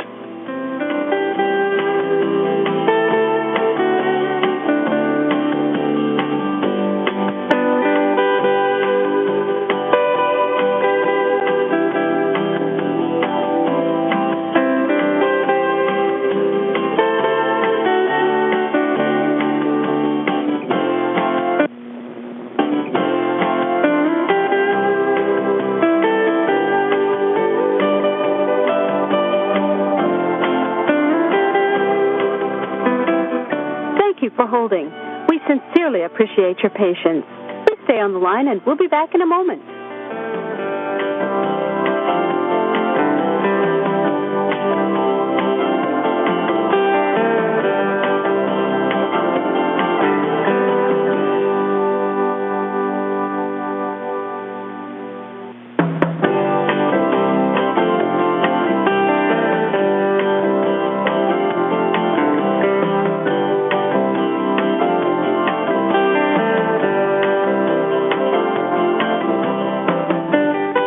Thank you for holding. We look forward to talking with you soon. Please hold the line, and we'll be right back with you.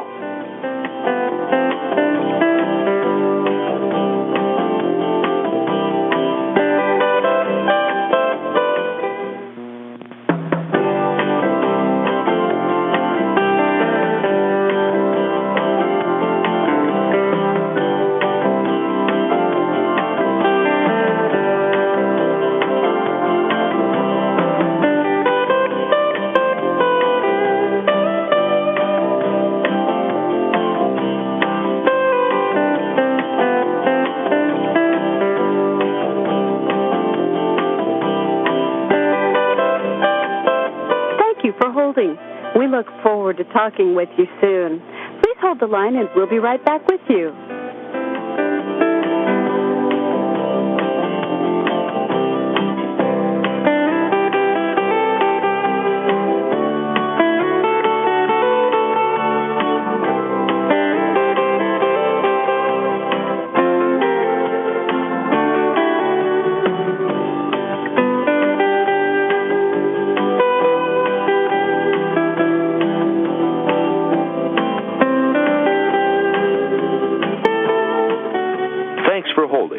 We appreciate your time and patience.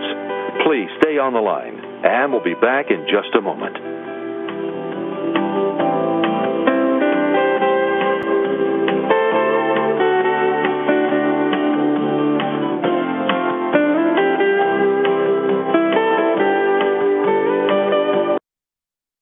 Thanks for holding. We appreciate your time and patience. Please stay on the line, and we'll be back in just a moment.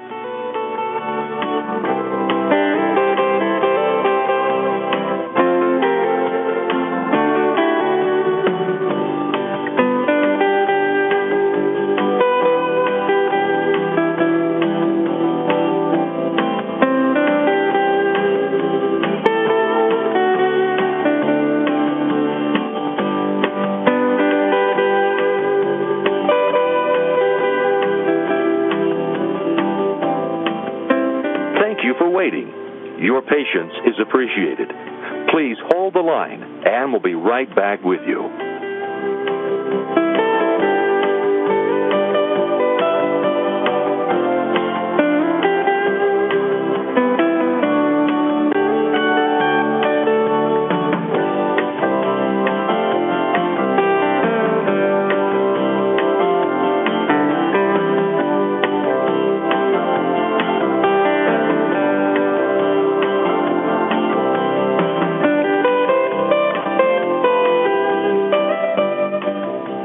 For holding. We look forward to talking with you soon. Please hold the line and we'll be right back with you.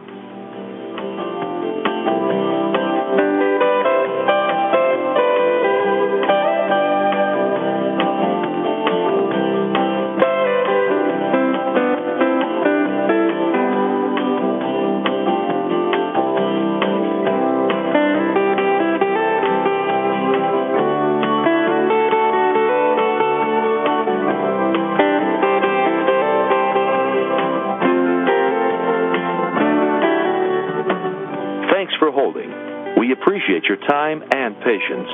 Please stay on the line, and we'll be back in just a moment.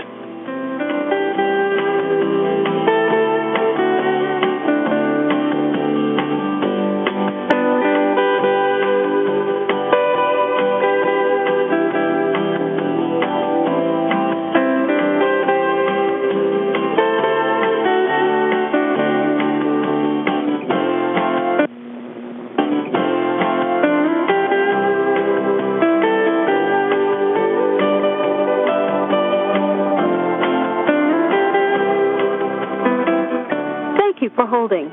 We sincerely appreciate your patience. Please stay on the line and we'll be back in a moment.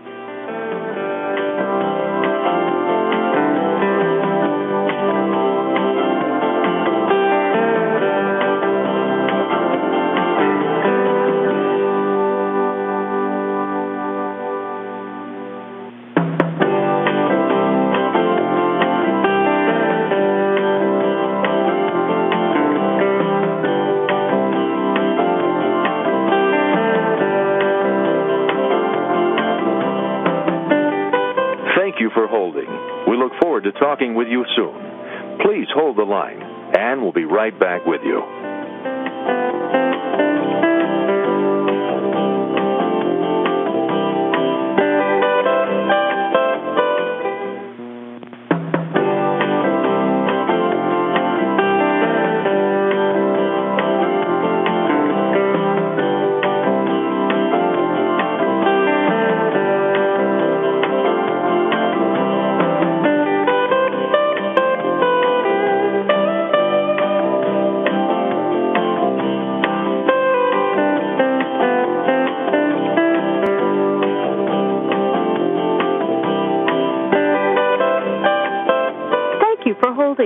We look forward to talking with you soon.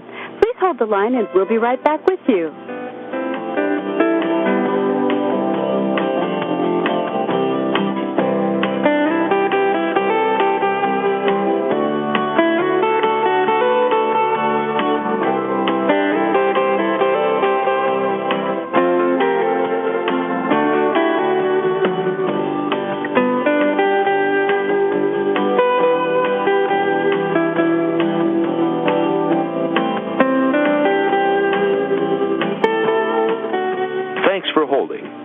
Appreciate your time and patience.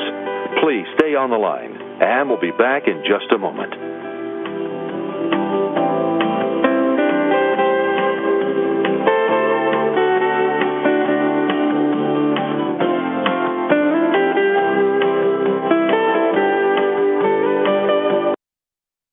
Thanks for holding. We appreciate your time and patience. Please stay on the line, and we'll be back in just a moment.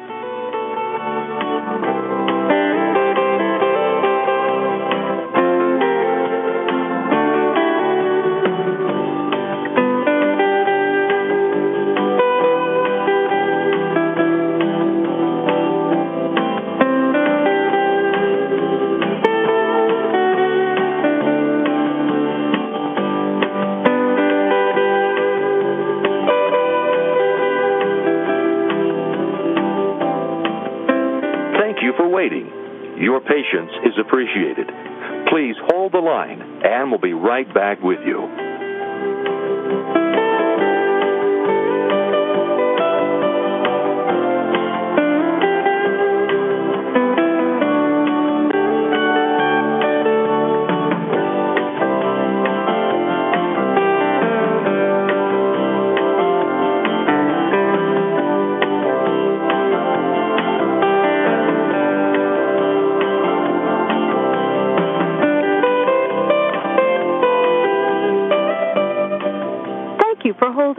We look forward to talking with you soon. Please hold the line and we'll be right back with you.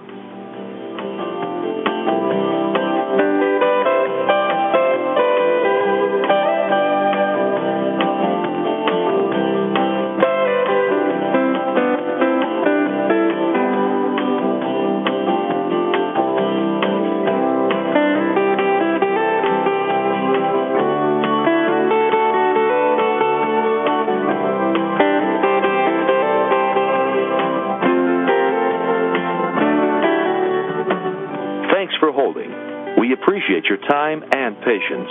Please stay on the line, and we'll be back in just a moment.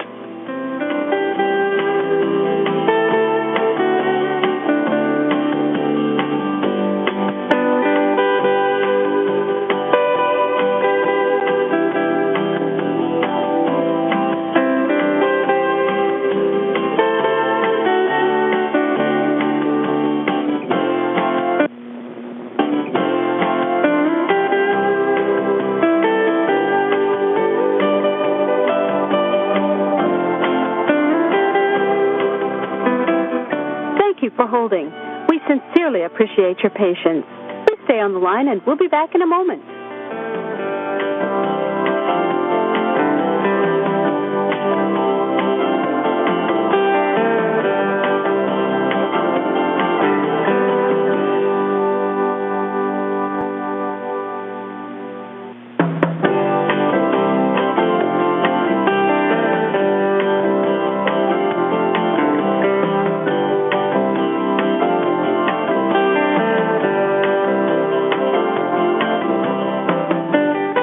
Thank you for holding.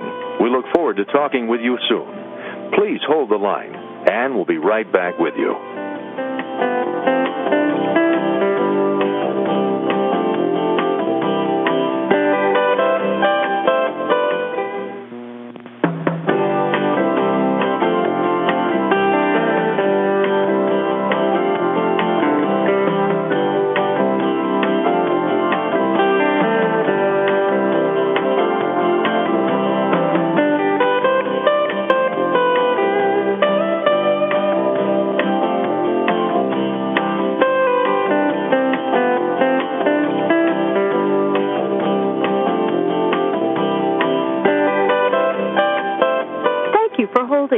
We look forward to talking with you soon. Please hold the line and we'll be right back with you.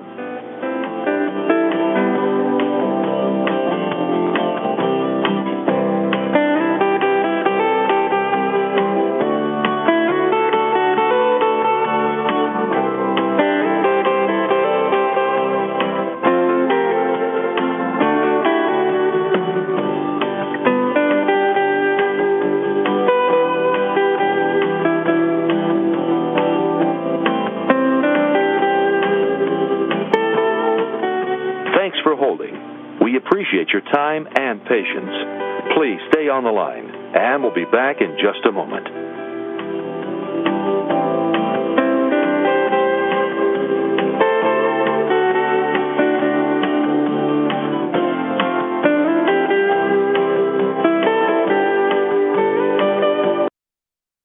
Thanks for holding. We appreciate your time and patience.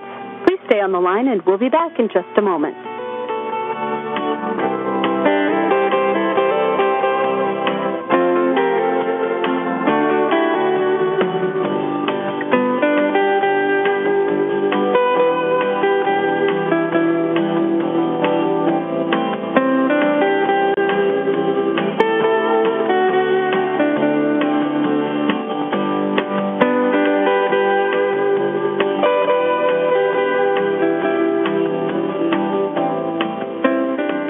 Waiting. Your patience is appreciated. Please hold the line, and we'll be right back with you.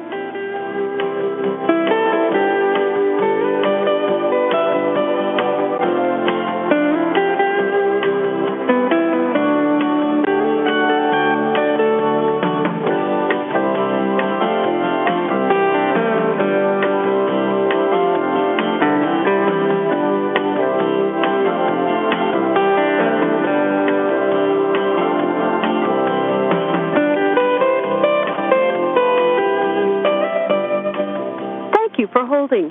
We look forward to talking with you soon. Please hold the line and we'll be right back with you.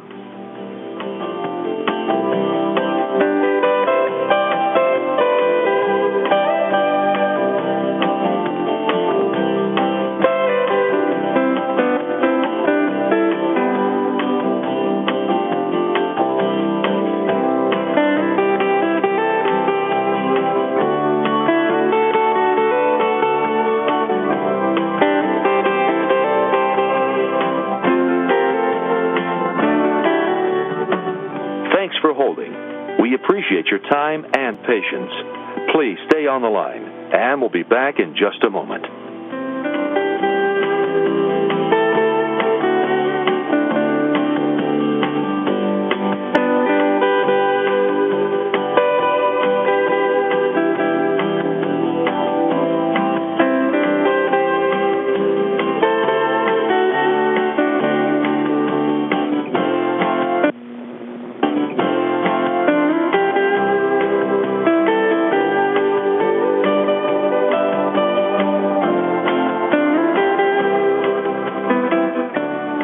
holding. We sincerely appreciate your patience. Please stay on the line, and we'll be back in a moment.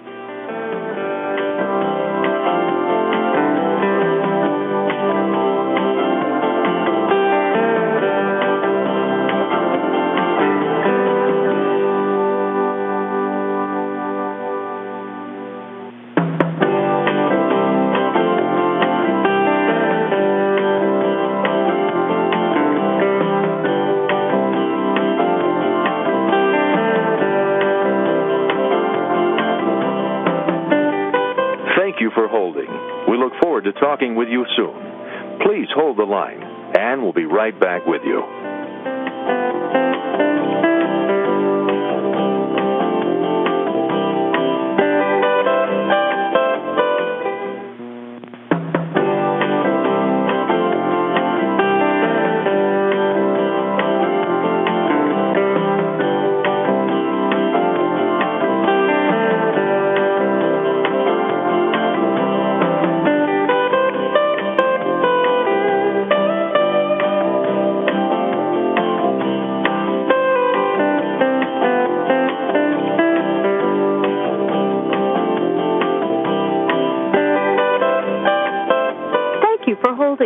We look forward to talking with you soon. Please hold the line, and we'll be right back with you.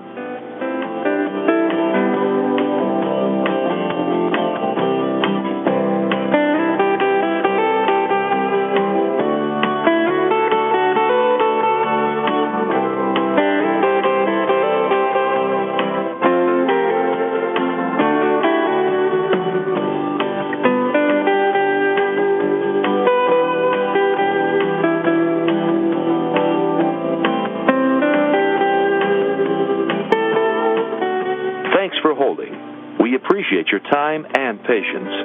Please stay on the line, and we'll be back in just a moment.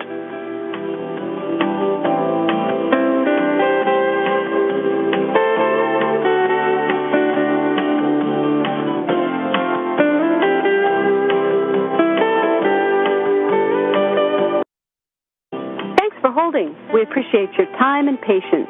Please stay on the line, and we'll be back in just a moment.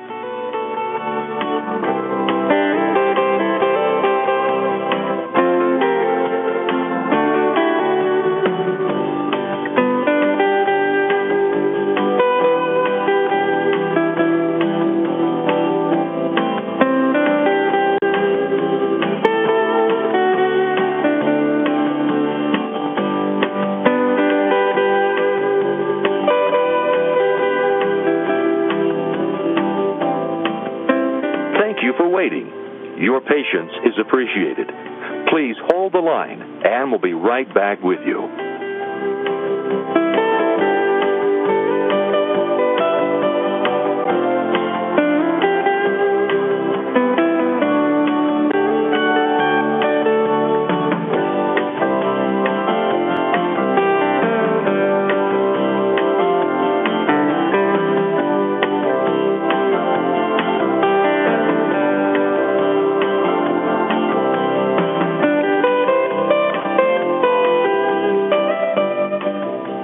For holding. We look forward to talking with you soon. Please hold the line, and we'll be right back with you.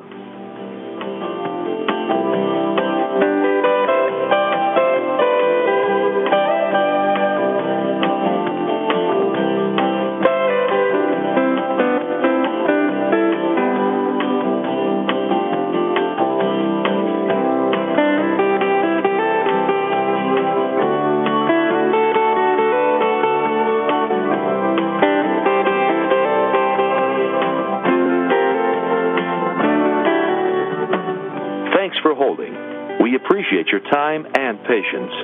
Please stay on the line, and we'll be back in just a moment.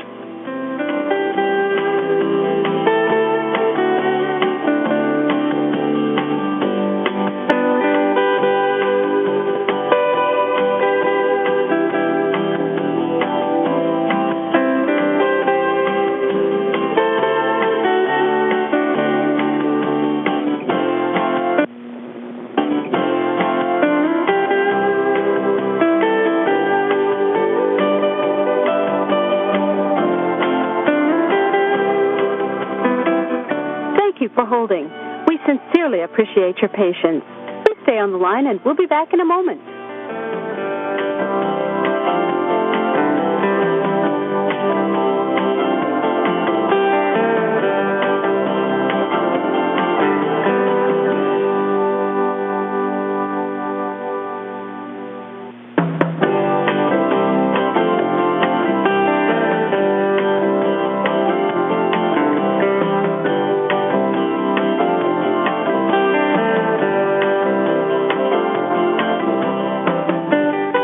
Thank you for holding.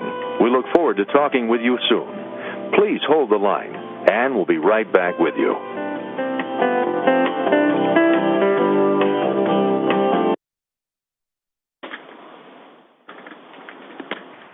I hereby reconvene the open session board meetings. Joyce, will you please take roll call? Roll call. Board Member Adams? Here. Board Member Ajmani?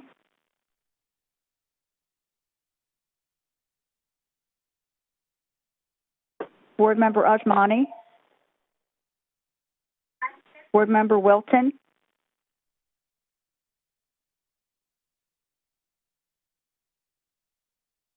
Board Member Doshi? Joyce, it's Brian. I'm here. Okay, thank you.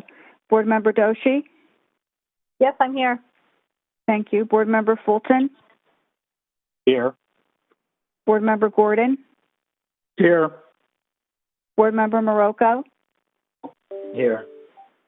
Board Member Rasmussen? Here.